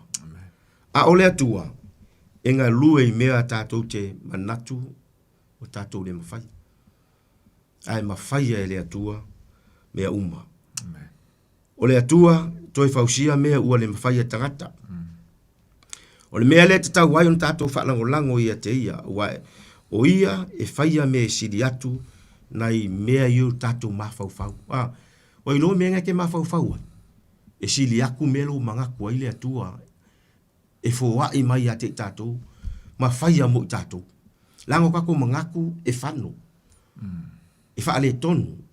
E leanga. A o le atua. Wa ia sila fia manatu. E manatu mai ai a te oi. Manatu e te manu i ai. Whalango i le atua i aso uma. O le whalango i le atua. E leo se mea e whaatasi o na whai. E whai sistemi le tasi. E whai i aso uma. E whai i taimi uma. E whai i tūlanga uma e mana o mia. O le whalango lai le atua. E le fua inga iso tātou manao. Ai tātou te whalango o ngā whatonunga le atua i a te tātou. Pe ke fia, whalango pe i le atua. Wa e kei me ke fia ai, o ngai whalango le i le atua. A e ki ngā, whalango i le atua. A e tangi, whalango i le atua. A e maua se mea, whalango i le atua. A le aifu se mea tātou te mau. Whalango pe i le atua. O le si vaenga le tāua mana i manino le upo le atua. Le si ke mea ka koua le mose meu whapele o le manatu mai le atua. Le ai, o le atua e ese wha mauni. Ese le poto le atua i ana fuafuanga, mana por kalame ia te i tātou. Tātou te iloa ai. So se mea tātou te whalango i le atua. Pe maua se mea, to tono tātou ainga, tono e kālesia, whalango pe i le atua. Pe le eise mea, tātou te vai atu. Langa pe on whai mai le tusia a tapukuka. Whai mai le profeta, pe tātou te vai atu e tino mai se mea. Pe le tino mai se mea. Pe ieni povi li whale povi. Pe le eise mea. Pe funga mai fo i le bine. Pe le ai. Whai mai, i atu mau lo tātou fia i le atua. Tu mau lo tātou whalango i le atua Samoa. Ai malosi, whaalango i le atua. O mai foi le vai. Whaalango i le atua. O le whaalango i le atua. E au mai ai le file mu, le malosi. Ma le manu malo. Samoa le atu nu pele le nei afiafi. O le whaamanatu o le upu o le atua le nei po. Ma le tau longo o le fe au o le sa valia le atua le nei afiafi. Mo lau whaafufonga anga Samoa. Whaalango i le atua. Ia e whaalango i le atua. Ia e whaatua i a Iova. Mo lo loto a toa. Ai mea le whai mai ele lainga whai ungo le whai upu. Ai aua e whaalango i lo wata mai. Nanga a whaalango le tangata. E whaapeifo le tangata wata mai. Ona vele ma mewa ele whaalango i le atua. Wa vele ma mewa ele manatu ai le atua. Ale manai mo mo tangata e whaalango i le atua. Ai awange i whaalango i lunga ata mai. Lango le tato ata mai e uma. E muta. E ngata. A o le atua e le muta. E le ngata. E tu mau e o lava i le whaavavau. Whaalango i le atua. Samoa le atu nu pele. Ve ia le whiaua le atua ne fiafi. Te soani lo fina ngalo mo tātou loto. Ia vea oe se Samoa vei tātou le atunu pele. Tangata Samoa o ni tangata e whaalango i le atua. Whai e whaafonga mai ne fiafi. O e langona le tau whaavai o lo loto. Ona o mea vevesi ma tupu mai ne savalinga. Ma mea o so whai e fo i lau savalinga i le alii. Awane i ngalo i ate oe. E whaalango i le atua. Au ke whaalango i mea ke maua. Au kako ke whaalango i mea tātou te maua. Kako whaalango i le atua le tātou te au na iai. Wae ma vai mea uma, e mutalo fia, a o le atua, le tātou te whaalango, ma a vea ma whi au tua ne fiafi, e le muta, lo na anga le lei, ma lo na lofa, ia te i tātou Samoa. So soan mai le atua nei po. E whaatua tua ia Iova, ma lo loto a toa. ai aua tātou te whaalango lango i lo tātou wata mai. Ona tātou mana tua leo Iova, i o tātou wala uma, ona whaatonu ina ile e ia lava o tātou wala. Amen. Anga leile atua sa mo ne fiafi. So ani tele le atua i lo fina ngalo, lau whaafonga mai le nei po. Ia o ngale fi aua le atua mo e mau, mai tātou uma. Ina ia whai ma fi au tā ua, ma vai la aua o ngā, mo le tātou savaringa. A mataina fo nei vai aso. Ia e wha lango i le atua. E wha lango i le atua, ai aua tātou te wha lango i mea tātou te maua, au tātou te wha lango lo tātou wata mai.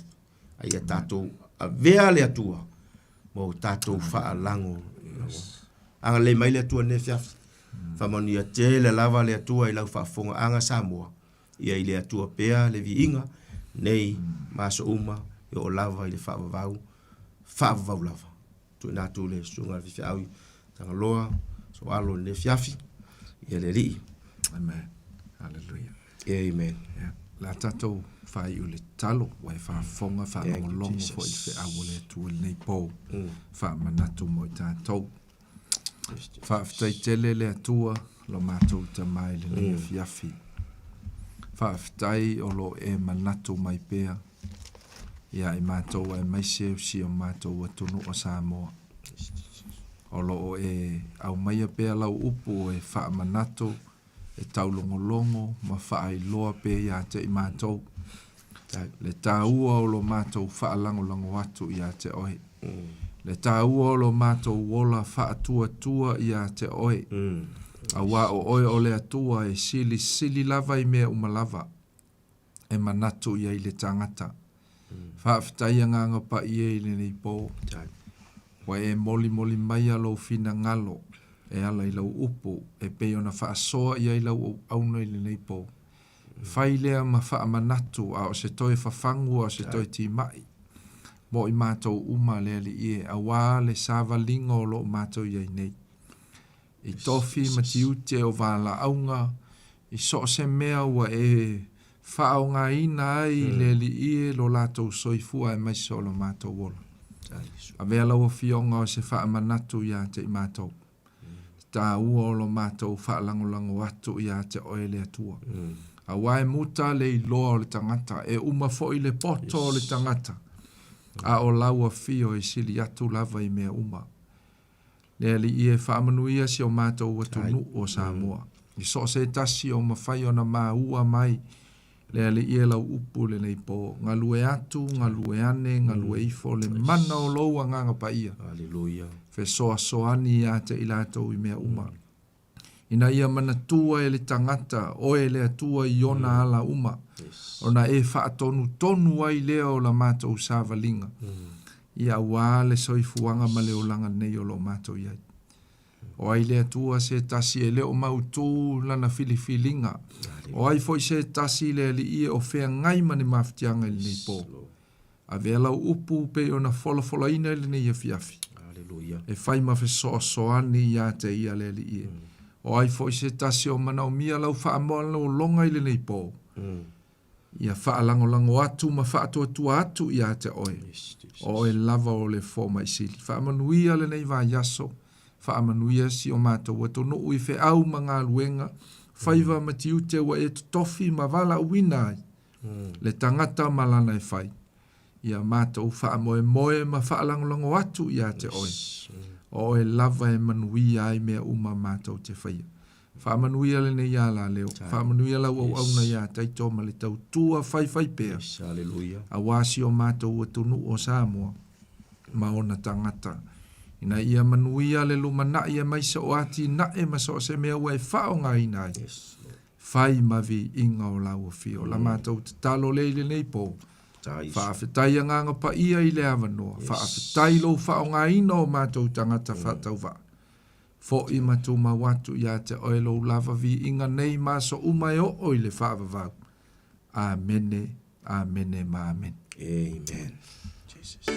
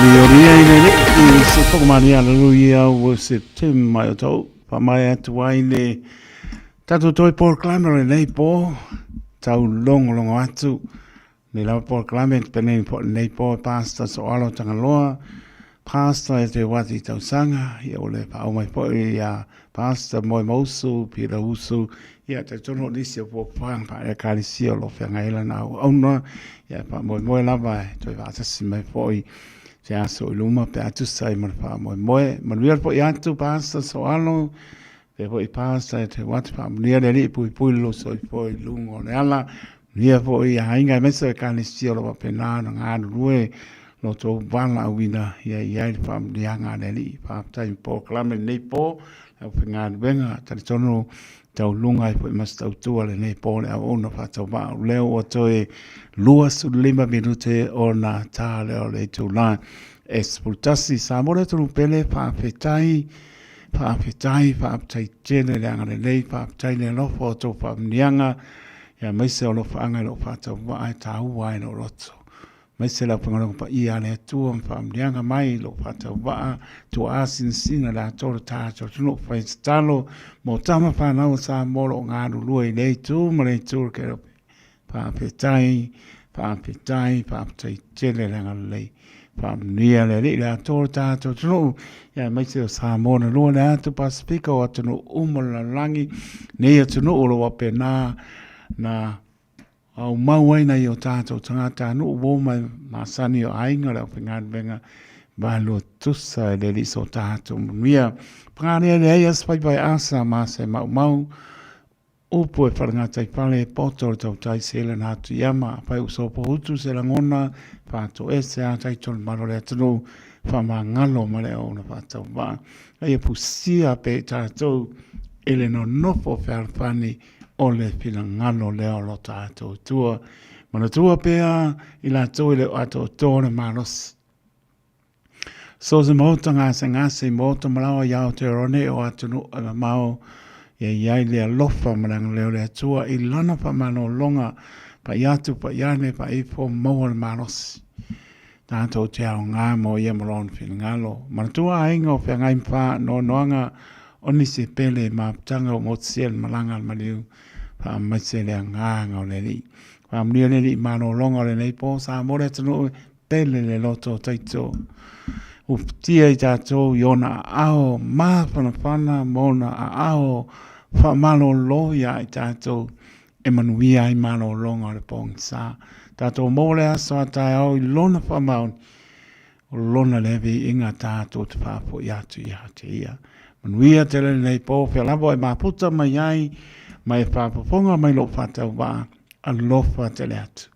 Lia le li tātou whaulonga ngā luenga whai le nāwa i aso pe au lia atu i le anga leo lo tātou tua ma au le au lo tātou tua ai meisi o lau tāpo i ngā mau sā moa iai pe le mātanga o whiere li mōta malawa na ialon whanau ia o onga pui le li i lo tō wola tawa teine a lofa te le atu manuia o tō rumnai.